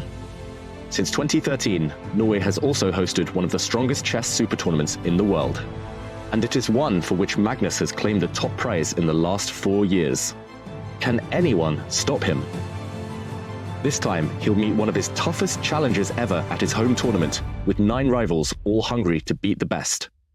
From Carlsen's fiercest online rival today, in their first classical over-the-board battle in nearly 4 years, Hikaru Nakamura, to the young star Carlsen once handpicked as his most worthy championship opponent, Alireza Firouzja. 2 more young stars are trying to follow in his footsteps, Nodibek Abdusattorov and Gukesh Domaraju. 2 established stars have already won a super tournament in 2023, Anish Giri and Fabiano Caruana. 2 more long-time headliners seek to take their next turn atop a major tournament, Wesley So and Mamedyarov. Finally, Carlsen's countryman and friend, Tari, rounds out the field. Who will come out on top? Will Carlsen run the table yet again, or will someone else usurp the throne? This is Norway Chess.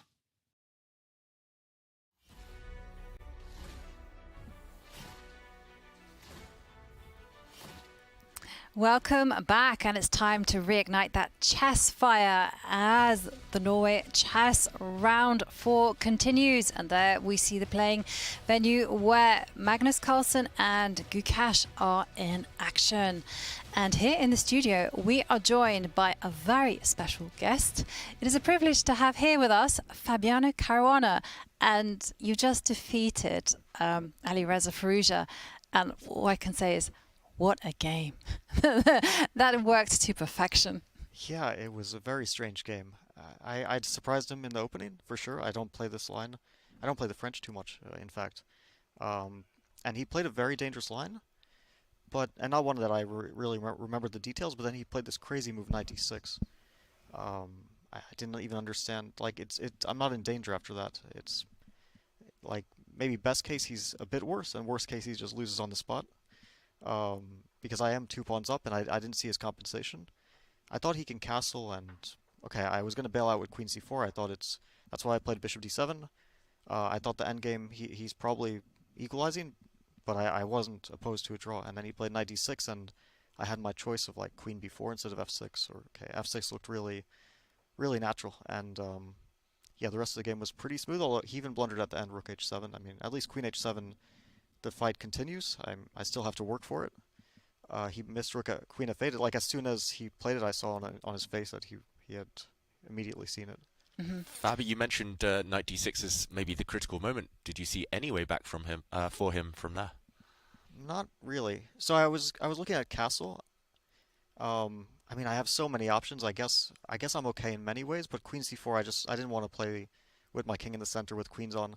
Like, queen d2 I think is not good for him, because I can take on d4, play bishop b4 or something. So I thought he'll take on c4. Yeah, I thought that this is good for black. Ooh, did I miss something? Or no, I don't think you did. I just changed the position, sorry. So queen takes c4, d takes c4, yeah. You mentioned as a bailout. Yeah, I think, okay, he takes on c6, bc, knight d6. I guess it's about equal. And I was happy that in case of like any other move, like if he doesn't take on c6 and plays f5, for example, I can take on d4, and I have this nice little trick. If knight d4, if rook d4, then bishop c5. And if he takes on d7, takes bishop c5, king c6, and I pick up a piece. So I thought, okay, it looks like a safe endgame, and I really didn't. I was kind of worried when he went for the sacrifice, because I knew that it was possible. I didn't remember any details. After rook d1, I remembered rook b3 is kind of the most popular move, and yeah, so I just wanted. I was happy with the draw, and then he played knight d6. I didn't understand it because, like, I thought I have many ways to be much better. For example, I thought instead of f6, I can, let's say, play like bishop d6 ed. Yeah, instead of f6, queen b4 is, for example, probably he'll play c3, queen d6 and try to find compensation for 3 pawns. Maybe he has enough. I thought this wasn't enough for him either, but okay, f6 and my king goes to f7 seemed really, really clean to me. And I think he shouldn't take on c6, but he can't castle, which is the main issue, right? My queen on c4 stops him from castling. Yeah, and you mentioned just to fast forward to the final position, just to blunder. Did he miss Queen f8 in the final position? Yeah, 100%. He, like, as soon as he picked up the rook, I think I made some sort of expression, and then he like shook his head. So I think he kind of realized that immediately that Queen f8 trains queens. Like Queen h7, I thought maybe Bishop e2 is super accurate. I just need to consolidate, like get my bishop to somewhere good, because I stopped Queen h5, which was his only idea, and if I get c4, bishop on d3, for example, it's just hopeless. King f2, I thought maybe he can try to get the rook to b1, but King f2, bishop g4, rook b1, I can always put my queen on c7 or something, I thought. And I don't see how he's, like, unless he has some tactics, it just, my pawns will roll, right? 4 pawns. It's quite a lot. Can we go back for the moment where he played Queen a7 and you went Rook b2? I would be interested, how long did you see that line? Did you see that Queen a8 taking the rook is losing completely, or you were just sure that you at least have a draw? So when I played f6, I kind of saw this. I thought it was winning. I mean, it's like a very natural line. I mean, he's taking on a7, taking the rook. He's just capturing everything. And when we actually got here, because I still have a choice of, let's say, Queen b4 and taking on d6, I decided to like calculate it out more or less to the end. I think it's clear that black always has a draw in hand. Like there's absolutely no risk, which makes it a very easy decision. But of course, I realize that I'm also sort of probably winning here, so I don't want to spoil it. And so let's say after rook b2, I wasn't sure he would take the rook. I thought he could play like rook c1, but you know, he still can't castle, and I can always play either rook f8 or I can try to pick up the d pawn whenever I want with queen b4. He's kind of not moving, so I wasn't worried. At least that, like, I'm much better maybe winning. And then he took the rook. I kind of expected it. And the only thing I was considering, like, I thought, okay, bishop d2 is forced because rook d2, queen c1. There's like one important detail here, which is that after rook d2, queen c1, king e2, I take on d2, take on h1, and queen d8, queen g2, and wherever his king runs, I always have a way to get to the light squares. Like, let's say king d1. I always have, I mean, I might have multiple ways. I might have a way to get to b7 as well, but very simple is queen g4 and e5, right? I might even have a way to pick up his d pawn, like maybe queen g1. But once I saw this, I was pretty confident. And then I thought what he did is forced, but h4 kind of surprised me. I thought queen d8 was critical. This is what I was more expecting. I mean, I figured there's, like, okay, queen e4, because I can't play bishop e5. He gets the e pawn and defends against mate. So queen e4, king f2 is forced now. I can pick up a pawn on f4. We repeat the position. Let's say queen f4, king e1, queen e4, king f2. And so I wasn't sure if I can provoke g3 and then play bishop e5 or play it right now. And I thought maybe I would play it immediately because I didn't see after bishop e5 how he defends. Oh wait, bishop e5 is a blunder. What is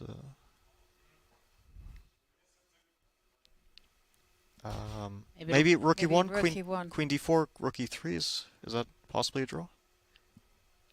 Rook e1. I've just been a bit naughty here. Apparently h3 is okay for white, but I mean, this is just very engine-like defense. So do I provoke g3 like with queen h4 instead of queen e4? And then I can get the same position with the pawn on g3. Maybe that's winning. No, I mean, like with the king on E1. Yeah, let's say king E1, queen H4, G3 is forced, queen E4, king F2, and now bishop E5. Yep. This is I wasn't sure if I should provoke this G3 or not. Like he made it easy for me because this queen D8 was still kind of tough. And now H3, his king has nowhere to hide. And rook E1, queen D4, rook E3. I still thought it was like some work to be done, but I guess after I pick up on D2, maybe just D4. Yeah. Or I have queen D1, queen F1 even. Okay. Yeah, queen D1. Well, everything probably wins at this point. So I would still have to find this queen H4, but I kind of saw the idea, but I wasn't 100% sure. But all in all, a smooth game, Fabi. And now you've extended your lead at the top of the table. Feeling confident? Yeah, it's been going very well. I didn't expect today to go so well. I really thought that a draw would be a good result. I mean, like with black pieces, and I was actually looking forward to Armageddon. It's fun. I wasn't confident in Armageddon, but I thought it would be fun. And yesterday you had a rest day. I mean, how do you feel about playing chess after these breaks? Is it difficult to regain the momentum? No, I like the rest day. It's I don't think it breaks your momentum because one day you still feel like you're in the mode for chess. So it didn't feel like I was, let's say, you don't get rusty after one rest day, but there's a lot of preparation and potentially 2 games every day, so it's easy to lose energy. So the rest days are quite nice. Mm-hmm. And will you reveal the design of your sweater? How did you guys do? Well, we didn't win. Okay. But I don't know if it was ranked besides the winner. Well, we'll find out. Am I allowed to say the winner, or is this some sort of secret? I think you're allowed. I think you're allowed to. Well, we can give it a... So it was Anish and Noterbeck, their team. And they came up with a design where you have one queen in the middle, and then it's surrounded by like 1 million pawns. and the color are kings. And they had a message, or at least Anish had a message. I'm not sure if I should say it, because maybe he wants to reveal the message. And he probably does if you ask him at some point, but I'll keep that a secret for now. Okay then. Thank you very much, Fabi, for joining us in the studio, and good luck in remaining games. Thank you. Thank you. And in the meantime, one classical game still going on, and that's between Magnus Carlsen and Gukesh. And of course, we have a big Armageddon game coming up between Mamedyarov and Norway Abdusattorov, and that will be starting in approximately the next 2 minutes. And should we dive in and have a peek at this endgame? Yeah, this game has changed a lot since we were last here between Gukesh and Magnus, and it's been one-way traffic for most of it. Still, the equilibrium has rarely been disturbed, but it's only black who has been doing the running. It's only black who can win this. Magnus trying his best to grind down his young opponent, and it's a queen endgame. It's level number of pawns, but this is where the white A pawns really don't make a great impression. They are completely cancelled out by black's 1 A pawn, so it's all about the kingside majority, 2 versus 1 there. If queens disappear, black is simply winning. But Judith, any chance for Magnus to win while queens remain on the board? Well, it's a very interesting endgame, I must say. Indeed, the 2 A pawns is not giving too much to white's position. The question is whether can black be hiding with his king from the perpetual checks, or if there is no perpetual check, how he can improve his position, right? Because right now it's black to move, white is attacking the A5 while the E1 queen is protecting it. But for now, G3, for example, would not give anything extra for black, because king H3 and the G3 pawn would be more of a weakness right now. So black has to think of somehow to improve his position. The question is, for example, well, the queen on B6 actually is very well placed because it's attacking the A5 pawn. At the same time, it's also attacking the F6 pawn. So now the queen can't really move to some places. The king from G5 has to defend the pawn on F6. The pawn cannot be moving to F5 probably because there is a starting checks with queen d8, king f4, queen d6. So it's very difficult right now for black to continue the game. Queen e5 seems to be the most logical move. And so from e5, it's defending, centralizing the queen is very important in endgames, queen endgame especially. Defending the f6 and the a5, and after that the king can be marching ahead. But the question is how to march ahead, because after queen e5, if let's say we dive into any line, then queen e5, king h1, and if let's say black goes king h4, white can simply go queen f2. And now I see a beautiful stalemate idea. Queen g3. Yes. Okay, queen f6 we have, but can you imagine to play a3? If the f6 pawn would be a3, queen h2, g3. Beautiful. But of course, queen f6 is much simpler. But I was wondering how I can manage some stalemate setup, study-like events. Wow, that's why they do say put your king in the corner if you're a pawn down, because sometimes there are stalemating ideas. Nice resource there. So it's very difficult for black to start playing for a win, right? This is what black should be trying. What about playing queen e5? And after king h1 to centralize it to d5, the queen. Because then I cover some very important square like d8. So after that I can push f5. And if queen e3 check, then king g6.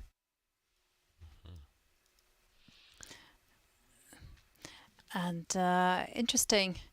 Do you think ultimately that Gukesh will be able to defend this tricky ending with under 1.5 minutes on the clock? That's a great question. I'm not sure. I'm pretty sure that Magnus will give a great headache. Yeah, but I want a yes, no. No. No. No, Magnus, I think, is a big favourite in that one. Okay. He's the ultimate queen endgame expert. And okay, well, we have our third Armageddon appearing, and it's the game between Shakhriyar Mamedyarov and Nordibek Abdusattorov. And we have to remember the Armageddon format.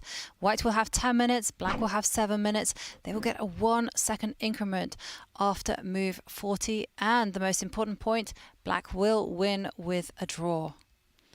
Yeah, and it's early days in this one. We've only had 9 moves. It started out as a Queen's Gambit declined. And after the first trade of pawns, just on the last turn, Nordibek has jumped out with his knight, trying to initiate even more exchanges. And Mamedyarov says, yes, okay, let's trade off a set of knights. So black is going to be solid, but white will have a bit more space. Can he make anything of that space advantage? That is the big question. And, okay, there was a threat to ruin the white pawn structure, so Mamedyarov just simply drops back. This one looks like black is doing okay to me, Judith. Black is doing fine, but white is doing fine too. So it's going to be, I think, a tough game. Of course, Mamedyarov will be trying. Not so easy though. Probably he'll come back maybe bishop d3, rook c1. Optionally, maybe at some point b4. Black obviously will not want to take on g3. He wants to keep the tension over there. It's not easy to gain advantage for white, that's for sure, but it's a game. But white does have a plan of just simply lining up the rook and the queen on c2 and then penetrating onto c7. But okay, Mamedyarov is not a clinical player. He likes creativity, he likes to go forward, and he attacks the queen. Yeah, and now the big question is how to deal with this hit on the black queen. And he answers it immediately. He drops back. Any bishop trades here would, you would think, get Abdusattorov closer to that desired draw. And I don't really like what Shak has done. I've got to say, I don't understand this last move. It just felt like a one-move threat, which is easily dealt with. And Abdusattorov, he's going to be completely fine, surely. Maybe he has the idea of repeating the moves. The bishop will drop to g3, and then he's but 1 second closer. You're not gaining time, as in many other tournaments. That is true, but you are 1 move closer to that 1 second increment, which, okay, there you go, bishop b7 on the board. I mean, I agree with you. It does seem like a loss of tempo. I mean, my idea was to go queen c2, drop the bishop back to d3, pressure on c7. But the problem was Abdusattorov was not obliged to repeat. Okay, now he goes with his bishop. And, okay, Mamedyarov burnt a lot of time on the clock. His 3-minute advantage has fizzled down to 1.5 minutes extra on the clock. And look at this, black is breaking out in the center.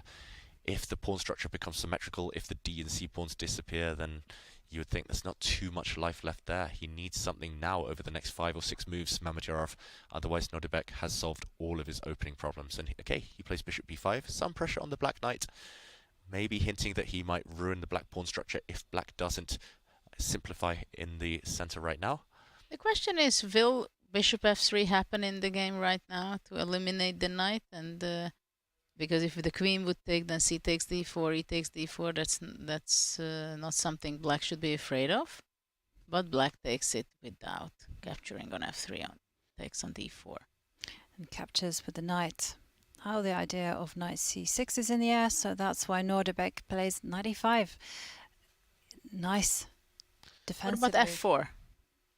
Yeah, f4, hitting that black knight is committal, but it's a Mamedyarov type of move. It's on the board, kicking away the black knight from its beautiful square in the center, gaining a bit of time as well. You have to take these types of risks in Armageddon. Absolutely. Now queen d5 is possible, the intermediate move before making a move with the knight. Yep, you could hit that pawn on g2, but no, he drops back instead with his knight. Now the black knight is on a bad square, it's on a bad circuit, and this gives white a little bit of leeway. Can he create any pressure? Well, bishop c6 seems to be the most logical move, though maybe he does not want to make exchanges at this situation. Yeah, again, Mamedyarov, we know him. He wants to play active chess. Okay, he activates that queen, therefore, via a4. Bit strange, a bit offside, you would think, that white queen, but still, ideas, just as you mentioned there, Judith, the white bishop at some point will come and neutralize black's very powerful piece on b7. Well, and the idea, I believe, that he wants to bring his rook to d1, so asking the black queen where is it going to be placing itself. And perhaps you have ideas of e3, e4 as well, now that the queen is out there. Okay, well, big threat on the board of queen takes g2, and that has to be defended, and so that's why Mamedyarov intercepts that diagonal. And I like what he's doing. Suddenly this white knight is one of the most powerful pieces on the board. Watch out for knight forks. Also this pawn under watchful gaze long term. Black's queen lacking squares as well. Is about to get hit by one of the white rooks.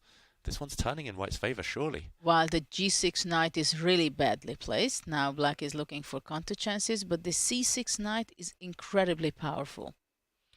Yeah, if you compare those two steeds, it's definitely the white piece on c6 that dominates, and also threats of trapping this queen potentially.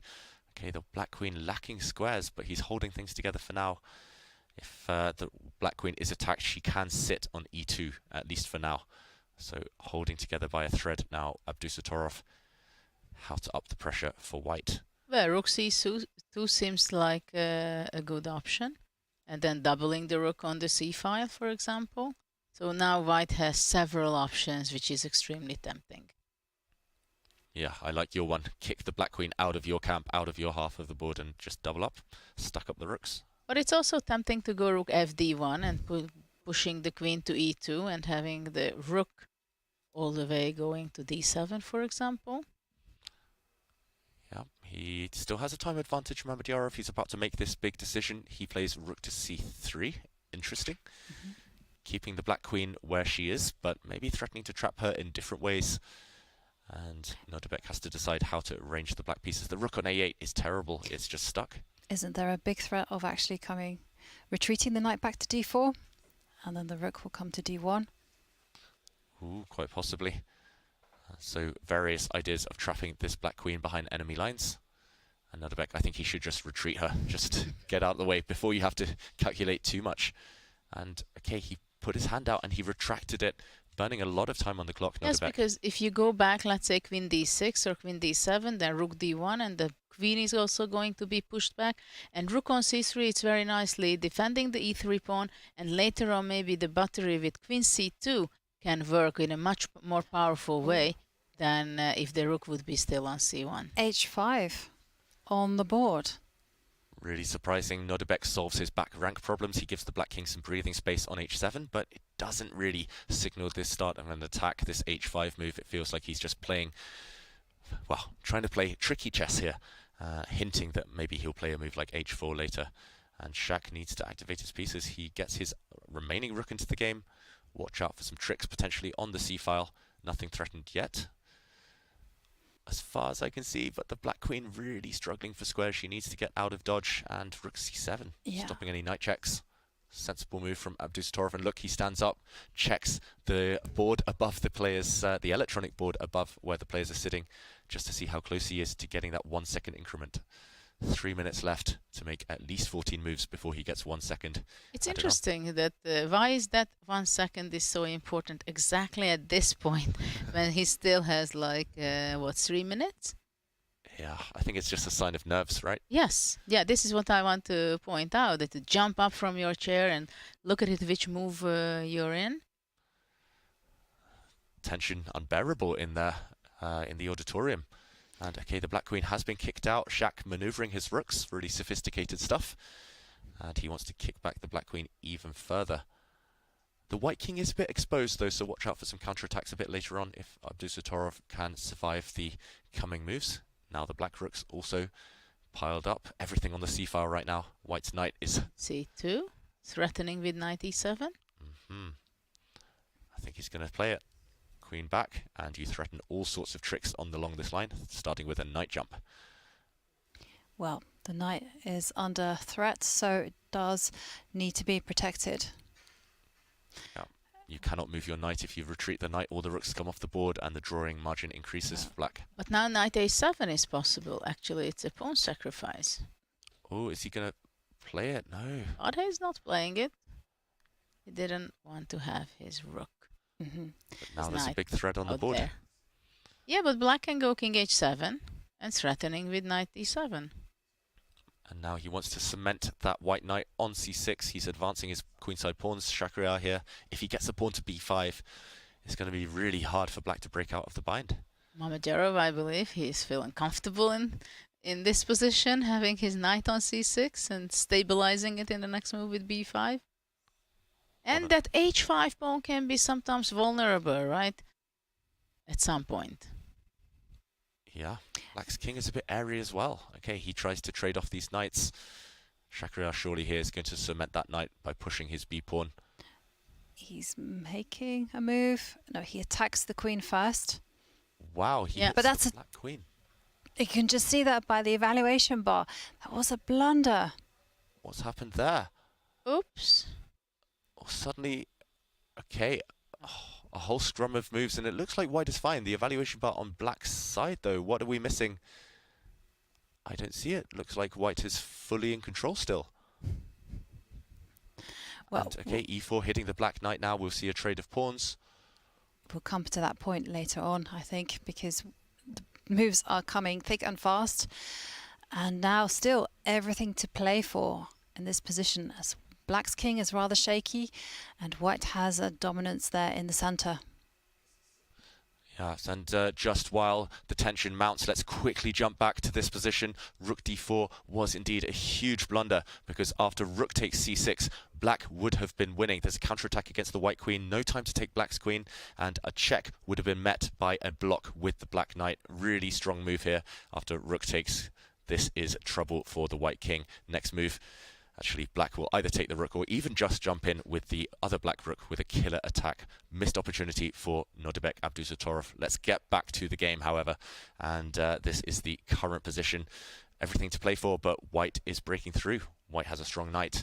And the e6 pawn, a huge weakness. Is Mamedyarov going to do it? Well, I think it will be very hard to hold it, because there are too many weaknesses. Knight e5, the g6 is a weakness. Rook e5 also very tempting to maneuver it to g5, and knight e5, f5 options, g4 options. Absolutely. And yeah, of course, you can always pile up on the e6 pawn. This is in complete control mode for Shakriar, and Shakriar, of course, has a big time advantage as well. Abdusattorov now under 50 seconds on the clock. He will be getting a 1 second increment now, I think. But it's too late because the g6 pawn is falling off in a very bad circumstances because next move is knight e5. Now Mamedyarov looks out what move they are, but yeah, he has that luxury, Mamedyarov, with almost 3 minutes on the clock. He can afford to take a zoom out of the position, and he knows that he is dominating. He knows he's got a checkmating attack incoming. And wow, desperation from Abdusattorov, giving up on the g6 pawn, running with the king. Oh, what a nice blow from Mamedyarov. Doesn't even take the pawn. Instead attacks the rook and going to grab that g6 pawn with the knight. Let's go. And there you see it. Nordebek resigns and Mamedyarov walks away with 1.5 points and a victory in Armageddon. Experience won. With a few twists and turns on the way. Exactly. But he's seen before many these kind of things. Yeah, in the end, Abdusattorov just didn't have the sufficient time on the clock to spot that one opportunity to turn things round, and Mamedyarov deservedly takes the win. Oh, that means there's just one game outstanding, and that is between Gukesh and Magnus Carlsen, and the players are on seconds. What's happening here? Well, both pawns are running, and one step away from being a queen. But it seems like it's going to be a perpetual check. Probably Magnus goes all the way to d7, c8, and we're going to see a playoff. Unless someone is blundering, but I think it's very hard to blunder. Yeah, as long as you don't allow the enemy pawn to promote, it should be safe. And Gukesh is looking for the win. He's got the extra pawn. You can see on his body language, he's really interested here. If he wants to draw, he just moves the white king closer to the black pawn, but okay, he gives another check. Few seconds left. Magnus has lost control. We talked about those two A pawns. Could we see a scenario where white has one A pawn remaining in a queen endgame?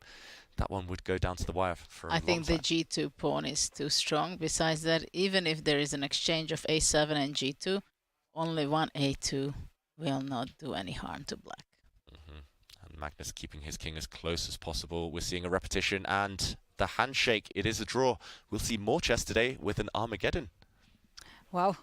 4 Armageddons today, and it's interesting. Who do you think will be more satisfied with that draw? Gukesh. Surely he was in trouble in that queen endgame at the beginning, at least, before it turned around. Magnus losing control. Well, Gukesh probably he's more happy, but generally speaking, when you know you made mistakes, none of them are happy, and now they want to focus on the next one. You can see that Magnus is unhappy that things were not going exactly the way he was expecting. He looks like a bit tired and annoyed. Has happened. Well, he will have 20 minutes to recover as the players will be playing the final Armageddon of the day. It will be Gukesh with the white pieces having 10 minutes on the clock, whereas Magnus will have 7 minutes and draw odds. Oh, more exciting chess.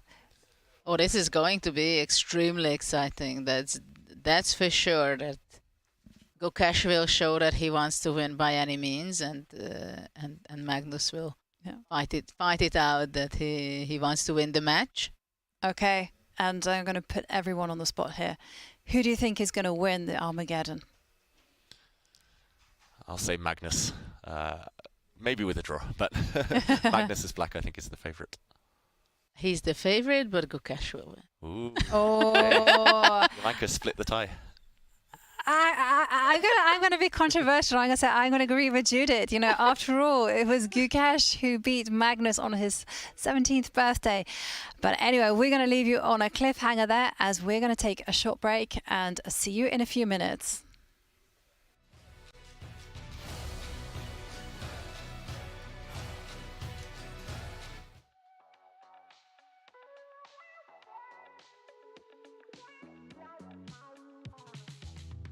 Some of you may remember when Puzzle Rush launched.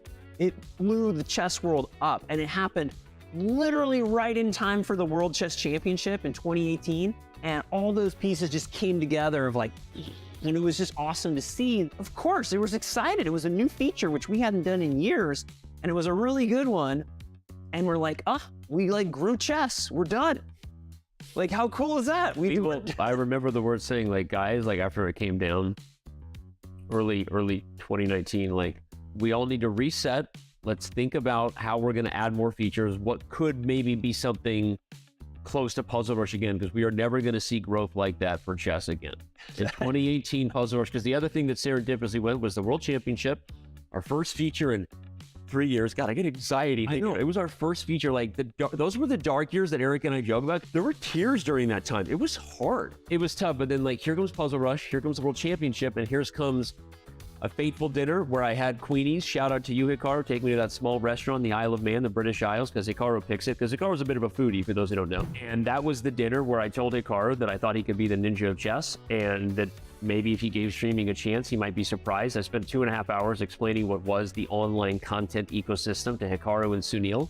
And Hikaru embraces streaming partly because Puzzle Rush was such a fun feature to stream. Sort of not the, I don't want to say the tipping point, because there were so many incredible streamers who were committing to what would become the future of what we now know is like this incredible ecosystem online. The chess bras were like the OGs of committing to it, you know, at least as far as having a fully focused Twitch brand, right? And there were so many others, but we all knew, and Eric Hansen and I had talked a lot at the time, like we knew like the category needed a Hikaru, and we knew that it was going to be something that was going to take us to the next level.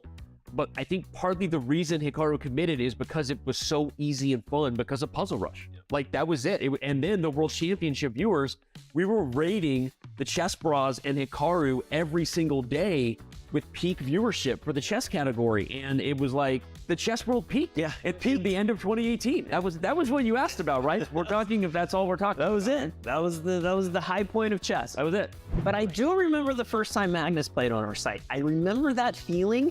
And I remember the goosebumps going on my arms of like, oh my goodness. That's like, yeah, okay.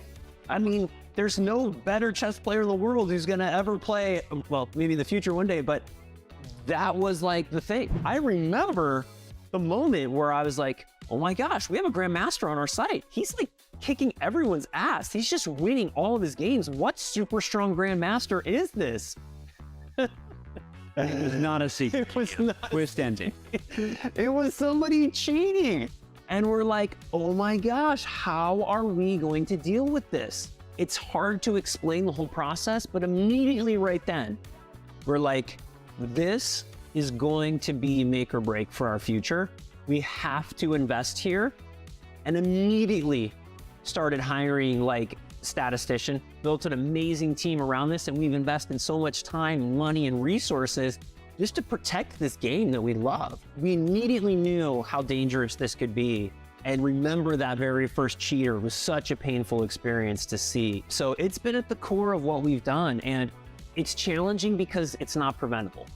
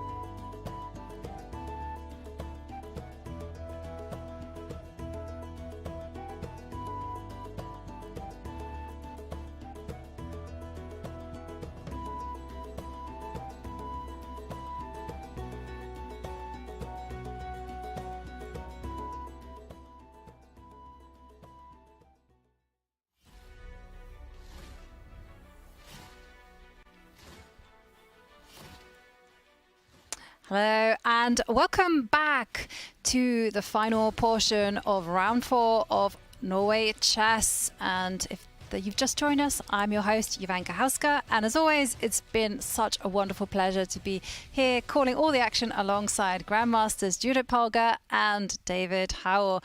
Oh, it's been a very fascinating day today, very tense at times, but also some amazing games, and I'm thinking especially of Fabiano Caruana defeating he's coming next, Alireza Firouzja. Yeah, that game was definitely the game of the day, and I think we can call it, or from my end, I can call it also maybe the game of the tournament so far, because I'm expecting some more stuff there. But we had other interesting games. It was not so much firework on other games, but we still have some very nice moments. Yeah. Yeah, and I completely agree. I think we'll look back at this one game. If Fabiano wins the tournament, which he looks like he's a big favourite to do now, we'll look back on this game as the moment that he kind of stormed ahead and kind of asserted his control here in Norway Chess. Just opening preparation combined with great calculation, combined with kind of killer instinct from Fabi, as he showed us when he came to the studio. It was nice to see. But either way, it's been a great day and lots of Armageddon today. Certainly lots of Armageddons. We've had 4 Armageddons, and we're going to go into our 4th one with Magnus Carlsen and young Gukesh. But someone who just won their Armageddon was Shakhriyar Mamedyarov, who just defeated Nordibek Abdusattorov. Let's hear more from Shakhriyar. Shakhriyar, you managed to take the half-point extra with white. How would you summarize Armageddon? Okay, I mean, tournament is going not very well, but still to win some matches is very good. I mean, I play for match to win, to lose, but I lose in classical and cannot win any games. I don't win any games in classical. I mean, my feel is just normal. I mean, I hope I can win some games in classical. We look forward to seeing it, Shak. Thank you. Thank you very much. And there we had the thoughts of Shak, and Shak of course is formidable. And let's take a recap of today's scores.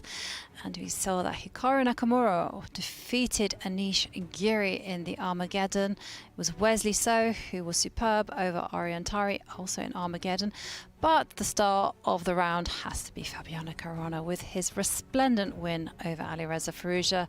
And in other matches, Shakhriyar Mamedyarov, one of the most creative grandmasters around, and still one result outstanding, yet to be played.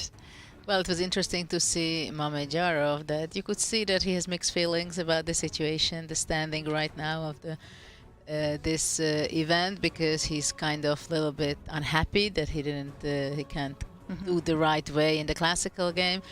And of course he knows that Armageddon is ups and downs and you can make blunders. Of course he was very happy to collect that extra half a point for today. But he's in 8th place, so he will need to notch up some victories in the classical games. Having said that, Shakhriyar actually almost won Norway Chess 2022 last year. And it was neck and neck with Magnus right until the very end. Yeah, unfortunately for those two, this year, Jovanka, we see in 8th and 9th place they're neck and neck again, but this time towards the bottom of the table. And we should mention that this is before taking into account today's final game between Gukesh and Magnus. But even if Magnus does get the maximum 1.5 points, even if he does end up on 4.5 out of 12, he's 6 whole points behind the lead at this early stage. We're not at halfway yet, but surely it's going to be tough to catch up. You need to win pretty much all your classical games at this point to catch up with Fabiano on a streak with a 4-point lead at the top of the table over the field. And how does one shake things up in these types of situations? Well, it's getting more and more difficult situation from looking at it from Magnus's point of view. I think the most important thing is to get balance with yourself and to calm down, not to think about that I have to win, because it never worked for me unless I was in a must-win situation. And right now it's kind of a must-win situation if he wants to win the tournament. But I think Magnus also wants to find himself, that he again hungry enough and can make decisions, choose openings, and go all the way to convert his knowledge, understanding, and really to win a game where he can show that I'm better than you. Yeah, it's certainly a matter of pride. And for you, David, is it also about balance? Yeah, it's about balance. It's about getting lucky. It's about taking your chances, taking massive risks, and just things falling in your favor. I mean, I never really competed against such a huge field that often in my career, and yeah, it's going to be difficult for those players kind of chasing Fabi now to to see any scenario in which he falls back. They just have to kind of be consistent and hope that at some point, he does prove that he's fallible, prove that he's human. Yeah. And you know Magnus very well, David. So how do you think he will be feeling, especially after his game in the Classical, where it felt like he was working his endgame magic? Yeah, I do know Magnus very well, and we saw body language there, not positive. He was shaking his head a lot at the end of the game. He will feel a missed opportunity. We've mentioned it a couple of times this tournament, but I did this Chessable course with Magnus about grinding the art of kind of winning long endgames, and he did everything perfectly up to a point against Gukesh. He had an advantage, maybe not decisive, he was never winning, but he made the mistake of rushing towards the end. Gukesh had 1 minute at some point, Magnus had over 10 minutes, and Magnus kind of forced the issue. He went into a forcing line. We might look at it in a moment, Judith. He gave up his pawn, and he allowed Gukesh to calculate his way out of trouble. In those situations, I think an on-form Magnus would have just sat there patiently, just waited maybe 20 moves, then pushed a pawn, or waited until Gukesh was down to mere seconds, and then initiated the forcing play. So it feels like, yeah, something not just quite right, and from my own experience, if I'm not in form, I also tend to rush things. So just slightly off at the moment, Magnus, not quite at his usual elevated high standards. I think this is a very important point, that patience is one of the most important things that you have to have when you play these long games, and when you really want to win the drawish end games, especially.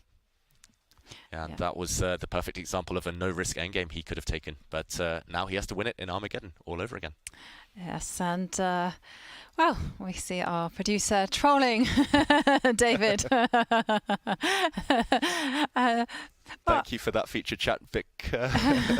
I love sitting in the back of Magnus's streams, even if commentating is, slightly more fun, slightly more fulfilling.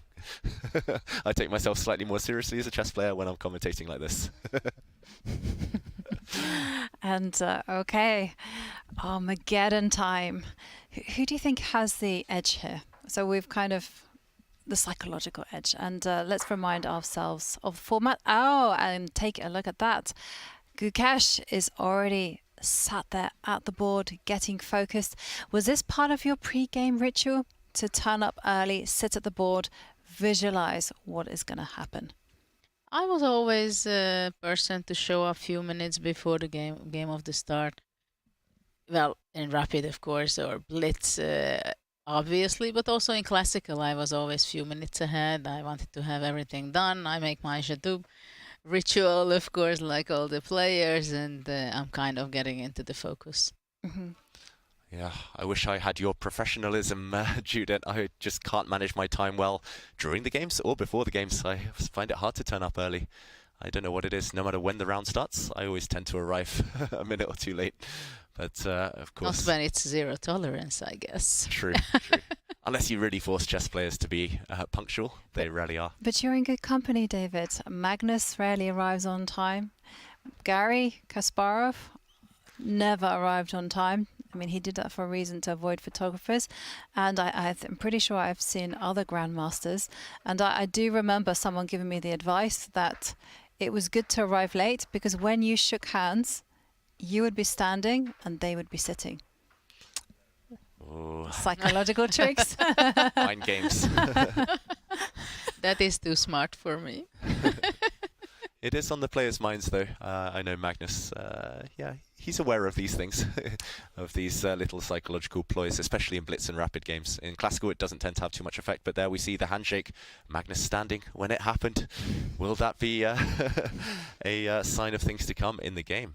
Will Magnus be on top? I want to praise Gukesh, though. He looks so focused, and we're off. It's a king's pawn opening. Magnus, does he know that he starts the game with 7 minutes? He's just adjusting his pieces, losing valuable seconds here, and he eventually plays e5.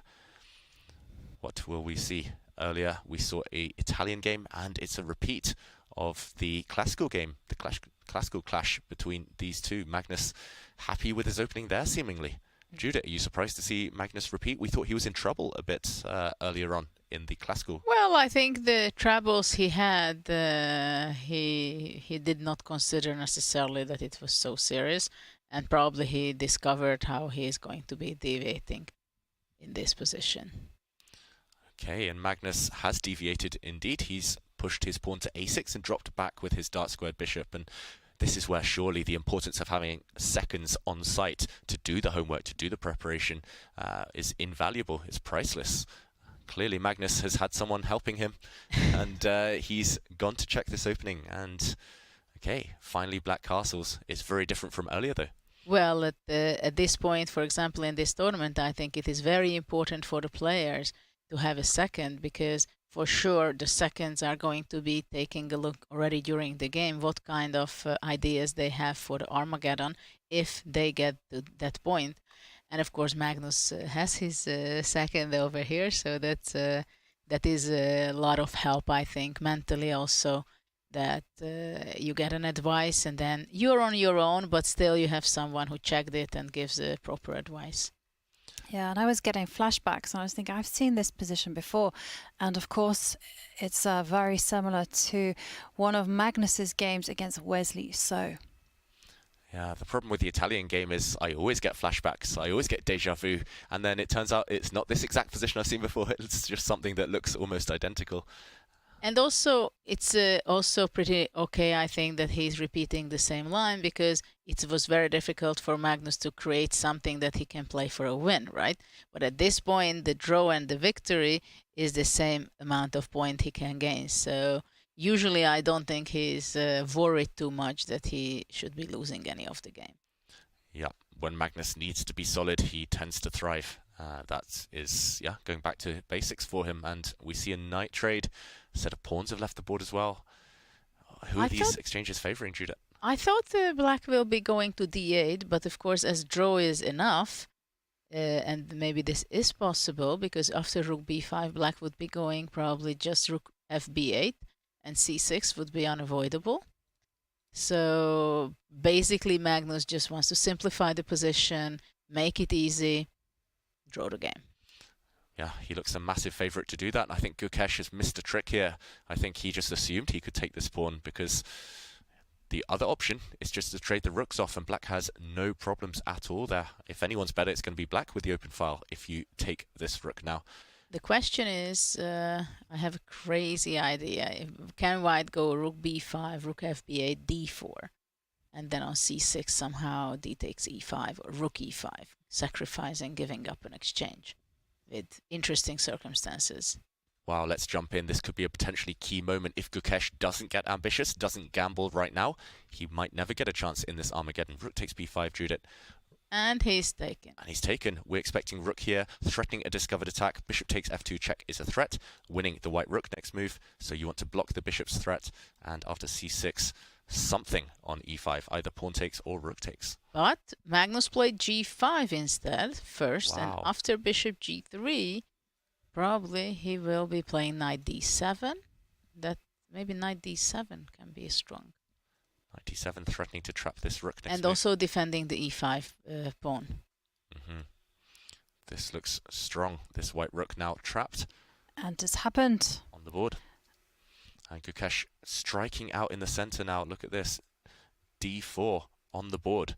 He's going to give up the exchange. After pawn to c6, he's going to sacrifice here and take this pawn in the center. He's got 2 pawns for the exchange here. But look at this, what happens. He went f6 and now d5 is possible, or taking on e5, queen d5. So the rook maybe will save itself. But Gukesh decides to actually trade pawns in the middle. And it does look like the rook is going to be saved. But it has come at the cost of white locking in their own bishop. This one looks like great compensation for black as well. You mentioned it, Ivanka, this bishop locked in for white, this rook potentially locked in, even if it doesn't get trapped, even if it doesn't fall off the board. It's not necessarily greatly placed. And yeah, anything could still happen in this position. Magnus picking up the pace, only a minute down now. I think rook d5 should be the move to save the rook for the moment. I was also I agree with you, but I also wondered about c4, c5, if you're in a must-win situation. Yeah, I was also wondering of c4, and after c6 you would be capturing the bishop, I guess, takes, and c5, and this is what we see on the board. You're a prophet, Jovanka. It's happening. Gukesh needs to gamble, and he's ready to give up material in order to do so.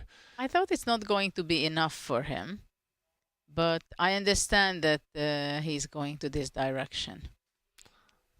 Oh, he's so good. c4, that shows zero fear at all. We were talking about that earlier, the benefit of being a young player. You believe in all of your calculations. You never doubt. You never think about what could go wrong. And Magnus looking away, maybe frustrated that his young opponent is going straight for him, not backing down. c5 is imminent, breaking this black pawn chain. If this pawn chain falls apart, white's minor pieces come in. I have also a little deja vu, like when Magnus played against Wesley So, the Armageddon. It's somehow a little similar, that Magnus had not such a good position, and then he was flashing out some very interesting moves with material down, and he was making magic. Yeah, and I'm not sure who's trying to work the magic here. Gukesh has given up his rook for black's bishop, and wow, Magnus' body language does not look positive. Suddenly white's won a second pawn, level material. Who's better here and why? He's not exactly the most happy, I guess, Magnus, but I don't see what is really wrong with his position. Queen d6, rook d1. I mean, there is a certain harmony to black's position, and whereas white will be always pressured by the thought that his bishop on g3 is just trapped. Oh, and question mark for Magnus's last move. It looks like the evaluation bar e5 can be captured. I was... Oh, God. Knight takes pawn is possible here. Or bishop. Yeah, or bishop takes. Bishop takes or knight takes, I'm not sure. Bishop takes, there might have been rook takes f3, so knight takes on the board. This utilizes the fact that, wow, missed opportunity according to the computer, but this looks clever. If everything is captured, then later on there would have been a nasty queen check on c4. Magnus instantly reacts with rook to a2. Was this a trap? Has he tricked Gukesh? Well, queen c4 is still possible, having a lot of pawns for white, 3 pawns for an exchange. Yeah, but there's something happening on f2. We had Maurice. Whoa, Gukesh has given up his queen.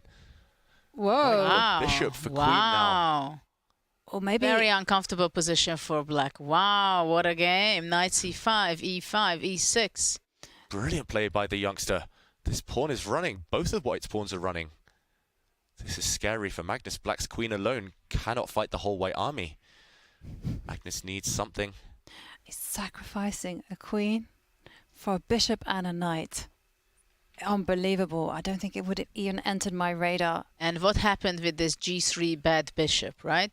It's just protecting the amazing d6 pass pawn. Supporting this pawn, defending f2. This bishop's holding everything together for white. And bang, bang. Just 2 more moves. If white gets the pawn to e6, it's game over. Very frustrating and very difficult position to play it with black. I guess Magnus is going to be pinning his hopes on establishing a blockade on the light squares. And what's happening now? Magnus threatening the white rook. There are back rank problems for Gukesh right now. He needs to take a timeout, maybe improve the white rook. a1. Okay. f3, what a nice move. Protecting it with the bishop. White's bishop doing all of the work in this game.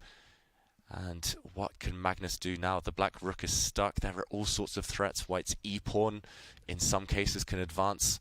At the same time, I'm not sure about this f3. With rook a8, rook a2, there is a target on g2 as a counter-attack. Counterplay, potentially. It takes a while, though. Does black have that time? The white pawns look so scary. White is threatening in some lines to just drop the white knight back as well. Gain time against that black queen. And then the pawns will roll. Key moment. What a game. I do like that comment. We need more games like this. I wholeheartedly agree. I mean, fire on the board. Magnus now ticking close to 2 minutes on the clock, whereas for Gukesh, 5 minutes. And Magnus grabbing the pawn. So big question for Gukesh. Can he push the e-pawn to its destination? What a game. I think you have to take a timeout, maybe move that white knight out the way first, but either way, not just the speed with which he's playing, just the way he's kind of moves to the pieces. Gukesh, he reminds me of a young Anand from the videos I've seen. Just Can't E6 be a winning move? E6, giving up the knight and E7? And then the black rook moves. The problem is... D7. But where do you move? D7 at, let's say, where E8. Do you move it? Then D7. And then there's a queen check D4. at the Sorry, end. Queen D4. So white cannot push yet. Wow, H3 taking a timeout. Yeah, I like that. I had this in mind, king to H2. No rush. No need to rush, and Magnus is going for your plan, Judith. He needs counterplay. That's the only way to do it, right? I would go knight G4 somehow, so to try to push E6, though after that king E6 comes already. White can go wrong easily. Yeah, both sides can go wrong. Magnus under 2 minutes, but he gains increment in 7 moves time. The white knight needs to get out of the way for the pawns to roll. It's a race. I don't believe that Magnus can create enough counterplay if white is accurate, but how to be accurate with only a few minutes on your clock? So many tempting moves. White knight has to retreat, surely. That looks like step 1. Yeah, but the question is where, because wherever you're going to be retreating here, knight king E6 will be positioning itself. Maybe knight E4 with the idea of bishop F2 and knight C5. But I also understand this decision to play D7 because he's very much afraid that rook A2 is coming.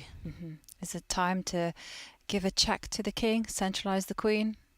Yep, the black queens can centralize. You can maybe make an argument for blockading with the black king as well. Lots of options here for Magnus. 1.5 minutes now, though. Such a hard position to defend. Extremely dangerous. Follows your advice, Ivanka. That's a check. Queens are best in the center of the board. Yeah. Will white drop the bishop back to block or just hide his king? He hides the king. Okay, and the big question is, are the pawns racing down? That's why the king steps forward and blockades the pawn, and Magnus down on time. Just over 1 minute left, and the position is so wild. But right now it seems like black stabilized a little bit because the bishop cannot move, because of the E5 might be under attack, and anyway that it doesn't have a space. The knight cannot move now, which is very important because the D7 pawn is under attack, so it's not so easy for white to continue. Rook C1 maybe to attack. It's very difficult to make the right move, I believe. Magnus taking a sip of his water there. I'm getting flashbacks as well. When Gukesh beat Magnus in the Norway Chess Blitz just a few days ago, that was also a crazy material imbalance. That was a queen for knight and 2 pawns. And here it's like queen for bishop, knight and 2 pawns. It's crazy how that game is being mirrored right now. And okay, indecision there. Hesitation from Gukesh. What's he going to do? It feels like he's going to move his rook. Where to put that piece? Is he going to go attack that black queen? Is he going to slide the rook to C1 as you Judith mentioned there? I like the comment in the feature chat. Gukesh is in Tal mode. But Tal finishes things off. That's the difference. How is Gukesh going to finish this game? He needs to get that win, remember. A draw not sufficient. Rook C1 met calmly by C5. Black's got a pass pawn as well. Some source of counterplay. Rook B1 trying to get to B6. Yeah, and then the black pawn will roll. So complicated. Yeah, the pressure is on, and Gukesh now ticking to under 1 minute and 40 seconds. Is the time to kind of step back with the knight and pin all hopes on the e-pawn, because white's rook is just not joining in the action. He does indeed step back with the knight, but now the d-pawn drops. You feel that that was white's pride and joy, really. But maybe it needed to be done. I like actually this move from the perspective that bishop F2 after rook C5 will be very strong. But of course it's a shame that the D7 pass pawn is gone. Oh, and Magnus not actually capturing that pawn. Oh, he means business, and instead pushing the pawn to C4. Wow. But now rook D2, rook C2, then rook A1, right? If the rook slides up, then black can actually get back, down behind on white's first rank with rook a1 and queen g1 ideas. Okay, knight d6, he's jumping in. Can Magnus keep his pawn alive, or is it time finally to capture that scary white d-pawn? Look at Gukesh kind of taking that peek up at the screen now. He's getting 1 second increment in a few moves time. Both players under the 1 minute mark. No way back from here. It's going to be eternal time trouble. I think I would just take that pawn. Too scary. No, Magnus is in a confident mood. I think he's going to push the pawn on c3. Then knight b5, maybe? Oh, you're right, Jovanka. We're back. And now it comes back. Maybe that pawn's life was short-lived after all. And rook d3 is threatening. Big threat. Magnus has to move his king. Okay, one will be a blunder. What is he? Oh, okay. I thought he was going to put his king on a bad square there. He retreats out of the way of any knight checks. Rook c6, very powerful. Still threats on the board. Magnus moving his queen away. And black is on the verge of going on a counterattack. But whoa, the evaluation bar leaps up. There is now a win for Gukesh. Apparently e6 is a winning move right now, pushing the white pawn, and black's king bishop e5. Yeah, black's king is caught in the crossfire. Oh, that would have been a mating net, but he misses it, Gukesh. Black queen comes back now, but he's still putting the pressure on, still threats. Rook d2 threatened now, pinning that black queen to its king.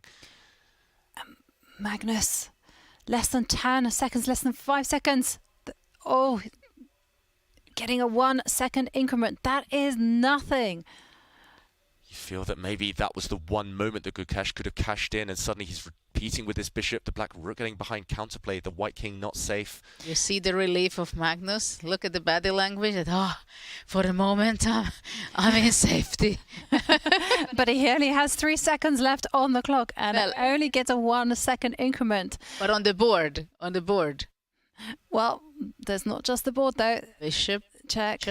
But now the other white pawn has disappeared. All of white's winning chances are falling with the fall of his pawns. And, okay, a bunch of quick moves. Oops, Gukesh, though, gone. put his knight on a blue square.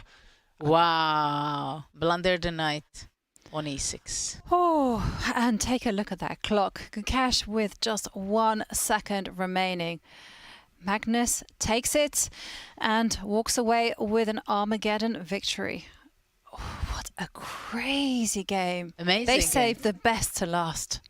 Yeah, Gukesh was just a few accurate moves away from taking a historic victory, and a beautiful game it would have been. He made such a great decisions and unexpected, and surprised Magnus in several times, and sacrificing the queen. It was just such a perfect idea. He took the risk. He knew that he has no other option than to give up the exchange, and he took that pawn. Because somehow Magnus was careless, we can say. He was just playing, he thought it's going to be simplifying, and then from rook b5, it really took off for Gukesh. Yeah, it would have ended up in all of the books, that win by Gukesh, if he had spotted the way to convert the advantage. But in the end, Magnus, too quick, too tricky, too strong. And yeah, this would have been a great learning experience, but he's so good already at 17, Gukesh. Almost a masterpiece in the making, but there we have today's scores. It was a victory for Magnus Carlsen, and he takes 1.5 points. And it was Armageddon's nearly all round. Hikaru Nakamura being victorious, Wesley So victorious, and Mamedyarov also winning against Norway Abdusattorov. But the hero of the round has to be Fabiano Caruana, who scored an amazing win against Alireza Firouzja. And take a look at that. 10.5 points out of 12. It looks like Fabiano is running away with the tournament. Hikaru Nakamura in second place with just 6.5 points out of 12. Alireza Firouzja 6 points. And at the bottom of the table, I mean, some big names there. Magnus Carlsen in just 8th place, and Mamedyarov, who nearly won the tournament last year, lying in 9th place. Oh, we were in for a spectacle today, I think. Absolutely, absolutely. I picked 2 games, and those 2 games I got the maximum out of it. The Magnus game and also Alireza, Fabiano, they were just amazing. Yeah. We're happy chess fans today, Jovanka. What was your favorite moment? I think it was that final game. Yeah. I mean, Fabi, well played to him, taking that classical victory, but that final game was just had everything. And tomorrow's matchups, okay, we have Magnus Carlsen against Anish Giri, Fabiano Caruana, tournament leader against Mamedyarov, and other big encounters. Which one stands out for you, Judith? I'm very curious about the top 2 games, what we see on the screen. Magnus against Anish. That will be very interesting for me. Finally, how can Magnus make himself really a tiger, lion, whatever, to make a smooth, very convincing game. And of course, Fabiano Mamedyarov, that will be very exciting because we see that Fabiano is just a killer so far, and Mamedyarov, no matter how good or bad or mixed form he is, he can always make a huge mess on the board, and he also a person who has incredible ideas. Yeah, absolutely. And for you, David, what are you eagerly anticipating? All of it, but I'm looking out for our 4th commentator in his game tomorrow to see whether he can close that gap on Fabiano. Hikaru's had a good tournament, steady tournament. He seems really happy right now. And yeah, can he catch up? That's the big question for me. Yeah, and what are your final thoughts of the day? Oh, that's, we all need another rest day. It's been so much action. The players returned inspired, didn't they? I think it's heating up. I mean, we are entering into the middle of the tournament, right? This was round 4, and tomorrow we are turning to the second part of the tournament. So it is getting already clear who is the leader, who is trying to catch up, and what kind of form everybody is. So now only huge surprises has to happen to see something, a big difference in the very top. Yeah. But it's a very tough event. And of course, someone starts winning classical game, then things can turn around. Absolutely, anything can happen. And like you say, the players came with a lot of energy for their Armageddon matches, I would say. I mean, but what a brilliant day of chess. It's been spectacular so far. So I'm going to wish you good night and thank you all for watching, and see you all tomorrow at 5 p.m. Central European Time. Bye-bye.